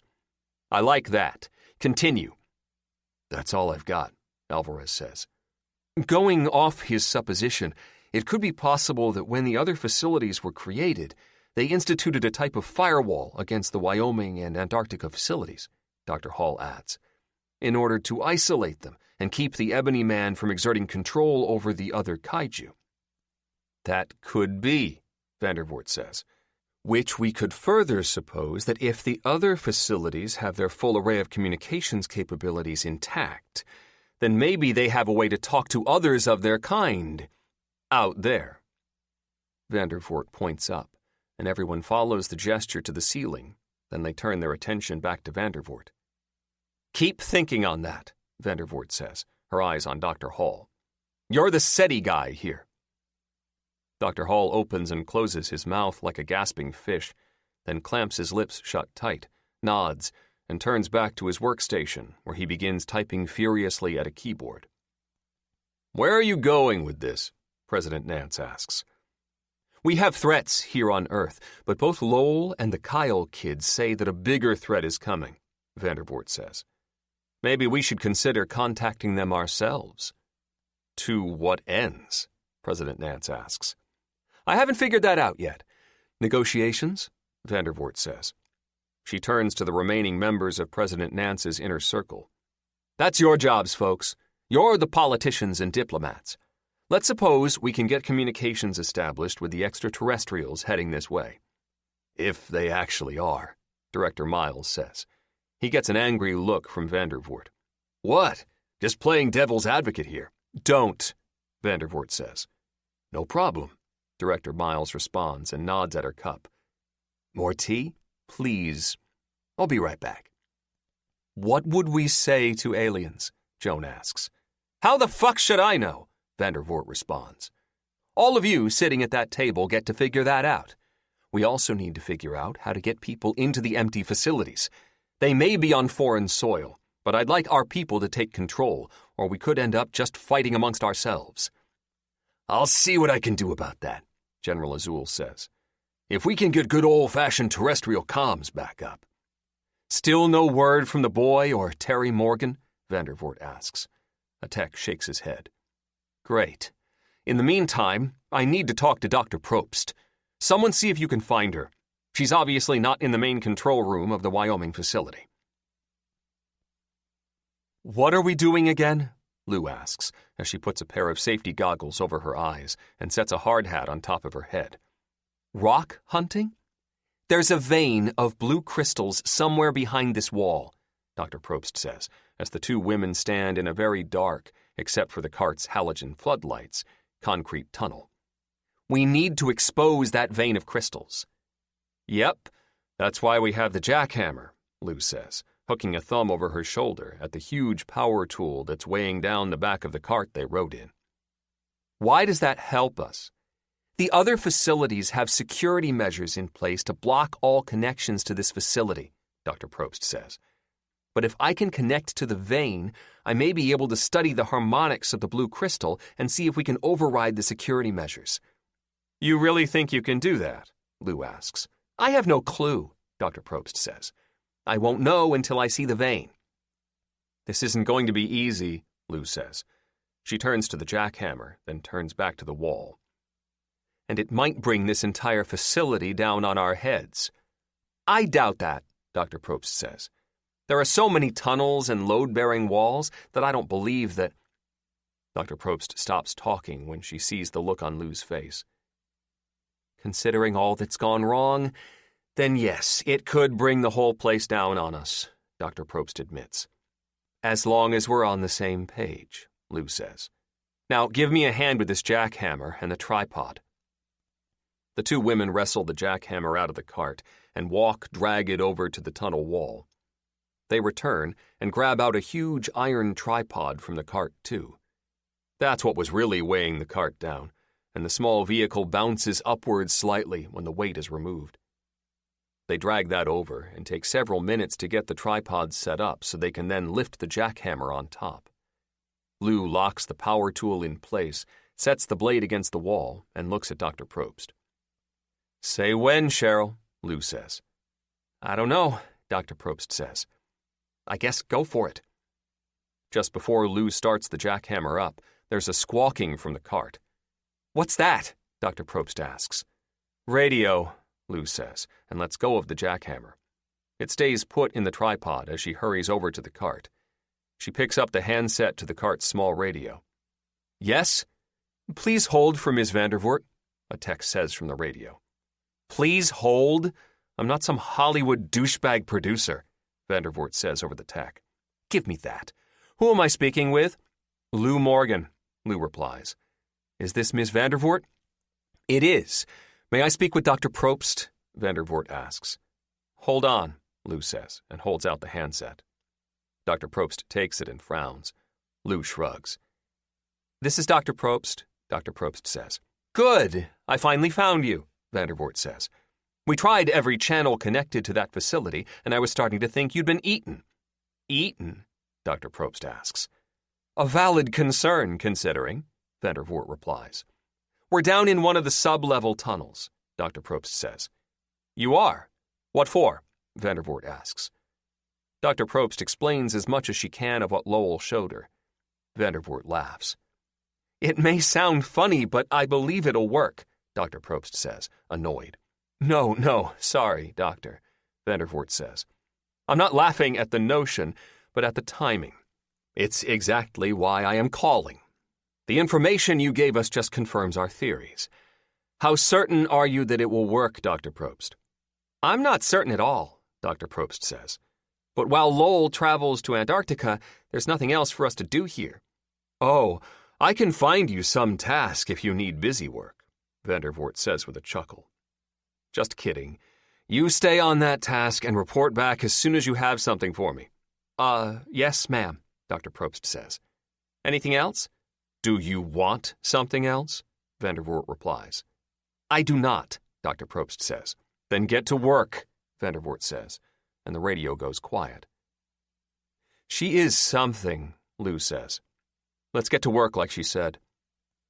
Lou grabs the jackhammer once more, starts it up, and takes aim at the wall. She shoves forward, and concrete chips begin to fly. After several minutes, they've only made a few inches of progress. We should have brought food, Dr. Probst shouts. What? Lou yells back. Food! We should have brought food, Dr. Probst shouts. We're going to be down here for a while. I left a note for Kyle, Lou yells. He can bring us something when we take a break. Good thinking, Dr. Probst says, and stands back from the shower of concrete, her hand shielding her eyes, even though she's wearing protective goggles, too. Kyle tosses and turns, then finally gives up on sleep. He'd managed an hour or so, but then his subconscious kicked in, and he was basically dreaming what he should be thinking while awake. So he wakes up. Kyle sighs and swings his legs over the edge of the medical bed he's sleeping on. Way more comfortable than a cot.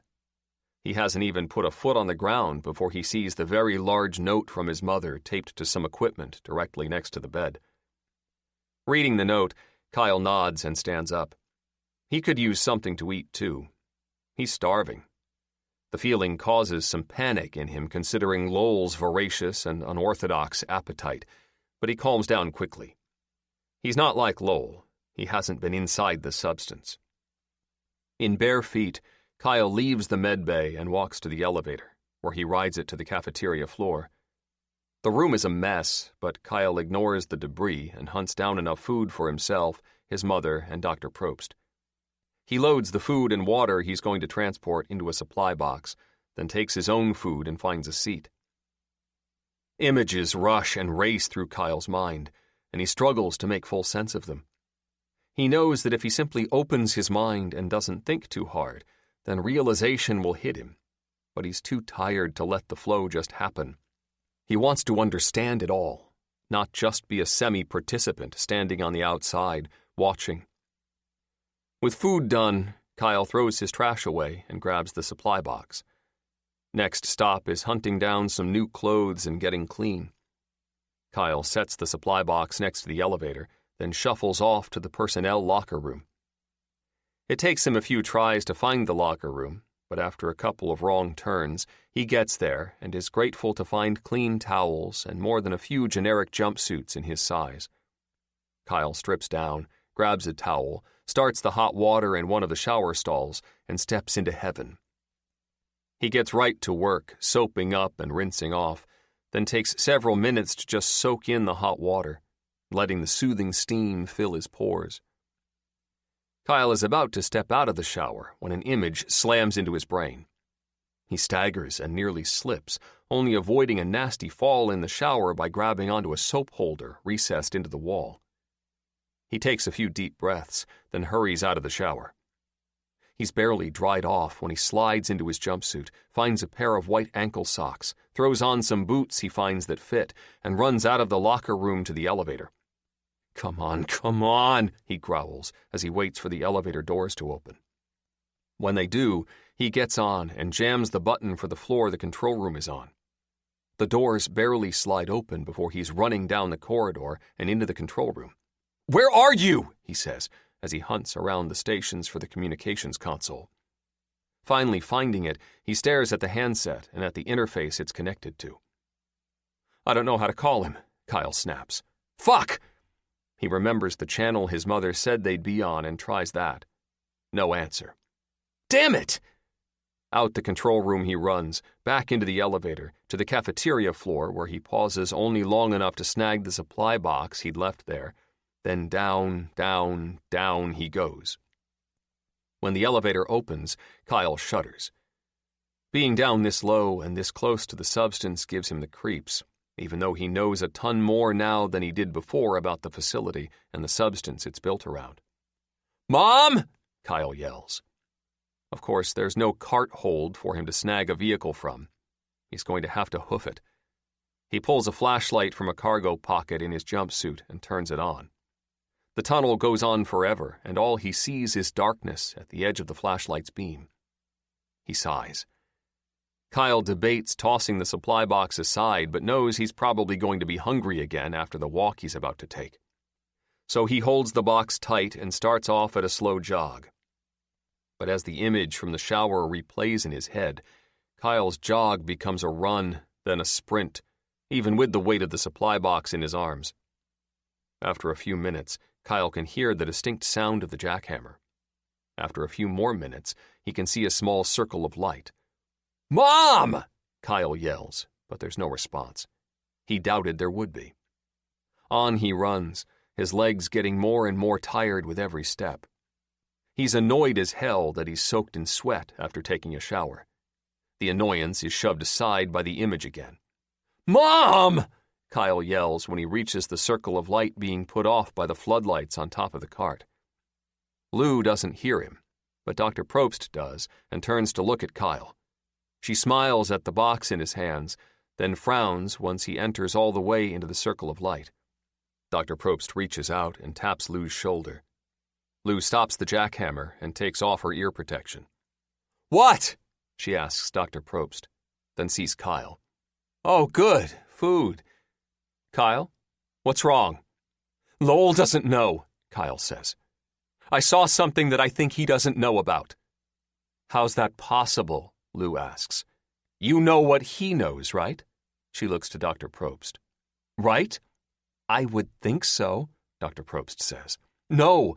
Lowell got his information by touching the blue crystal directly and by being exposed to the substance," Kyle says. "I got touched by the alien thing, or its image, or whatever it was." Kyle waves his hands around. "Some representation of this facility, I think." "And you're just now realizing this new information?" Dr. Probst asks. "There's too much to sift through all at once," Kyle says. "I have more information in my head than I can comprehend. It wasn't until I was taking a shower that something hit me." "What? Hit you? Is there another monster down here?" Dr. Probst cries, spinning in circles in alarm. "I'm not being literal," Kyle says. "I was taking a shower, and I think the water triggered an image." "Of?" Lou asks, her patience thinning by the look on her face. "Out with it, Kyle." "There's another facility," Kyle says. "One that even Vandervoort doesn't know exists." "Another facility? Where?" Dr. Probst asks. Kyle closes his eyes. "The ocean. Deep. It's at the bottom somewhere." "Which ocean, Kyle?" Lou asks. "Technically, it's all one ocean," Dr. Probst says. "Really?" Lou snaps. "Sorry," Dr. Probst says. "Kyle, can you figure out where the facility is?" "The Pacific Ocean," Kyle says and nods. "Yeah, that feels right. It's deep, really deep. Trench?" "A trench," Dr. Probst snaps her fingers. "The shuttle kept trying to default to an island in the South Pacific, like it knew where it needed to go." "Yeah, there," Kyle says. "The Mariana Trench," Dr. Probst says. "It could be a different one, but that's the deepest. The Tonga Trench is close to as deep, as is the Philippine, but Mariana is the deepest of the three." "So, what does this mean?" Lou asks. "I don't know," Kyle says. "I almost have it. The Earth's core? No. We need to tell Lowell," Dr. Probst says. "He's planning based on what we know now. This could change things. That's what I'm saying, Kyle exclaims. How do we call him? We don't, Dr. Probst says. He's in the air. He'll contact us once he reaches Antarctica and starts his plan. Should we tell Vandervoort? Kyle asks. Dr. Probst and Lou exchange looks. No, Lou says. We should talk to Lowell first. This will only complicate things. Lowell, then Vandervoort. If Lowell thinks we need to tell her, Dr. Probst says. Why wouldn't we tell her? Kyle asks. Vandervoort is in charge, Lou says. But Lowell knows what's going on. Or did, Dr. Probst says. He knows more than Vandervoort, Lou continues.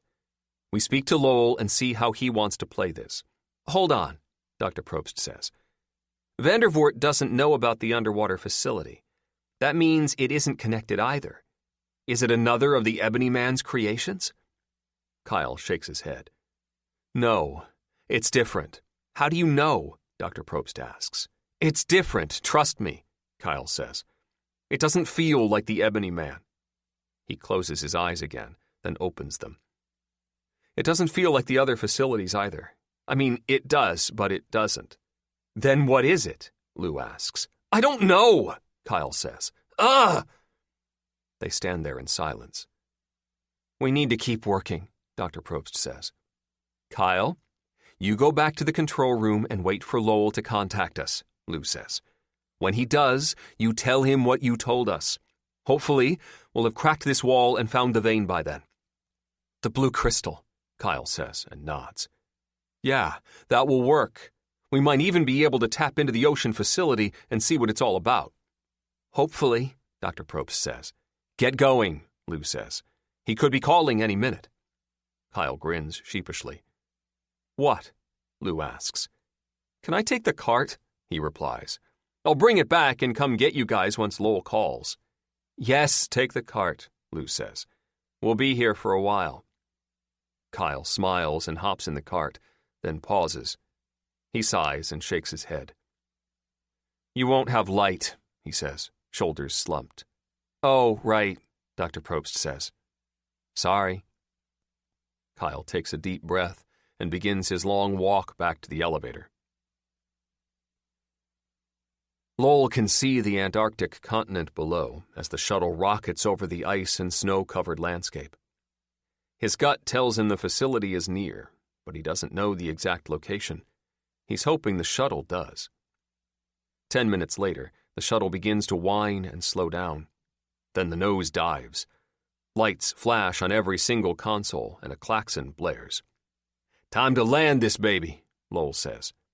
He places a hand on the console in front of him and frowns. Hello, shuttle? I'm touching you. You're supposed to do what I tell you. Reality hits him. He's no longer in the Wyoming facility. He knows he has control over that facility, but the shuttle isn't connected anymore and wasn't built by ancient aliens. It was built by people, and he's not as connected to people anymore as he used to be. Well, this is gonna suck, Lowell says, as the nose pitches downward even more. Shit! The snow and ice-covered landscape races up toward Lowell and the shuttle, then they become one. And despite Lowell's newfound knowledge and abilities, it turns out he's not immune to the consequences of being inside a shuttle when it hits ground at an alarming speed. Everything shatters around Lowell, and then an intense cold he's never felt before envelops him. He lays there for several minutes before he takes the risk of moving. Legs work, arms work, eyes work, ears work. Skin definitely works, as the sub-zero temperatures of Antarctica threaten to freeze him in place. Probably should have brought a parka, Lowell says. He hauls himself out of the shuttle, which isn't hard since most of the cockpit is exposed to the elements. He just climbs right out the front. Lowell orients himself as best he can, chooses a direction, and starts hiking through the snow. Then he stops, smacks his head, and backtracks to the shuttle. Lowell climbs inside and finds his target. He grabs the Ebony Man by the skull again and drags him out of the broken cockpit. You wouldn't happen to have one of those hand-warmer gel pack things, would you? He asks the dazed Ebony Man. No? Would have been way cooler if you did. Once more, Lowell starts to trudge through the frozen landscape, his body already shivering. 8. Bolton and Joshua have been pushing the Striker hard, navigating the broken interstate system at reckless speeds and without regard for the dangers that could come for them at any second. They have a destination to reach and a schedule to keep, and Joshua is dead set on getting them there as fast as possible. Which Bolton is grateful for, but also slightly wary of, since Joshua is more a go-through-it driver than a go-around-it driver. "We need to refuel," Joshua says. "Let's hope it's safer than last time." Bolton nods, thinking about the last refueling stop. They'd barely gotten out of the rest stop before some scared locals tried to take the Striker from them. Bolton talked them down, but it almost came to him opening fire with the turret-mounted .50 caliber machine gun. He knew they only wanted safety, but he has a mission to complete and a family to save. "This exit should work," Bolton says, pointing at a half-demolished gas sign that advertises the many different oil and gas companies just waiting to provide quality service and heart-clogging snacks at inflated prices. Joshua sees a semi-intact truck stop from the highway and takes an exit without any discernible ramp. The Striker navigates the rubble as designed, and they pull into the truck stop, drive past the useless pumps, and over to the fuel tank access hatches. "We used diesel last time," Joshua says, jumping down from the Striker to join Bolton, who's busy removing debris so they can tell the difference between the hatches. "The vehicle is multi-fuel rated, but we need to stay consistent or we could blow the engine." "I know," Bolton replies. "Reminders are good," Joshua states, a rifle to his shoulder as he surveys the area, looking for the next threat. "This is the one," Bolton says, and smacks the hatch painted bright green. "I'll get the pump." Bolton walks back to the Striker and opens the rear hatch. He frowns at the space that had been his brief holding cell. He grabs the handle of a hatch set into the floor of the Striker, pops open the compartment, and pulls out a long, industrial siphon hose, then a heavy-duty hand pump. "Let's hope the tank hasn't been compromised," Joshua says as he slings his rifle, lifts the hatch, and reaches out for the siphon hose. Bolton hands him an end, and Joshua drops it through the hatch and feeds it down until they both hear a slight splash. "I'll take the first turn at—" A cry fills the air, and both men freeze. "It's one of those blue-tongued assholes," Bolton says. "Shit!" Several more cries join the first one. "They smell the diesel," Joshua says and stands up. "You pump, I'll hold them off. Don't bother," Bolton says. "Even using the turret, you'll only make them angry." "Then we should both pump and get refueled as fast as possible," Joshua says. "No, grab out the .50 cal ammo," Bolton says, "and a roll of duct tape." Joshua blinks at Bolton a few times. "Trust me," Bolton says. "Start taping a dozen rounds together. Make as many bundles as you can. I'll pump the diesel into the Striker." Joshua's skeptical look returns. "I know how to kill them," Bolton says. "So fucking hurry, will ya?" Joshua shakes his head and rushes back to the Striker's side hatch, yanks it open, and gets to work. Bolton gets to work too and attaches the siphon hose to the pump, then unravels the fill hose and places the nozzle into the Striker's fuel tank. He primes the hand pump and begins the siphoning process. All while several monsters cry and call to each other from somewhere out in the destroyed landscape. "They're getting closer!" Joshua yells from the Striker. "I know," Bolton says. "How are the bundles coming?" "I have a dozen done," Joshua replies. "Perfect. Keep making them," Bolton says. Bolton works the hand pump until his arms feel like they're going to fall off. The cries are even closer, and the sounds of trees snapping begins to accompany them. "That's going to have to do," Bolton says, and stops pumping. He pulls the nozzle out of the fuel tank and grabs a gas can from inside the Striker. He catches Joshua's eye. "Put the bundles by the turret, then get ready to drive. We need to go." A thunderous roar punctuates Bolton's statement. Joshua moves lightning quick and is back in the driver's seat and has the Striker started up and the engine revving before Bolton has the extra gas can filled. Bolton tops the can off, gathers up the siphon gear, stows it and the gas can, and hops into the Striker. Instead of taking the passenger's seat, Bolton climbs into the turret platform, opens the top hatch, and removes the .50 caliber machine gun that the turret was designed for. Now, with space to move, Bolton sets up the gas can and the bundles of taped-together ammo so they're in easy reach. Then he waits. "See anything?" Joshua calls as he drives them away from the truck stop and back up to the mangled highway. Despite the road's state, it's the easiest path forward. "We're clear ahead." Before Bolton can reply, all hell breaks loose. 3 of the diesel junkies sprint in their disjointed way across an empty field, straight for the striker. "3 on our 8, Bolton yells. "Punch it!" Joshua laughs, and the striker moves faster, tossing Bolton this way and that in the turret's opening. Bolton braces his legs against the turret cage, reaches for the gas can, opens it up, then douses the taped bundles of ammo in diesel. "I smell diesel!" Joshua shouts from below. "It's on purpose," Bolton says. "Bait!" Bolton doesn't hear Joshua's response, if there is one. His eyes tracking the incoming monsters, Bolton hefts a diesel-soaked ammo bundle in each hand, counts down in his head, ignores his exhausted muscles, and throws both out behind the striker. He repeats the motion 5 more times, sending a total of 10 bundles rolling across the destroyed asphalt. Half the bundles are lost between the cracks and crevices, but the other half lay out in the open, wet and waiting.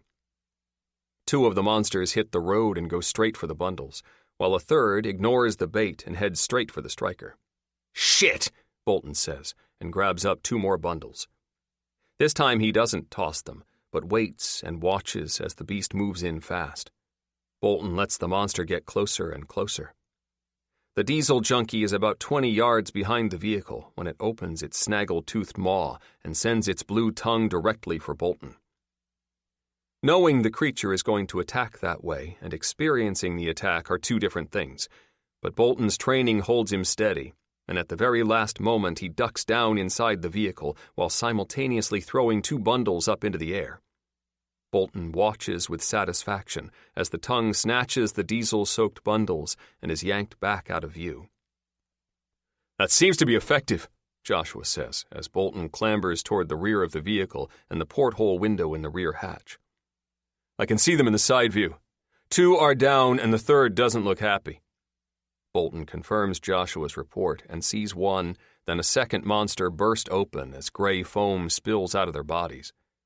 The third monster staggers in pursuit of the striker, but falls behind quickly, then drops too.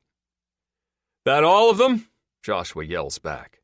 "I'll check," Bolton says, and makes his way back up top. To the east, he thinks he hears more cries and calls, but they're far off. Then the vehicle rocks to the side, and Bolton cries out as his hip slams into the edge of the turret opening. He ignores the pain and spins around to see a 4th monster attacking from the other side, its massive head down and ready to slam into the striker a second time. Bolton grabs for the bundles, manages to snag 4, and drops down into the striker as the monster's head impacts with the vehicle again. "It's gonna break us apart," Joshua says. "Feed the thing!" Bolton takes a deep breath and shoves back up through the opening. He throws a bundle at the monster's head, but it only bounces off its warped lips and falls harmlessly to the ground. The beast doesn't even try to snatch for the bundle, its eyes locked onto Bolton and the vehicle. "Fuck!" Bolton growls. "They learn!" He whips about, desperate for a solution, and spies the gas can wedged between 2 buckled plates of armor. Bolton pushes halfway up out of the turret and reaches for the gas can, only to be forced back inside the striker as the monster's blue tongue nearly snatches his arm off. "How's it going?" Joshua asks with a laugh. Bolton glares at the back of the man's head but doesn't respond. He picks himself up, launches up through the turret opening, reaches as far as he can, snags the gas can, and falls back into the vehicle just before the blue tongue can grab him. It does get a little of Bolton, though, as the man feels the hair on the back of his head sizzle and burn from the monster's caustic saliva. Bolton slaps at his head but doesn't slow down as he grabs a .50 cal ammo box. He carries both the gas can and the ammo box to the rear hatch. "When I tell you to," Bolton shouts. You floor this thing. As opposed to what I'm doing now, Joshua responds. Like you have the devil on your tail. Floor it, Bolton says. You asked for it, Joshua says with a little more mischief in his voice than Bolton likes. Bolton sets the ammo box next to the rear hatch, fills it with diesel, then opens the hatch. A blue tongue nails the hatch, suctions tight, then yanks it free from the striker. Fuck! Bolton shouts and scrambles back as the striker fishtails for a moment before Joshua regains control. Do what you're planning to do already, Joshua shouts. With a swift kick, Bolton sends the ammo box out of the hatch and tosses the gas can with it. Diesel and ammo fly everywhere as the box and can hit the cracked pavement. Bolton says a quick prayer that the amount of diesel will be too much for the monster to resist. For a second, Bolton is sure his prayer has gone unanswered when the beast slams into the striker once more. But then it falls back and whips its massive head around to the tantalizing treat Bolton has left for it. You learn, but just like any junkie, Bolton says, you can't help yourself. What? Joshua shouts. Nothing, Bolton calls back.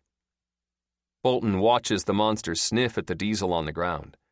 Then its tongue darts down over and over again to lap up the fuel. When that's gone, the monster turns its attention to the scattered ammo that's coated in diesel. With a satisfied grin, Bolton watches the monster gobble up the ammo. Then the grin leaves Bolton's face as he witnesses the beast spit the ammo back out, the diesel having been sucked right off the cartridges. No, no, no, Bolton mutters. The monster shifts its position and faces the retreating striker. Then it races straight for the vehicle. It's coming in hard, Bolton yells. 100 yards, 50 yards, 10 yards, and the monster fills the view out of the rear hatch. Then a shriek echoes over the land, and the monster stops in its tracks, letting the striker gain distance once more. Bolton is puzzled until he sees the monster lift its head to the sky and roar. 2 wings and 6 claws slam down onto the monster, and Bolton doesn't know whether to scream or cheer as the diesel junkie and a winged monster roll over and over across the destroyed highway, both nothing but teeth and talons, violence and rage. Now, Bolton yells. Floor it now! Bolton, I have been flooring it, Joshua says. Get your ass up here and sit down. You can't do much more than watch. The statement irks Bolton, but he knows Joshua is right. He clambers back into the passenger's seat, straps in, and watches the brutal battle unfold in the side view mirror. The diesel junkie looks like it's about to win when 3 more winged monsters land next to the skirmish and join in. Within seconds, the diesel junkie is ripped to shreds. Don't do it, Bolton says, hoping the winged beasts won't get curious about the striker. He holds his breath, then lets it out when he sees 2 of the winged monsters begin to feast on the dead diesel junkie, while the other 2 scramble about for the remnants of the spilled diesel. We'll need to refuel twice more before we hit Colorado Springs, Joshua states. We're going to need a solid defense plan before then, or we're not going to complete the mission. I know, Bolton replies. I know. Terry shivers in her wet clothes despite being huddled tight with Tony, Chrissy, and Biscuit in a small rocky cave they found. A day has passed since they escaped the flooding bunker and the monster that had breached it. As much as Terry would love to get moving and put the raft into the water, they simply can't risk it. There are at least 3 of the monsters stomping about the island from what she can tell. If they expose themselves, then they could easily be snatched up and eaten in an instant. Yet that's not the worst part. A gray dawn breaks the horizon, and weak light starts to fill the tiny cave. Terry squints at the craft filled with gear that is about 10 yards from the cave mouth. Then she looks to the shoreline that's only about 100 yards past the raft. A shoreline teeming with warped life. Dozens of ooze creatures flop about in the tide. Fish, birds, mammals, crustaceans, all shuffle about, their bodies being battered by the incoming waves, yet not seeming to notice or care. There's a stirring against Terry's side, and she looks down at Biscuit's open eyes. The dog wolf lets out a quiet whine, and Terry strokes his matted, damp fur. I know, boy, she whispers. I have to pee too. Chrissy and Tony come awake and instantly stare out at the shoreline. They're still there, Chrissy says, shivering too, her naked legs dangerously white. Trapped, Tony states. Keep your voices down, Terry warns. We'll really be trapped if they hear us and decide to attack. What do we do? Chrissy whispers. How do we get out of this shit? Terry frowns at the curse but says nothing. She's too exhausted to admonish the girl for her language.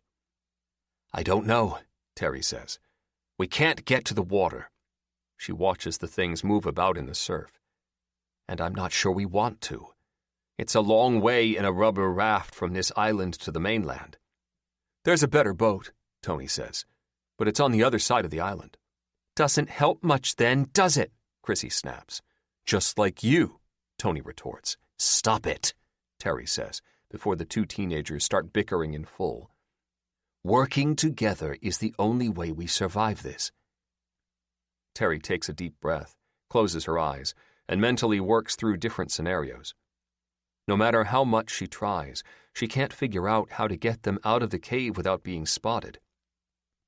We're going to have to wait until night, Terry says. They'll see us otherwise. Wait until night? Chrissy gasps. I'm not going to be able to wait until night. Me either, Tony states. I'm there with you both, Terry says. She cranes her neck and looks toward the sloped back of the small cave. I'm afraid we'll have to use the cave to do our business until the sun goes down. If you haven't noticed, Terry, the sun is just coming up, Chrissy says. That means we're going to be sitting in this cave with piss smell all day long. I have to poop, Tony says. Filter much? Chrissy snaps. Stop it, both of you, Terry says. Tony, you're out of luck. Hold it. Chrissy, deal with it. This is a matter of survival, not comfort. When this is all over, when we're safe, then you can say how bad you had it. But until then, you suck it up. Am I understood? Are you understood? Chrissy asks, pointing out at the ooze creatures. Should we ask them if they understand too? Maybe we can ask them to suck it up and just go away. You know exactly what I'm saying, young lady, Terry says. Do not play dumb. And stop fighting me when all I'm trying to do is keep us alive. Do better, Chrissy says. Terry holds her temper in check, despite the almost uncontrollable urge to throttle the girl. Tony, relieve yourself first, Terry says. Then Chrissy, then I will go and try to get Biscuit to go as well. What if Biscuit has to poop? Tony asks. Will he be told to hold it? Terry sighs and laughs, covering her mouth to stifle the sound. You two are impossible, Terry says. Just go do your business. I will try my best, Tony says, extricating himself from their huddle and crouch-walking to the back of the cave. Chrissy frowns at Terry the entire time they listen to Tony's splashes against the cave wall. We should change your bandages, Terry says, seeing the state the gauze and tape wrapped around Chrissy's face are in. Can't have you dying of infection right before our rescue. Chrissy opens her mouth a few times, but the sarcastic comments don't come. She finally shakes her head and looks out at the raft with all the supplies. How do we get the first aid kit? Chrissy asks. And maybe some pants for me. Very carefully, Terry says. Tony returns and smiles. There's a hole back there. It's convenient. I bet, Chrissy says, and shifts her body around Tony as he settles back down. Be right back. You keep working out how we get fresh bandages for my face and pants for my ass. Oh, and also how we don't die in this shithole. Not a shithole, since we aren't allowed to poop in it, Tony says. Just a pee hole. Chrissy rolls her eyes and crouch walks her way to the back of the cave. Did I hear you say you were going to try to retrieve supplies from the raft? Tony asks. If that's the case, then I would like my radio. We need bandages and pants for Chrissy and food and water for all of us first, Terry says. If we're able, Then we can try to grab your radio. It would be best to have, Tony says. We can alert the White House to our situation. We may be able to contact Sergeant Bolton and get a report on his travel progress. Even if we do get off this island into the mainland, we'll have to travel a good distance before we meet up with him and Joshua. Yes, Tony, I'm well aware of the issues before us, Terry says. Terry studies the terrain between the cave and the raft. It's mostly sandy soil and tumbled rocks from millennia of incoming and outgoing tides. Could they use the rocks as distractions? Toss a few off to the side or into the water as misdirection? Terry doesn't know if that will fool the ooze creatures or not, but the reality is they do need food and water. And if Chrissy's bandages aren't changed, then infection will set in and she will most certainly die. Biscuit whines, and Terry strokes his fur until Chrissy returns. It is a good hole to pee in, Chrissy says, smirking at Tony. I told you, Tony says. You going next? Chrissy asks. Terry doesn't respond. Terry? Chrissy asks. What?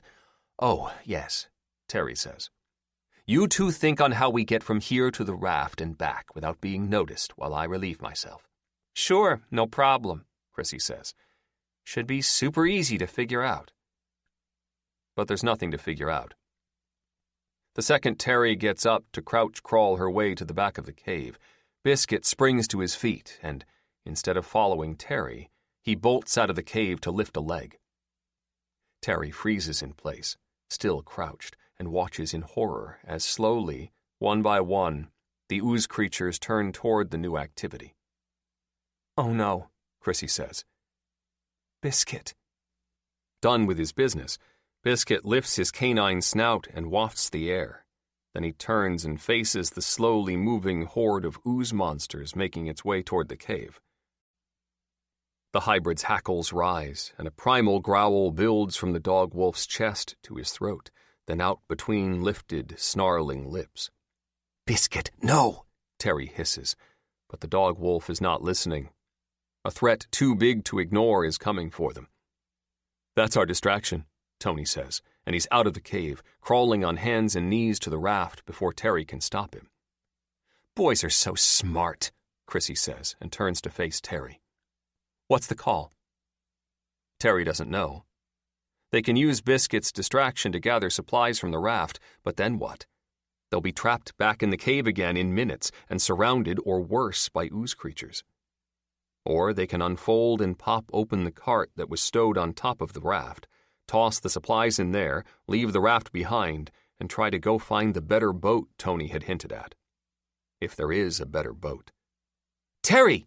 Chrissy calls, snapping Terry from her thoughts. The scene outside the cave is not ideal. The ooze creatures are only about 20 yards from Biscuit, and Tony is almost at the raft. The second he starts digging for his radio amongst the supplies, the ooze creatures will spot him. We fill the cart, Terry says. Then we run. You think we can do either of those things before we get eaten? Chrissy asks. There's no sarcasm in her voice or attitude, only fear that's matched by the desperate look in her eyes. Do we have a choice? Terry responds. Chrissy shakes her head. We do this, Terry says. Now. She grabs Chrissy by the arm and pulls her from the cave. The two women sprint to the raft, surprising Tony while he still crawls along the ground. I didn't know we could run to the raft, he says, as he joins them in getting the cart free from the mound of supplies. Terry pops the cart open while Chrissy and Tony gather the supplies and begin the desperate dash to transfer everything they can from the raft. Biscuit's growls turn to open barking before anyone can stop him. The hybrid rushes the ooze creatures. The ooze creatures rush the hybrid. Biscuit, no! Terry yells. That's everything, Chrissy shouts and yanks on Terry's arm. Come on! I have my radio, Tony says, patting the pack on his back. We can go now. Biscuit! Terry roars, and the dog wolf skids to a halt just before it leaps at the ooze creatures. What looks like it was once maybe a sea lion snaps at Biscuit, which forces reality back into the canine's brain, and it whips around and sprints to Terry's side. Good boy, Terry says, and puts her whole weight into pushing the cart across the rocky and wet ground. Chrissy and Tony join her, and they're able to get up to a hobbling sprint, which the ooze creatures soon match. "Which way?" Terry asks Tony, her eyes constantly darting to the horde of ooze creatures moving parallel with them. "What do you mean?" Tony asks. Terry and Chrissy share a look. "The better boat," Terry says. "You said it's on the opposite side of the island." "Yes," Tony says. "It's an island. There's no which way. You go forward and you end up where you need to be. It's like a circle." "You sure I can't smack him?" Chrissy asks. "That'd be assault," Tony says. "And rude." "So we just keep going until we find the boat?" Terry says. "It's as good a plan as any," Tony says. "Unless you want to cut across the island, but then we might run into one of the big monsters." "No, we won't be cutting across," Terry says. "We just keep going this way. Maybe the disgusting things will tire of chasing us." "Really?" Chrissy asks, the sarcasm back once more. Terry ignores her and also ignores the pain in her legs, simply focusing on pushing the cart. "You have a hole in your undies," Tony says to Chrissy. "I see your butt." "How about you try kissing it then?" Chrissy snaps. Terry decides to let the teens just bicker. They have to get it out, and it provides the perfect distraction to her pain and exhaustion. "A door," Lowell says, with a level of relief he isn't sure he's ever felt before. "Hallelujah!"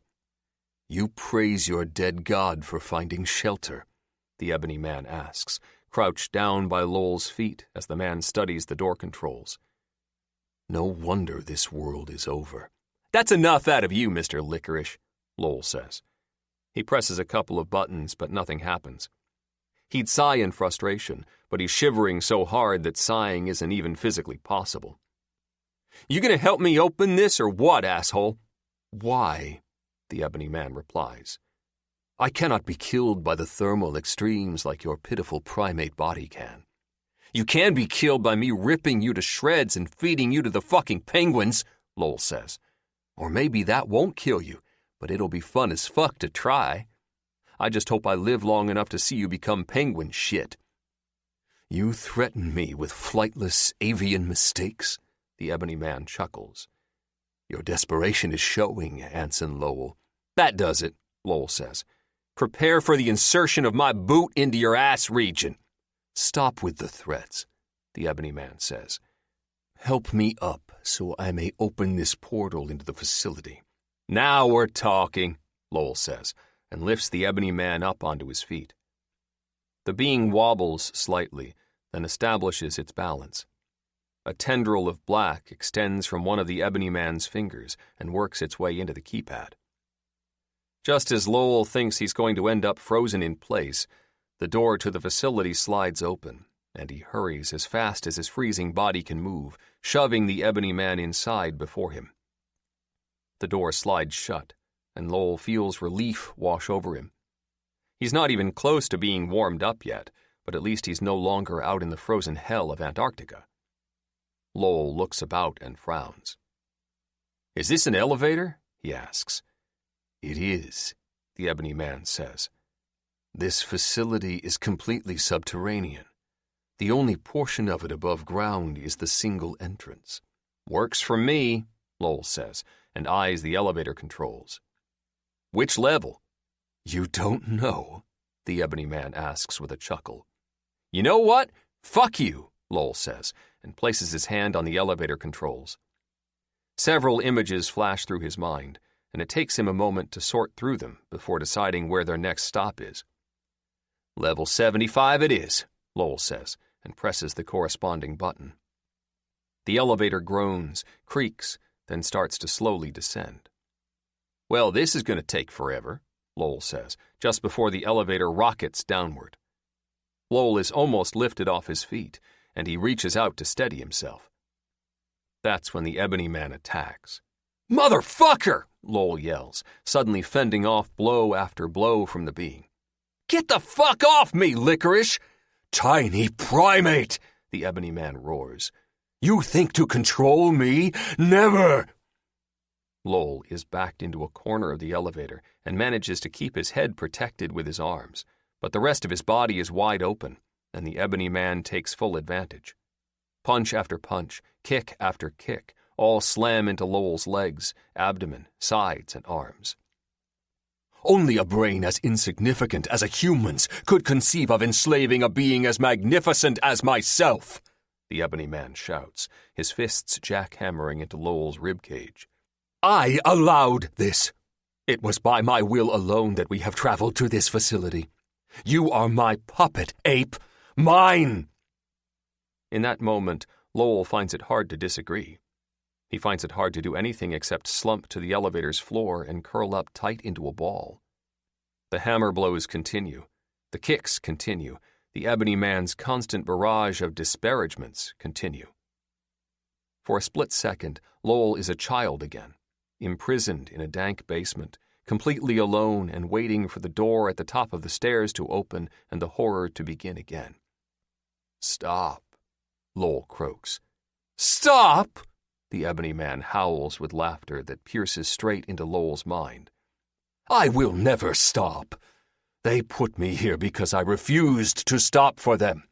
Do you think I would stop for a gnat such as you?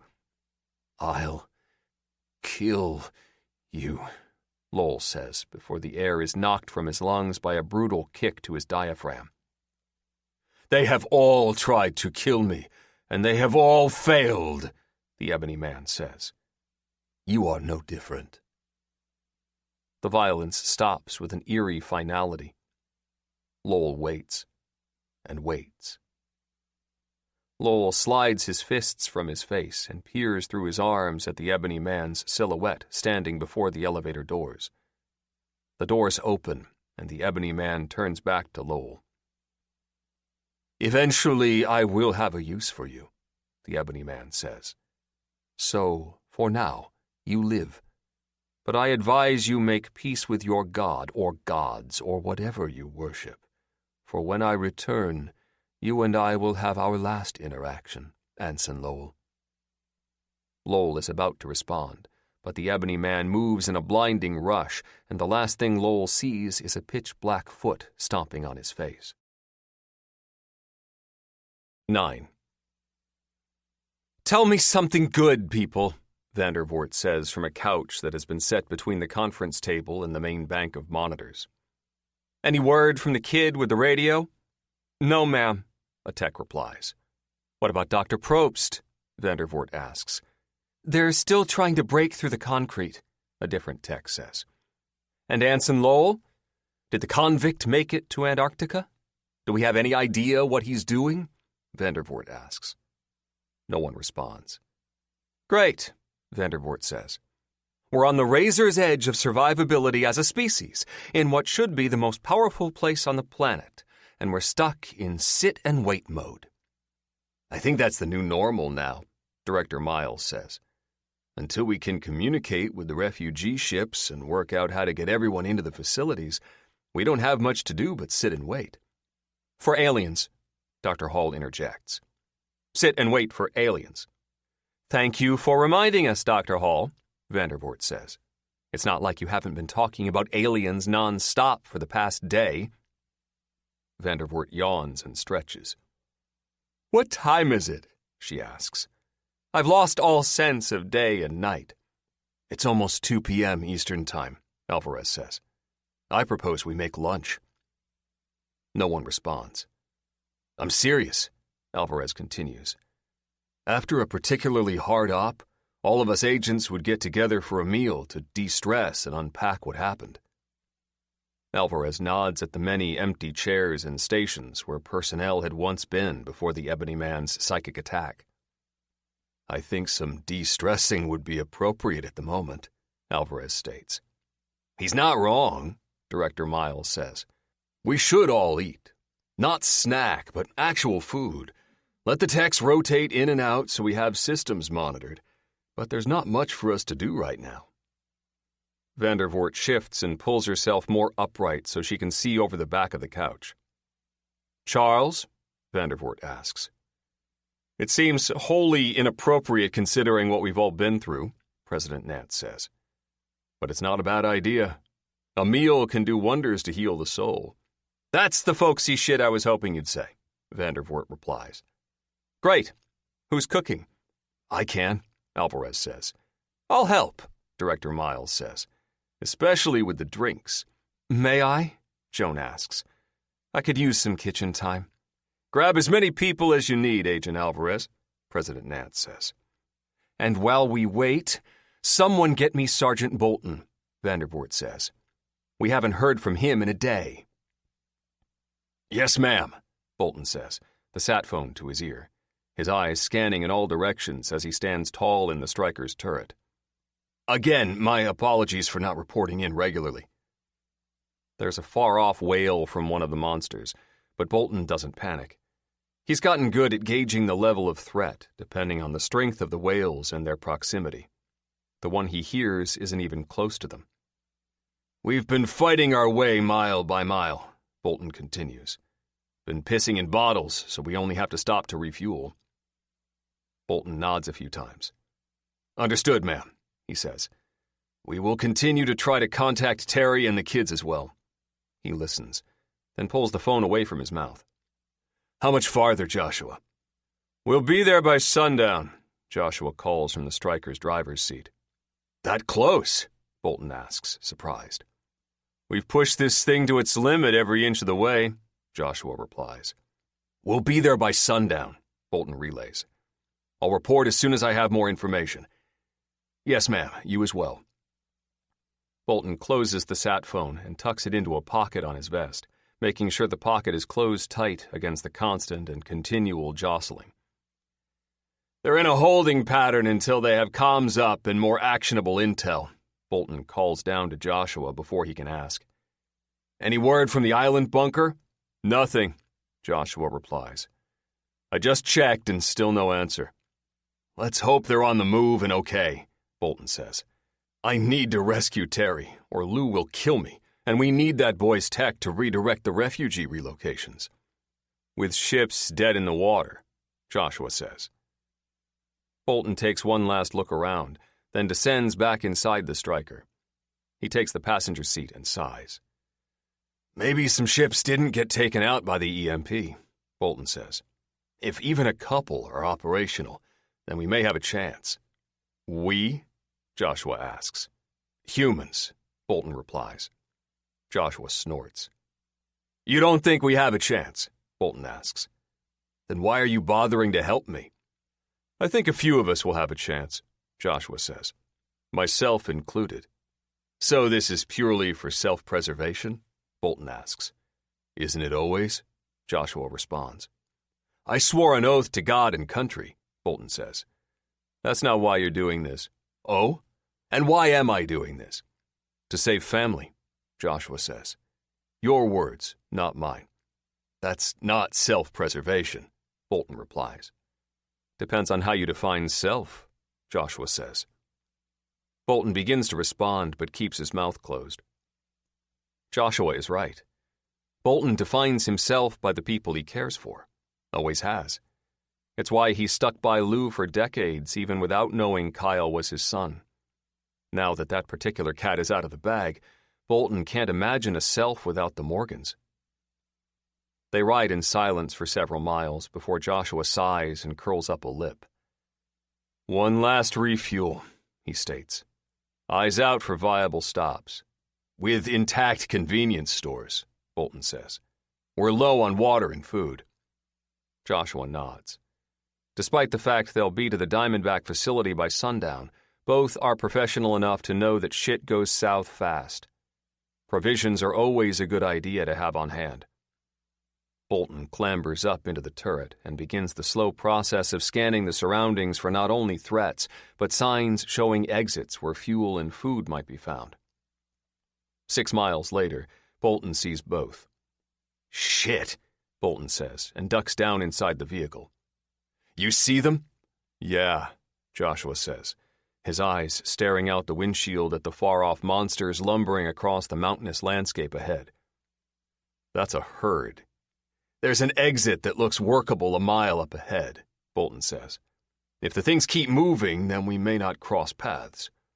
Unless they catch wind of the diesel we're about to pump, Joshua says. Bolton doesn't respond. No need. They'll deal with the situation as it unfolds, just as they have been the entire journey. In the distance, the herd of monsters navigates its way from the rolling plains and foothills up into the Rocky Mountains. Bolton spies the exit and points.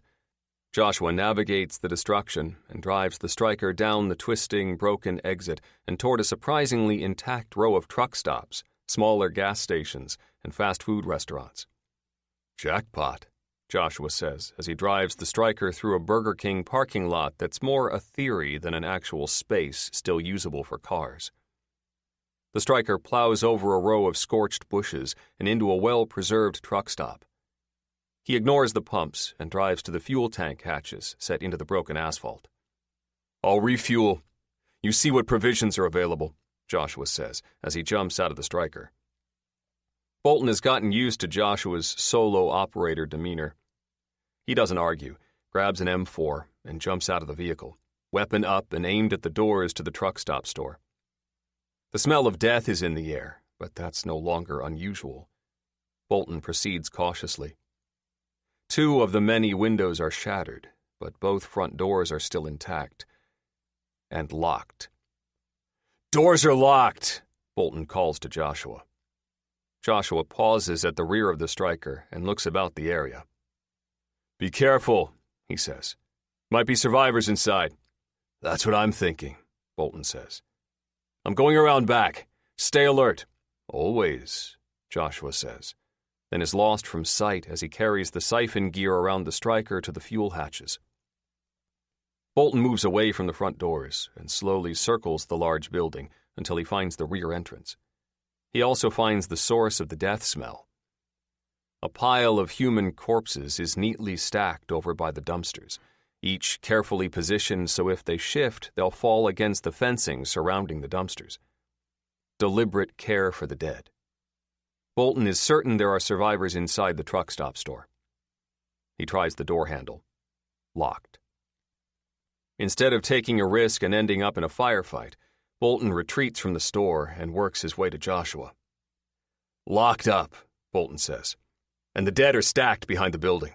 Someone's inside, and I say we leave them alone." "Probably safest," Joshua says. "There's another store across the street. Try that." "Copy that," Bolton says, and is off again. He glances briefly at the truck stop store, doesn't see any signs of movement or threats, and quickly crosses the shattered pavement to the convenience store across the street. Like the truck stop store, the convenience store's windows are pretty much intact, but only one door is locked. Bolton opens it and moves slowly inside, his M4 sweeping back and forth. "If anyone is in here, I'm not a threat," Bolton calls loud enough that anyone inside will hear him, but not loud enough to draw outside attention. "I'm going to grab some water and food, and I'll be gone in a couple minutes. I'm only taking enough for myself and my buddy, and only a couple days' worth. I won't clean you out, and if you're not cool with what I'm doing, then say so with words and not violence." No response. Bolton keeps moving, his eyes adjusting to the gloom. The fact that he isn't having to step through a debris field of busted soda cans and smashed chip bags tells Bolton that his instincts are correct and the store is occupied, or at least was recently. With senses on high alert, Bolton makes his way around the counter and grabs a couple of plastic bags. He then dumps the small bottles from an energy supplement display into one of the bags.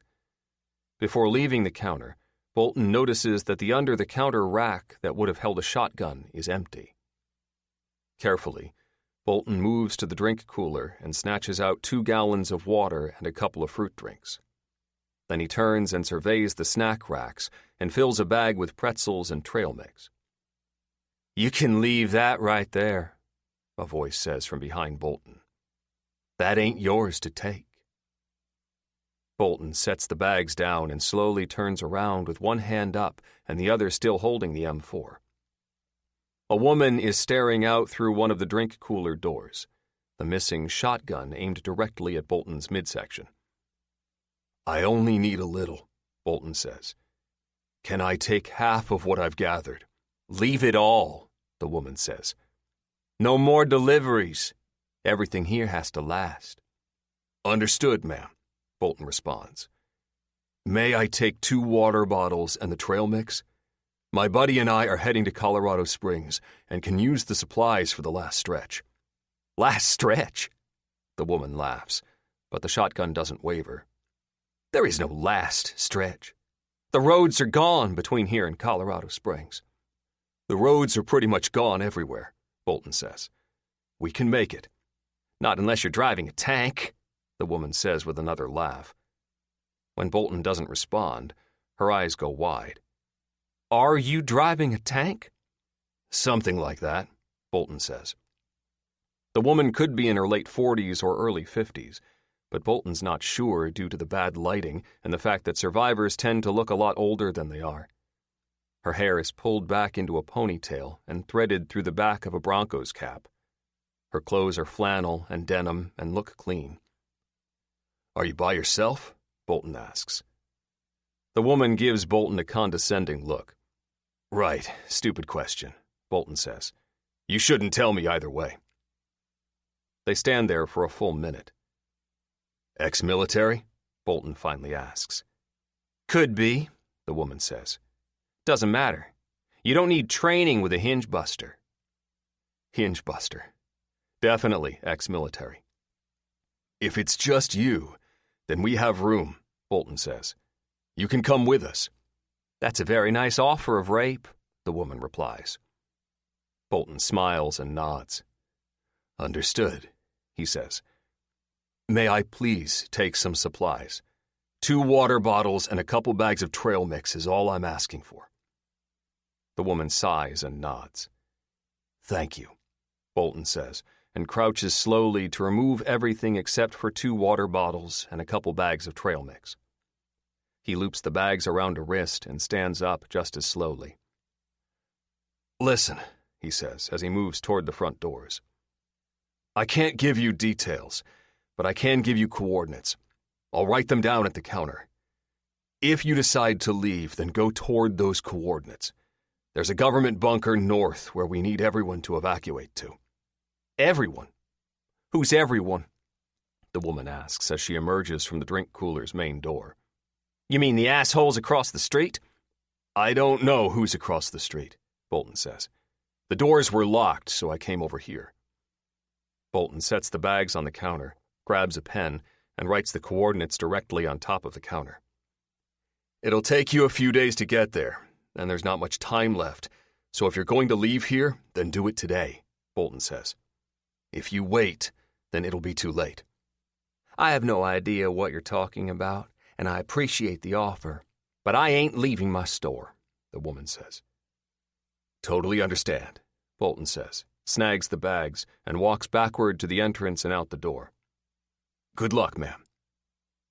Bolton keeps an eye on the store until he's safely out of shotgun range, then turns and jogs back to the striker. He tosses the supplies into the passenger's seat, then loops around the vehicle. No Joshua. Shit, Bolton says. He better be pissing.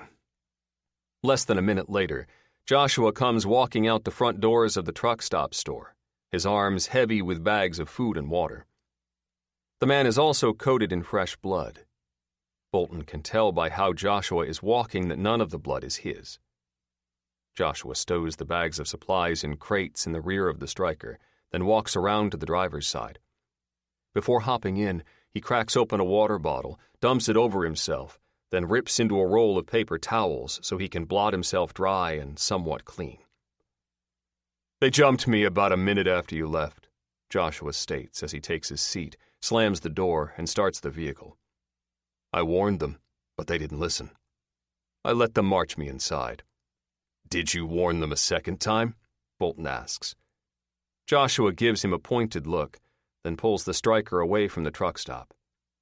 Try the kid again, Joshua says. Bolton nods and grabs the radio handset. The water is choppy, but not worrisome. Not that Terry worries about Puget Sound's waters. It's what's in the water that has her knuckles bone white and cracking as she grips the boat's wheel. Even with the sun up, the world outside the boat's small bridge is a hazy, gloomy nightmare of shadows and uncertainty. I need to connect my device to the boat's radio, Tony says from behind Terry, causing her to jump and cry out. I scared you. Yes, Tony, you did, Terry replies after taking a deep breath and letting it out slowly. Maybe announce yourself next time? Tony shrugs and sets his backpack down by the ship's radio. You can't use your radio? Terry asks. It'll be easier to use the boat's radio, Tony says. It's already connected to an antenna array. This boat is mostly wood, so not enough metal to create a strong enough signal. When we reach the mainland, we'll look for an even larger antenna array, which will allow the White House to piggyback on the device and communicate with others. If they have a way to communicate, Terry says. That is a needed component of success, yes, Tony says as he begins his work. There's a low whine at Terry's feet, and she looks down at Biscuit curled up close to her. You okay, boy? Terry asks. Biscuit whines again, but a little louder. Terry glances at Tony, and he's staring at the hybrid. Then he meets Terry's eyes. Chrissy, Terry calls. In seconds, the girl is up from below and staring out the windows of the bridge. What's wrong? She asks, picking up a pair of binoculars. Did you see something? The dog whined, Tony says, returning to his work. Great, Chrissy says, and begins searching back and forth with the binoculars. It's fucking soup out there. Once again, Terry ignores the curse. She's just glad that the three of them have reached a point where she doesn't have to give orders. After their flight from the bunker, their race around to the far side of the island, where luckily there was a small boat docked that hadn't been taken out by the monster's tsunami, then their harrowing escape, they have developed a shorthand based on tone of voice and each other's strengths and capabilities. Any movement in the water? Terry asks. Not that I can see, Chrissy says, then angles the binoculars upward. Plenty of flying assholes, though, but it looks like they're staying up by the clouds. Let's hope they stay there, Terry says. Tony, how is the radio coming? I'm finalizing the connections now, Tony replies. We will be able to speak to the White House soon. And Connor, Terry says. Maybe we can connect with the bunker where Lou and Kyle are at if the signal is strong enough. Big if there, Chrissy says. She stiffens. Port bow. Terry's eyes snap in that direction. What am I looking for? Terry asks. A very large shadow that's moving, Chrissy says. It's keeping ahead of us. I don't see it, Terry says, and rolls her eyes. Not that I see much out there at all. It's there, Chrissy says. Trust me, I do, Terry replies. A loud squelch of static makes them both jump. What? Tony asks as he receives glares from both women. I was already in the room. I didn't need to announce myself. Cute, Chrissy says, and returns to scanning the water. Still there. I don't think it's a monster. It could be an escort, Tony says as he starts up his device and checks settings. They do that. What are you babbling about? Chrissy asks without looking in Tony's direction. Her binoculars are locked onto the water. Whales, Tony says. They have been known to escort ships in distress to safer waters. The last whales I saw weren't whales anymore, Terry says. They'd been changed by the ooze. If you're referring to the warped killer whales, then I must say that those are not whales, Tony says, still fiddling with his device. Those are orcas and in the dolphin family. Yes, I know that, Terry says. And thank you for the information, but classifying marine life is not a priority right now, Tony. If there's something in the water that's big as a whale, then classifying marine life is the only priority right now, Tony replies. Or it is your priority. Mine is getting my device up and running ASAP. Dude, Chrissy says, please chill. I see it, Terry says, before Tony can respond to Chrissy. That's a large shadow. Bigger than an orca, Chrissy says. I don't know, Terry replies. Maybe. Keep an eye on it. That is my one and only job right now, Chrissy says. My job is done, Tony states. Connections are made. Now I will test the signal.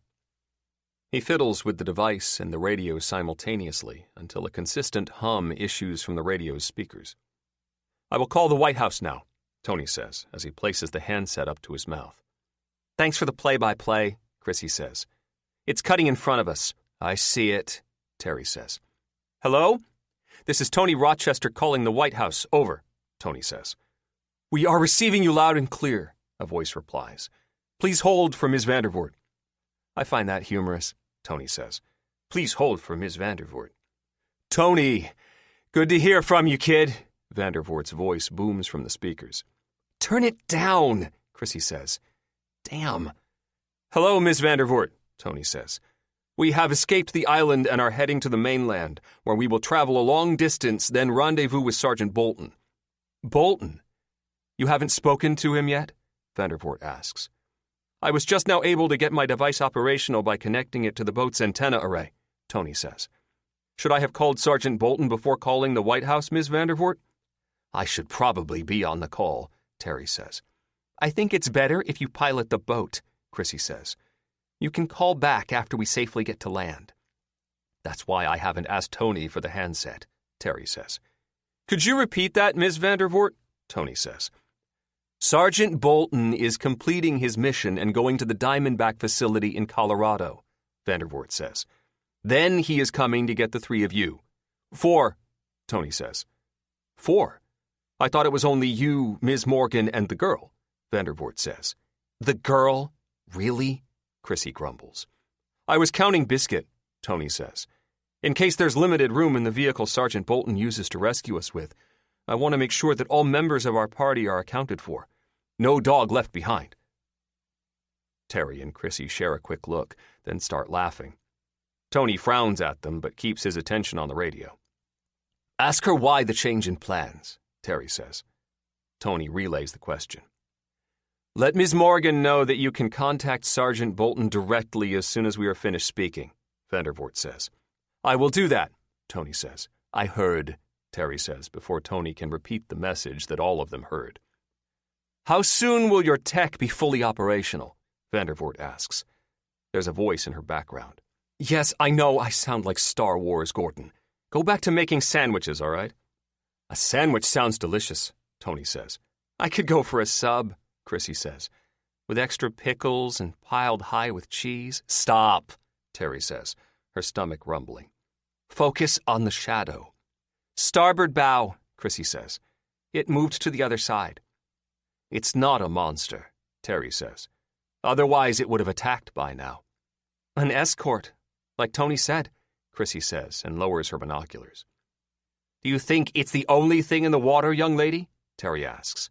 Binoculars up, please. I need to pee, Chrissy complains. As do I, but we'll both hold it until I'm certain we're out of danger, Terry responds. Have you seen the world? We aren't going to be out of danger anytime soon, Chrissy snaps. Then we aren't peeing anytime soon, Terry says. Binoculars up, please. Whatever, Chrissy says, but does as she's told and returns the binoculars to her eyes.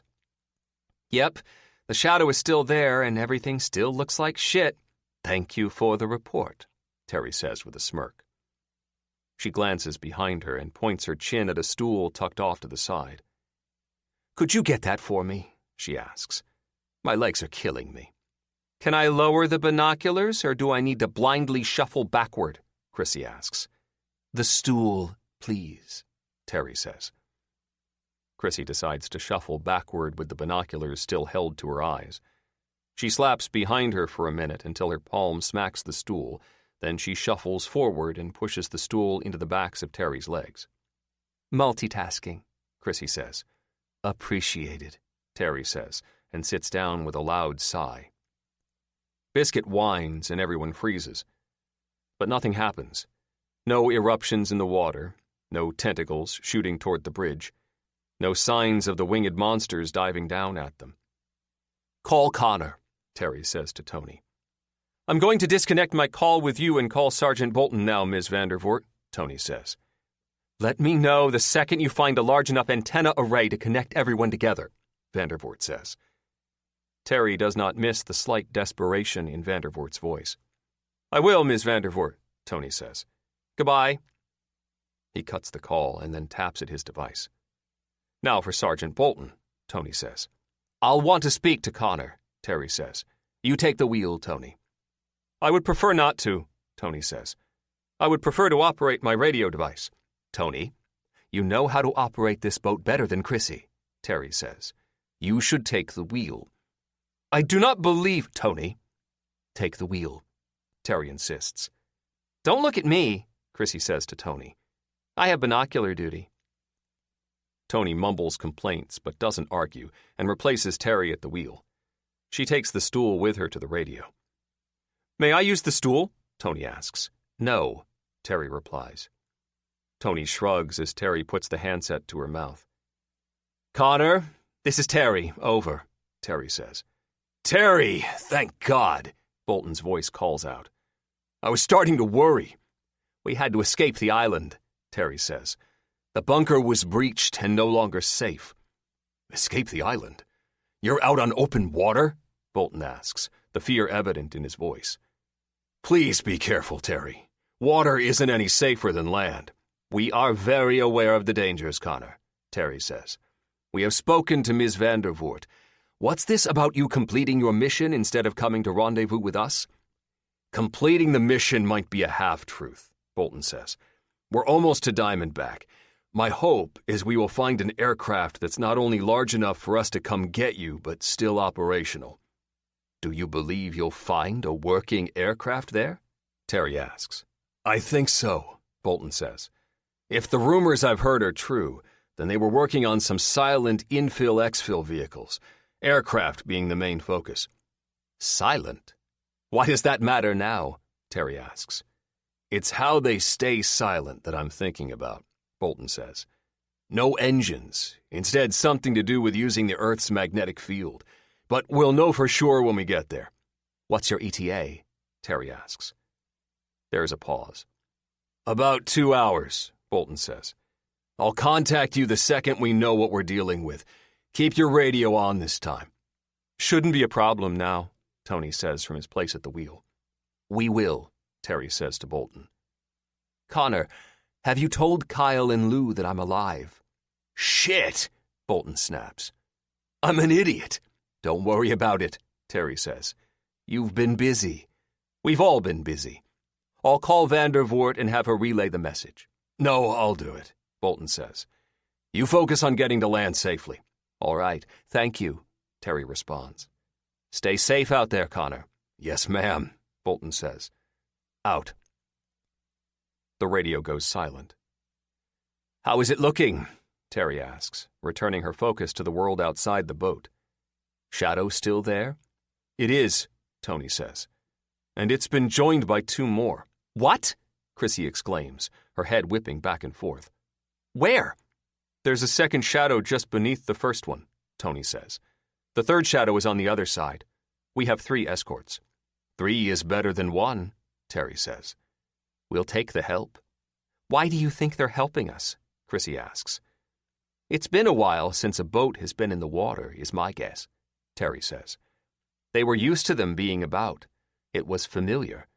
Now they see a boat and want to get that familiarity back. No shit, Chrissy says. We all do. Very true, Terry says. Tony, could you dial in the White House again, please? I'm busy at the moment, Tony says. Smart ass, Chrissy says. That applies to both of you, Terry says. Am I the captain if I'm piloting the boat? Tony asks. No, I'm captain and you're the pilot, Terry says. Or helmsman, or something like that. But I'm still the captain, which is why I am ordering you to dial in the White House. Okay, Tony says, and lets go of the wheel. Look, no hands. Chrissy reaches out with one hand and grabs the wheel. Don't worry, I've got it, she says. Thank you, Chrissy, Terry says, as Tony dials in the White House. The jackhammer is silent as Lou crouches on the ground, tears streaming from her eyes, her body racked with sobs of happiness and relief. Dr. Probst stands close by, fidgety and uncomfortable. This is good news, right? Dr. Probst asks. Lou only nods. It takes her a couple of minutes before she's finished letting go of the grief she'd been hiding deep down inside. I'm good, Lou says, standing and wiping her eyes and cheeks. I'm good. She grabs the jackhammer once more. You want to take a break? Dr. Probst asks. That was a lot to take in. No. What I want to do is get through this fucking concrete to whatever it is Lowell has you hunting for, Lou says. Can we do that? Please, Dr. Probst says. I'd love nothing more. Lou fires up the jackhammer and shoves it against the wall once again. Concrete chips fly in a flurry of industrious demolition. It's starting to smoke, Dr. Probst shouts after about 20 more minutes of jackhammering. Lou doesn't stop. Lou, the jackhammer is starting to smoke, Dr. Probst shouts, waving a hand at Lou. It'll overheat and seize up. That's bad, Lou. Lou continues hammering. Lou! Dr. Probst yells. Lou doubles down, pushing even harder. Lou, stop! Dr. Probst shouts. The jackhammer groans, and thick black smoke pours from the motor vents. Then it does exactly as Dr. Probst said it would.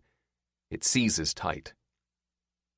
As soon as the machine locks up, Lou is flung backward from the sudden jolt of metal parts fusing together. The tripod topples and the jackhammer lays on the concrete floor of the tunnel, a scorched, useless hunk. Are you all right? Dr. Probst asks Lou, helping her to her feet. I'm fine, Lou says. Yeah, I'm not so sure about that, Dr. Probst says. I'm also not so sure there's a backup jackhammer. In this place, there's probably 6 backup jackhammers somewhere, Lou says. We just have to find them. What the hell is going on? Kyle shouts from down the tunnel. I smell smoke, and not the good kind. He reaches the 2 women, a food-laden box in his arms, sets it down, and surveys the damage. Well, you killed the jackhammer, Mom, Kyle says. Good one. Your grandmother and Biscuit are still alive, Lou says. Kyle stares and blinks for a second, then rushes to his mother's arms. They both burst into tears, leaving Dr. Probst to shuffle her feet and wait. There's a loud scraping noise, then a tumble and crash, and Dr. Probst whirls around to see a good portion of the concrete wall slough off onto the floor. Guys? Dr. Probst says. Kyle and Lou are still crying and hugging each other. Hey! Dr. Probst shouts. Sorry to interrupt, but look! Look! Annoyed, Lou pulls away from her son and turns on Dr. Probst. She's about to unleash on the woman for being so insensitive, then stops as she sees what Dr. Probst is staring at. You found the vein, Kyle says. Kyle moves forward, his hand out. Kyle, no! Lou exclaims.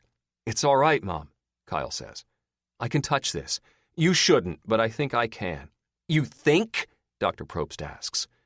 Don't do anything until I grab the laptop. Dr. Probst rushes over to the cart and snags the laptop and several leads. She plugs the USB end of the leads into the laptop, then slowly approaches the vein of blue crystal. Give her room, Lou says to Kyle. He balks. Kyle, give her room. Kyle steps back. Dr. Probst carefully places the 4 leads against the vein of blue crystal, then studies the readings on the laptop. It's doing nothing, Dr. Probst says. No, that's not true. There's something happening, but it's like it won't show me. Here, Kyle says, and before anyone can argue again, he places a fingertip on the vein. Kyle's body stiffens and Dr. Probst gasps. Kyle! Lou shouts, hurrying forward. But Dr. Probst's hand shoots out and grabs her arm before Lou can drag Kyle away from the vein. Look, Dr. Probst says with awe. Lou, look! Lou looks at the laptop and frowns. What does it mean? Lou asks. It's communicating, Dr. Probst says. Those waveforms, that's language or something like it. One time while I was studying the rock formations deep in the jungle of... The look on Lou's face stops Dr. Probst's story. Sorry, Dr. Probst says. This is astounding. There's more than just communication going on. It's looking, Kyle says. It's trying to connect to the other facilities. It has been for millennia. Yes, but what is this? Dr. Probst asks, pointing at her screen. The resonance being created is too strong. What else is it doing? A conduit, Kyle says. Is that the right word? You mean like a tube? Dr. Probst asks. No, more than that, Kyle says. A passage? Dr. Probst asks and looks at Lou. Lou shrugs a why-are-you-looking-at-me shrug. Yes, Kyle replies. A passage. That's not possible, Dr. Probst says and laughs. Which means it's probably true. It needs help, Kyle says. Come on, we have to find where this starts. What do you mean? Lou asks her son. Kyle reluctantly disconnects from the vein. He shakes his hand and takes a deep breath. If it's a passage, then there's an entrance, right? Kyle says. Somewhere in this facility is the entrance. He closes his eyes and tilts his head. I think I know where. Come on! Kyle takes off running. Kyle, wait! Lou yells. No time, Mom! He yells back. We have to hurry! The cart! Lou shouts. We can take the cart! Kyle stops and turns back to them. Oh, right, he says sheepishly. That'd be a lot faster. 10. For most of Anson Lowell's life, he's known fear. Not many psychiatrists and psychologists, therapists and analysts were ever fooled by his bravado, his sarcastic confidence act. They saw his jokes and nonchalant attitude as covering up his trauma. They said it was Lowell's way of deflecting the truth away from what happened to him. With every amazing diagnosis, Lowell nodded and smiled. He allowed the educated pricks and twats to patronize him, and he allowed the condescension to flow over him. Yes, he'd be defiant and deny the findings, but he only did so half-heartedly. And there was a simple reason Lowell allowed the doctors and professionals to come to their conclusions. They were so wrong that to let them in on what was really going on would have terrified them to death.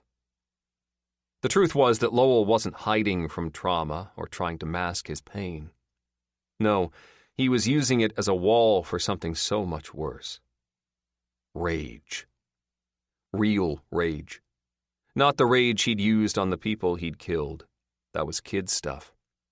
The rage Lowell hid was of a power that could destroy planets, annihilate galaxies, and end the universe. Metaphorically, of course. But that was before the substance changed him. That was before he became attuned to alien technology and biology. That was before. This is now. Lowell picks himself up off the floor of the elevator, wipes the blood from his face and eyes, and presses a single button. The elevator doors open wide. I'm in the mood for some licorice, Lowell says, as he lifts his head and sniffs the air. The Ebony Man's trail is easy to follow. Lowell can physically see the being's footprints on the Antarctica facility's floor. Breadcrumbs of corruption that lead down one corridor, then the next, and so on. They lead to another elevator. An elevator that goes down to where the facility connects with the substance. Lowell stares at the elevator. If he follows, he may be able to stop the Ebony Man in time. But Lowell knows that time isn't what he has, and the odds are that the Ebony Man is already at the substance. Lowell comes to the conclusion that he has been played, and that's that. Get over it and move on. You want to fight, Mr. Licorice? Lowell says to the closed elevator doors. Oh, you're about to get one serious fight. Lowell turns away and closes his eyes. He reaches out a hand and touches the facility's wall. Come on, he mutters. Give me more than elevator control. Give me access. Lowell can feel the facility fight against him, desperate to keep its secrets hidden. Oh, he trained you good, Lowell says. I hate to break it to you, though, but Mr. Licorice is a fucking asshole and doesn't care about you. He cut you off from the others. He isolated you and is responsible for all the eons and eons of loneliness you feel. The lights in the corridor brighten. Mr. Licorice will ditch you again as soon as he gets what he wants, Lowell says, and a thought strikes him. The most important thought that has ever entered his mind. And what he wants is off this planet, Lowell says. He set all of this up so whatever is coming would come. He doesn't care about the war, only about himself. He'll use the whatevers that are coming to escape, make it look like the war destroyed the planet and it isn't his fault. But I can tell you, he's going to bail from here once he destroys it all. The lights brighten even more. That means you'll be destroyed too, Lowell says, pressing his palm harder against the wall. All facilities will be destroyed, and the substance that has grown and lived on this planet will die as it floats into the nothingness of space. Lowell laughs. I watched way too much Cosmos in prison, he says. The lights shut off, plunging Lowell into pure darkness. But he doesn't panic or worry. When the lights come back on, Lowell is granted full access to the facility. He can see that his instincts were correct, and the Ebony Man is currently stepping into the substance. That isn't good, but it isn't the worst. There's still a way to stop the Ebony Man. 2 floors up and 6 corridors down, Lowell says, and backtracks to the main facility elevator. He steps in, tells the facility the floor he needs, and whistles Sweet Caroline while he waits for the elevator to ascend 2 floors. He isn't even to the chorus when the doors open. Walking as if he hasn't just recently gotten his ass kicked by a pitch-black alien being, Lowell makes his way down the 6 corridors until he comes to a door. He places a hand to the door, frowns, then steps back. "What's the problem?" he calls out. A flash in his mind. "Cute," Lowell says, and knocks on the door. It slides open to reveal yet one more elevator. This one is much smaller than the others, meant for 2 people maximum. Lowell walks in, and the door slides shut behind him.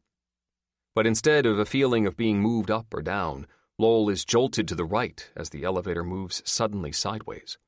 "Aren't you full of surprises?" Lowell says. The elevator races along for several minutes, and Lowell's eyebrows rise higher and higher with each minute in astonishment at the size of the facility. Close to 30 minutes later, the elevator stops and the door opens. Lowell is facing a room with 2 chairs, similar to dentist or salon chairs. Other than the chairs, there are small pedestals, each with a control console on top of them, on the far side of each chair. "Not how I'd decorate, but it'll work," Lowell says. "Let's see what this room can do." Lowell plops into one of the chairs and places his hand on the control console. It comes to life, and a million holographic images float around the room before coalescing into a single bright blue orb. The bright blue of the crystal veins. The orb hesitates. "Come on," Lowell says. "I can take it."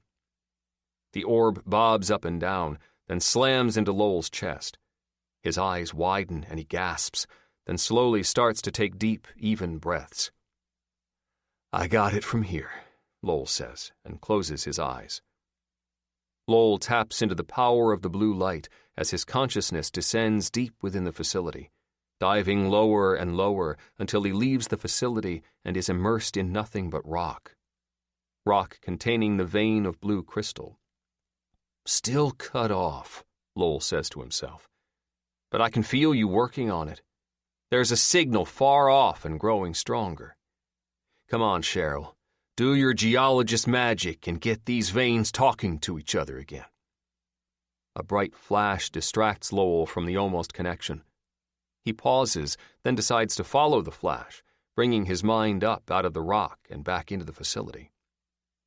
Lowell traverses the facility's systems until he reaches a space so gigantic he can barely comprehend the size. And if he thought comprehending the size of the space was hard, it's doubly hard to comprehend the size of what is contained within the space. "Shit," Lowell says. "I knew it'd be big, but not that big." Lowell doesn't try to connect with the body of the massive monster, a kaiju so large that it could devour the former Wyoming monster in only a couple of bites. Lowell knows there's no point in connecting. The mind he'll find won't be a blank slate waiting for a pilot. No. The mind he'll find is that of the Ebony Man. As the gargantuan creature stirs and starts to uncurl its massive body from a slumber millions of years old, Lowell just can't help himself. Speakers set throughout the Antarctica facility come to life with the strains of Elton John's Tiny Dancer. The monster starts to shake, then full-on quake as it awakens to the sounds of Bernie Taupin's lyrics come to life. The behemoth is not happy. "Not an Elton fan, Mr. Licorice?" Lowell bellows over the facility's PA. "Come on, dude! Who doesn't love this song?" The monster roars and stands upright, its head crashing through concrete, steel, and then layer after layer of earth and ice until its torso is free of the facility and facing the frigid winds and weather of the frozen continent. "Dude!" Lowell shouts. "Just open the door next time." The thing is almost a mile high and built like a reptilian gorilla. Scales cover its body from the tips of its fingers to the top of its head. Simian eyes blink several times, and it shakes itself, showing the scales to be loosely joined together, not too tightly overlapped. It shakes once more, and the true deadliness of the scales is revealed. The edges of the scales are finely honed blades. The song switches to Frank Sinatra's "I'll Be Seeing You." Lowell laughs at the rage it causes the gigantic beast. "Hey, Mr. Licorice!" Lowell shouts as the monster climbs up out of the space and onto the Antarctic tundra. "You and me? We ain't done, dude. I'm coming for you." The beast pauses before lumbering off, turns its head to look down into the space it had just vacated, then lets loose with a roar that causes an avalanche of dirt, rock, and ice to plummet down inside, filling a quarter of the space before the monster lifts its head back up and walks off. "Oh yeah, dude," Lowell continues, his voice echoing throughout the facility. "I am so coming for you." "Not looking good," Joshua says as the striker comes to a stop before a mangled chain-link gate. It's only the first stop on the gauntlet of security that fronts the government's Diamondback military research facility, but from what Bolton can see through the vehicle's windshield, none of the other security checkpoints fared much better. The same can be said of Shriver and Fort Collins, but those bases were much, much worse. The bases were devastated, leaving 0 survivors. Worst of all, Bolton and Joshua saw the return of the ooze creatures, and neither were happy about having to deal with the warped things, as well as the giant monsters still stomping the landscape. Worst of all, evidenced by the state of the corpses they did find, the ooze creatures are more aggressive than ever. Bolton shoves the images out of his mind. "Keep going," Bolton says. "Might as well drive up to the front door." Joshua puts the striker in gear and drives them past the destruction of guard posts, more gates, and even a few machine gun nests. Then they're passing burnt-out buildings. Blood stains can be seen here and there, as can signs of ooze, but no bodies. "Someone cleaned up," Joshua says as he drives the striker directly up to a wall of metal set into a cliff face. He parks the striker, grabs his M4, and looks at Bolton. "Let's knock." He and Bolton hop out of the vehicle and approach the wall of metal. "Single bulkhead," Joshua states. "Not double doors." "There has to be a way in," Bolton says. "There." A small, man-sized door stands impotently next to the wall of metal. Bolton walks up to it, notes that the security camera above the door is shiny black and not coated in ash, and slings his M4. He pulls out his sat phone and waves it at the camera. "I'm Sergeant Connor Bolton," he says, "and I've been sent here by the President of the United States.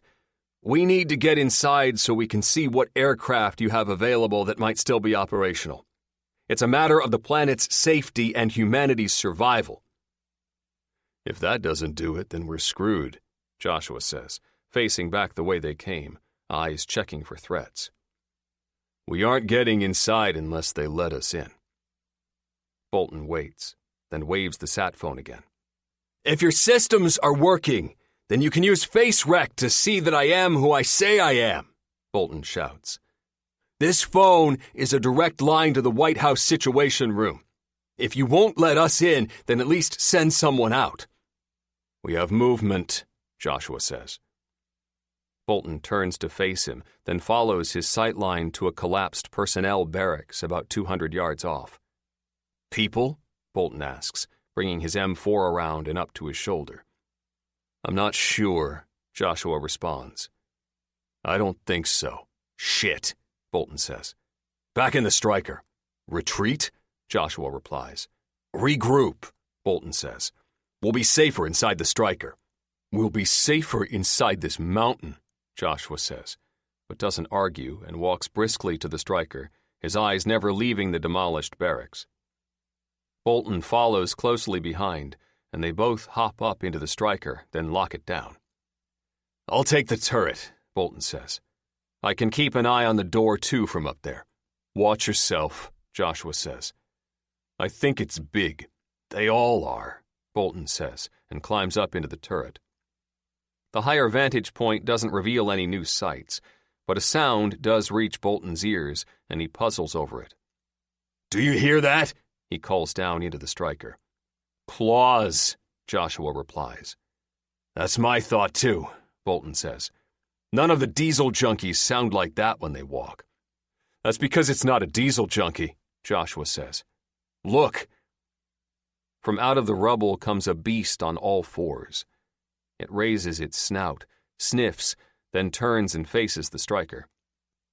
The beast rears up onto its hind legs and roars. Bright green ooze spittle streams from the thing's mouth. "A bear," Joshua says. "Not anymore," Bolton says, taking aim. "Fire when you have the shot. Let's drop this bitch." Probably close to a dozen roars answer the ooze bear. "It has friends," Joshua says. Bolton reassesses the damage and destruction all around the base. Diesel junkies didn't do this. Not all of it, at least. Not even close. "Fucking ooze bears," Bolton mutters. "Fucking ooze bears," Joshua echoes. The roars continue until 15 more ooze bears join the first. As one, they race toward the Striker. Without saying a word, Bolton and Joshua open fire, sending a hail of bullets at the charging ooze bears. Bolton can see his rounds hit the beast's flesh, but not one of the ooze bears even slows or pauses from the impacts. "This isn't working," Joshua yells. Bolton considers switching to the 50 cal, but he doubts that will make much difference. "Button up," Bolton shouts and drops down from the turret. He secures the hatch, then turns to face the rear of the vehicle. A rear that is wide open after the diesel junkie yanked the hatch off hundreds of miles back. "They'll get in," Joshua says as he joins Bolton in the center of the vehicle. Joshua faces the front where the windshields will certainly be broken out despite their reinforced material. Bolton faces the open rear, his M4 to his shoulder and a stack of loaded magazines piled between him and Joshua. Bolton turns his head and watches the ooze bears get closer and closer. He turns back to the hatch when the monsters are only 10 yards out. "Sorry you couldn't complete your mission," Joshua says. "Me too," Bolton replies, then slowly starts to squeeze the trigger as the first ooze bear hits the rear of the Striker. But before Bolton can open fire, a deafening klaxon fills the air, driving the ooze bears back a couple of yards. The beasts shake off their surprise, regroup, and come back in for another attack. Flames engulf the Striker, and both Bolton and Joshua instinctively drop to the floor and cover themselves with their arms. The heat is intense, almost as intense as the roars of pain and rage coming from the ooze bears, roars that die away until only the crackling of slowly dwindling flames is heard. "You alive in there?" a voice calls out. Bolton and Joshua scramble out of the red-hot vehicle and face a group holding flamethrowers and dressed in fire-retardant suits. A tall figure steps forward. "Sergeant Bolton? I'm Lieutenant Commander Banks, and I'm in charge of this base," the figure says. "Come with us, and we'll explain what happened." "Thank you, Lieutenant Commander, but I think we have an idea of what happened," Bolton says. "It's a similar story to what's been going on out there." "Then come inside, get cleaned up, and we'll talk,"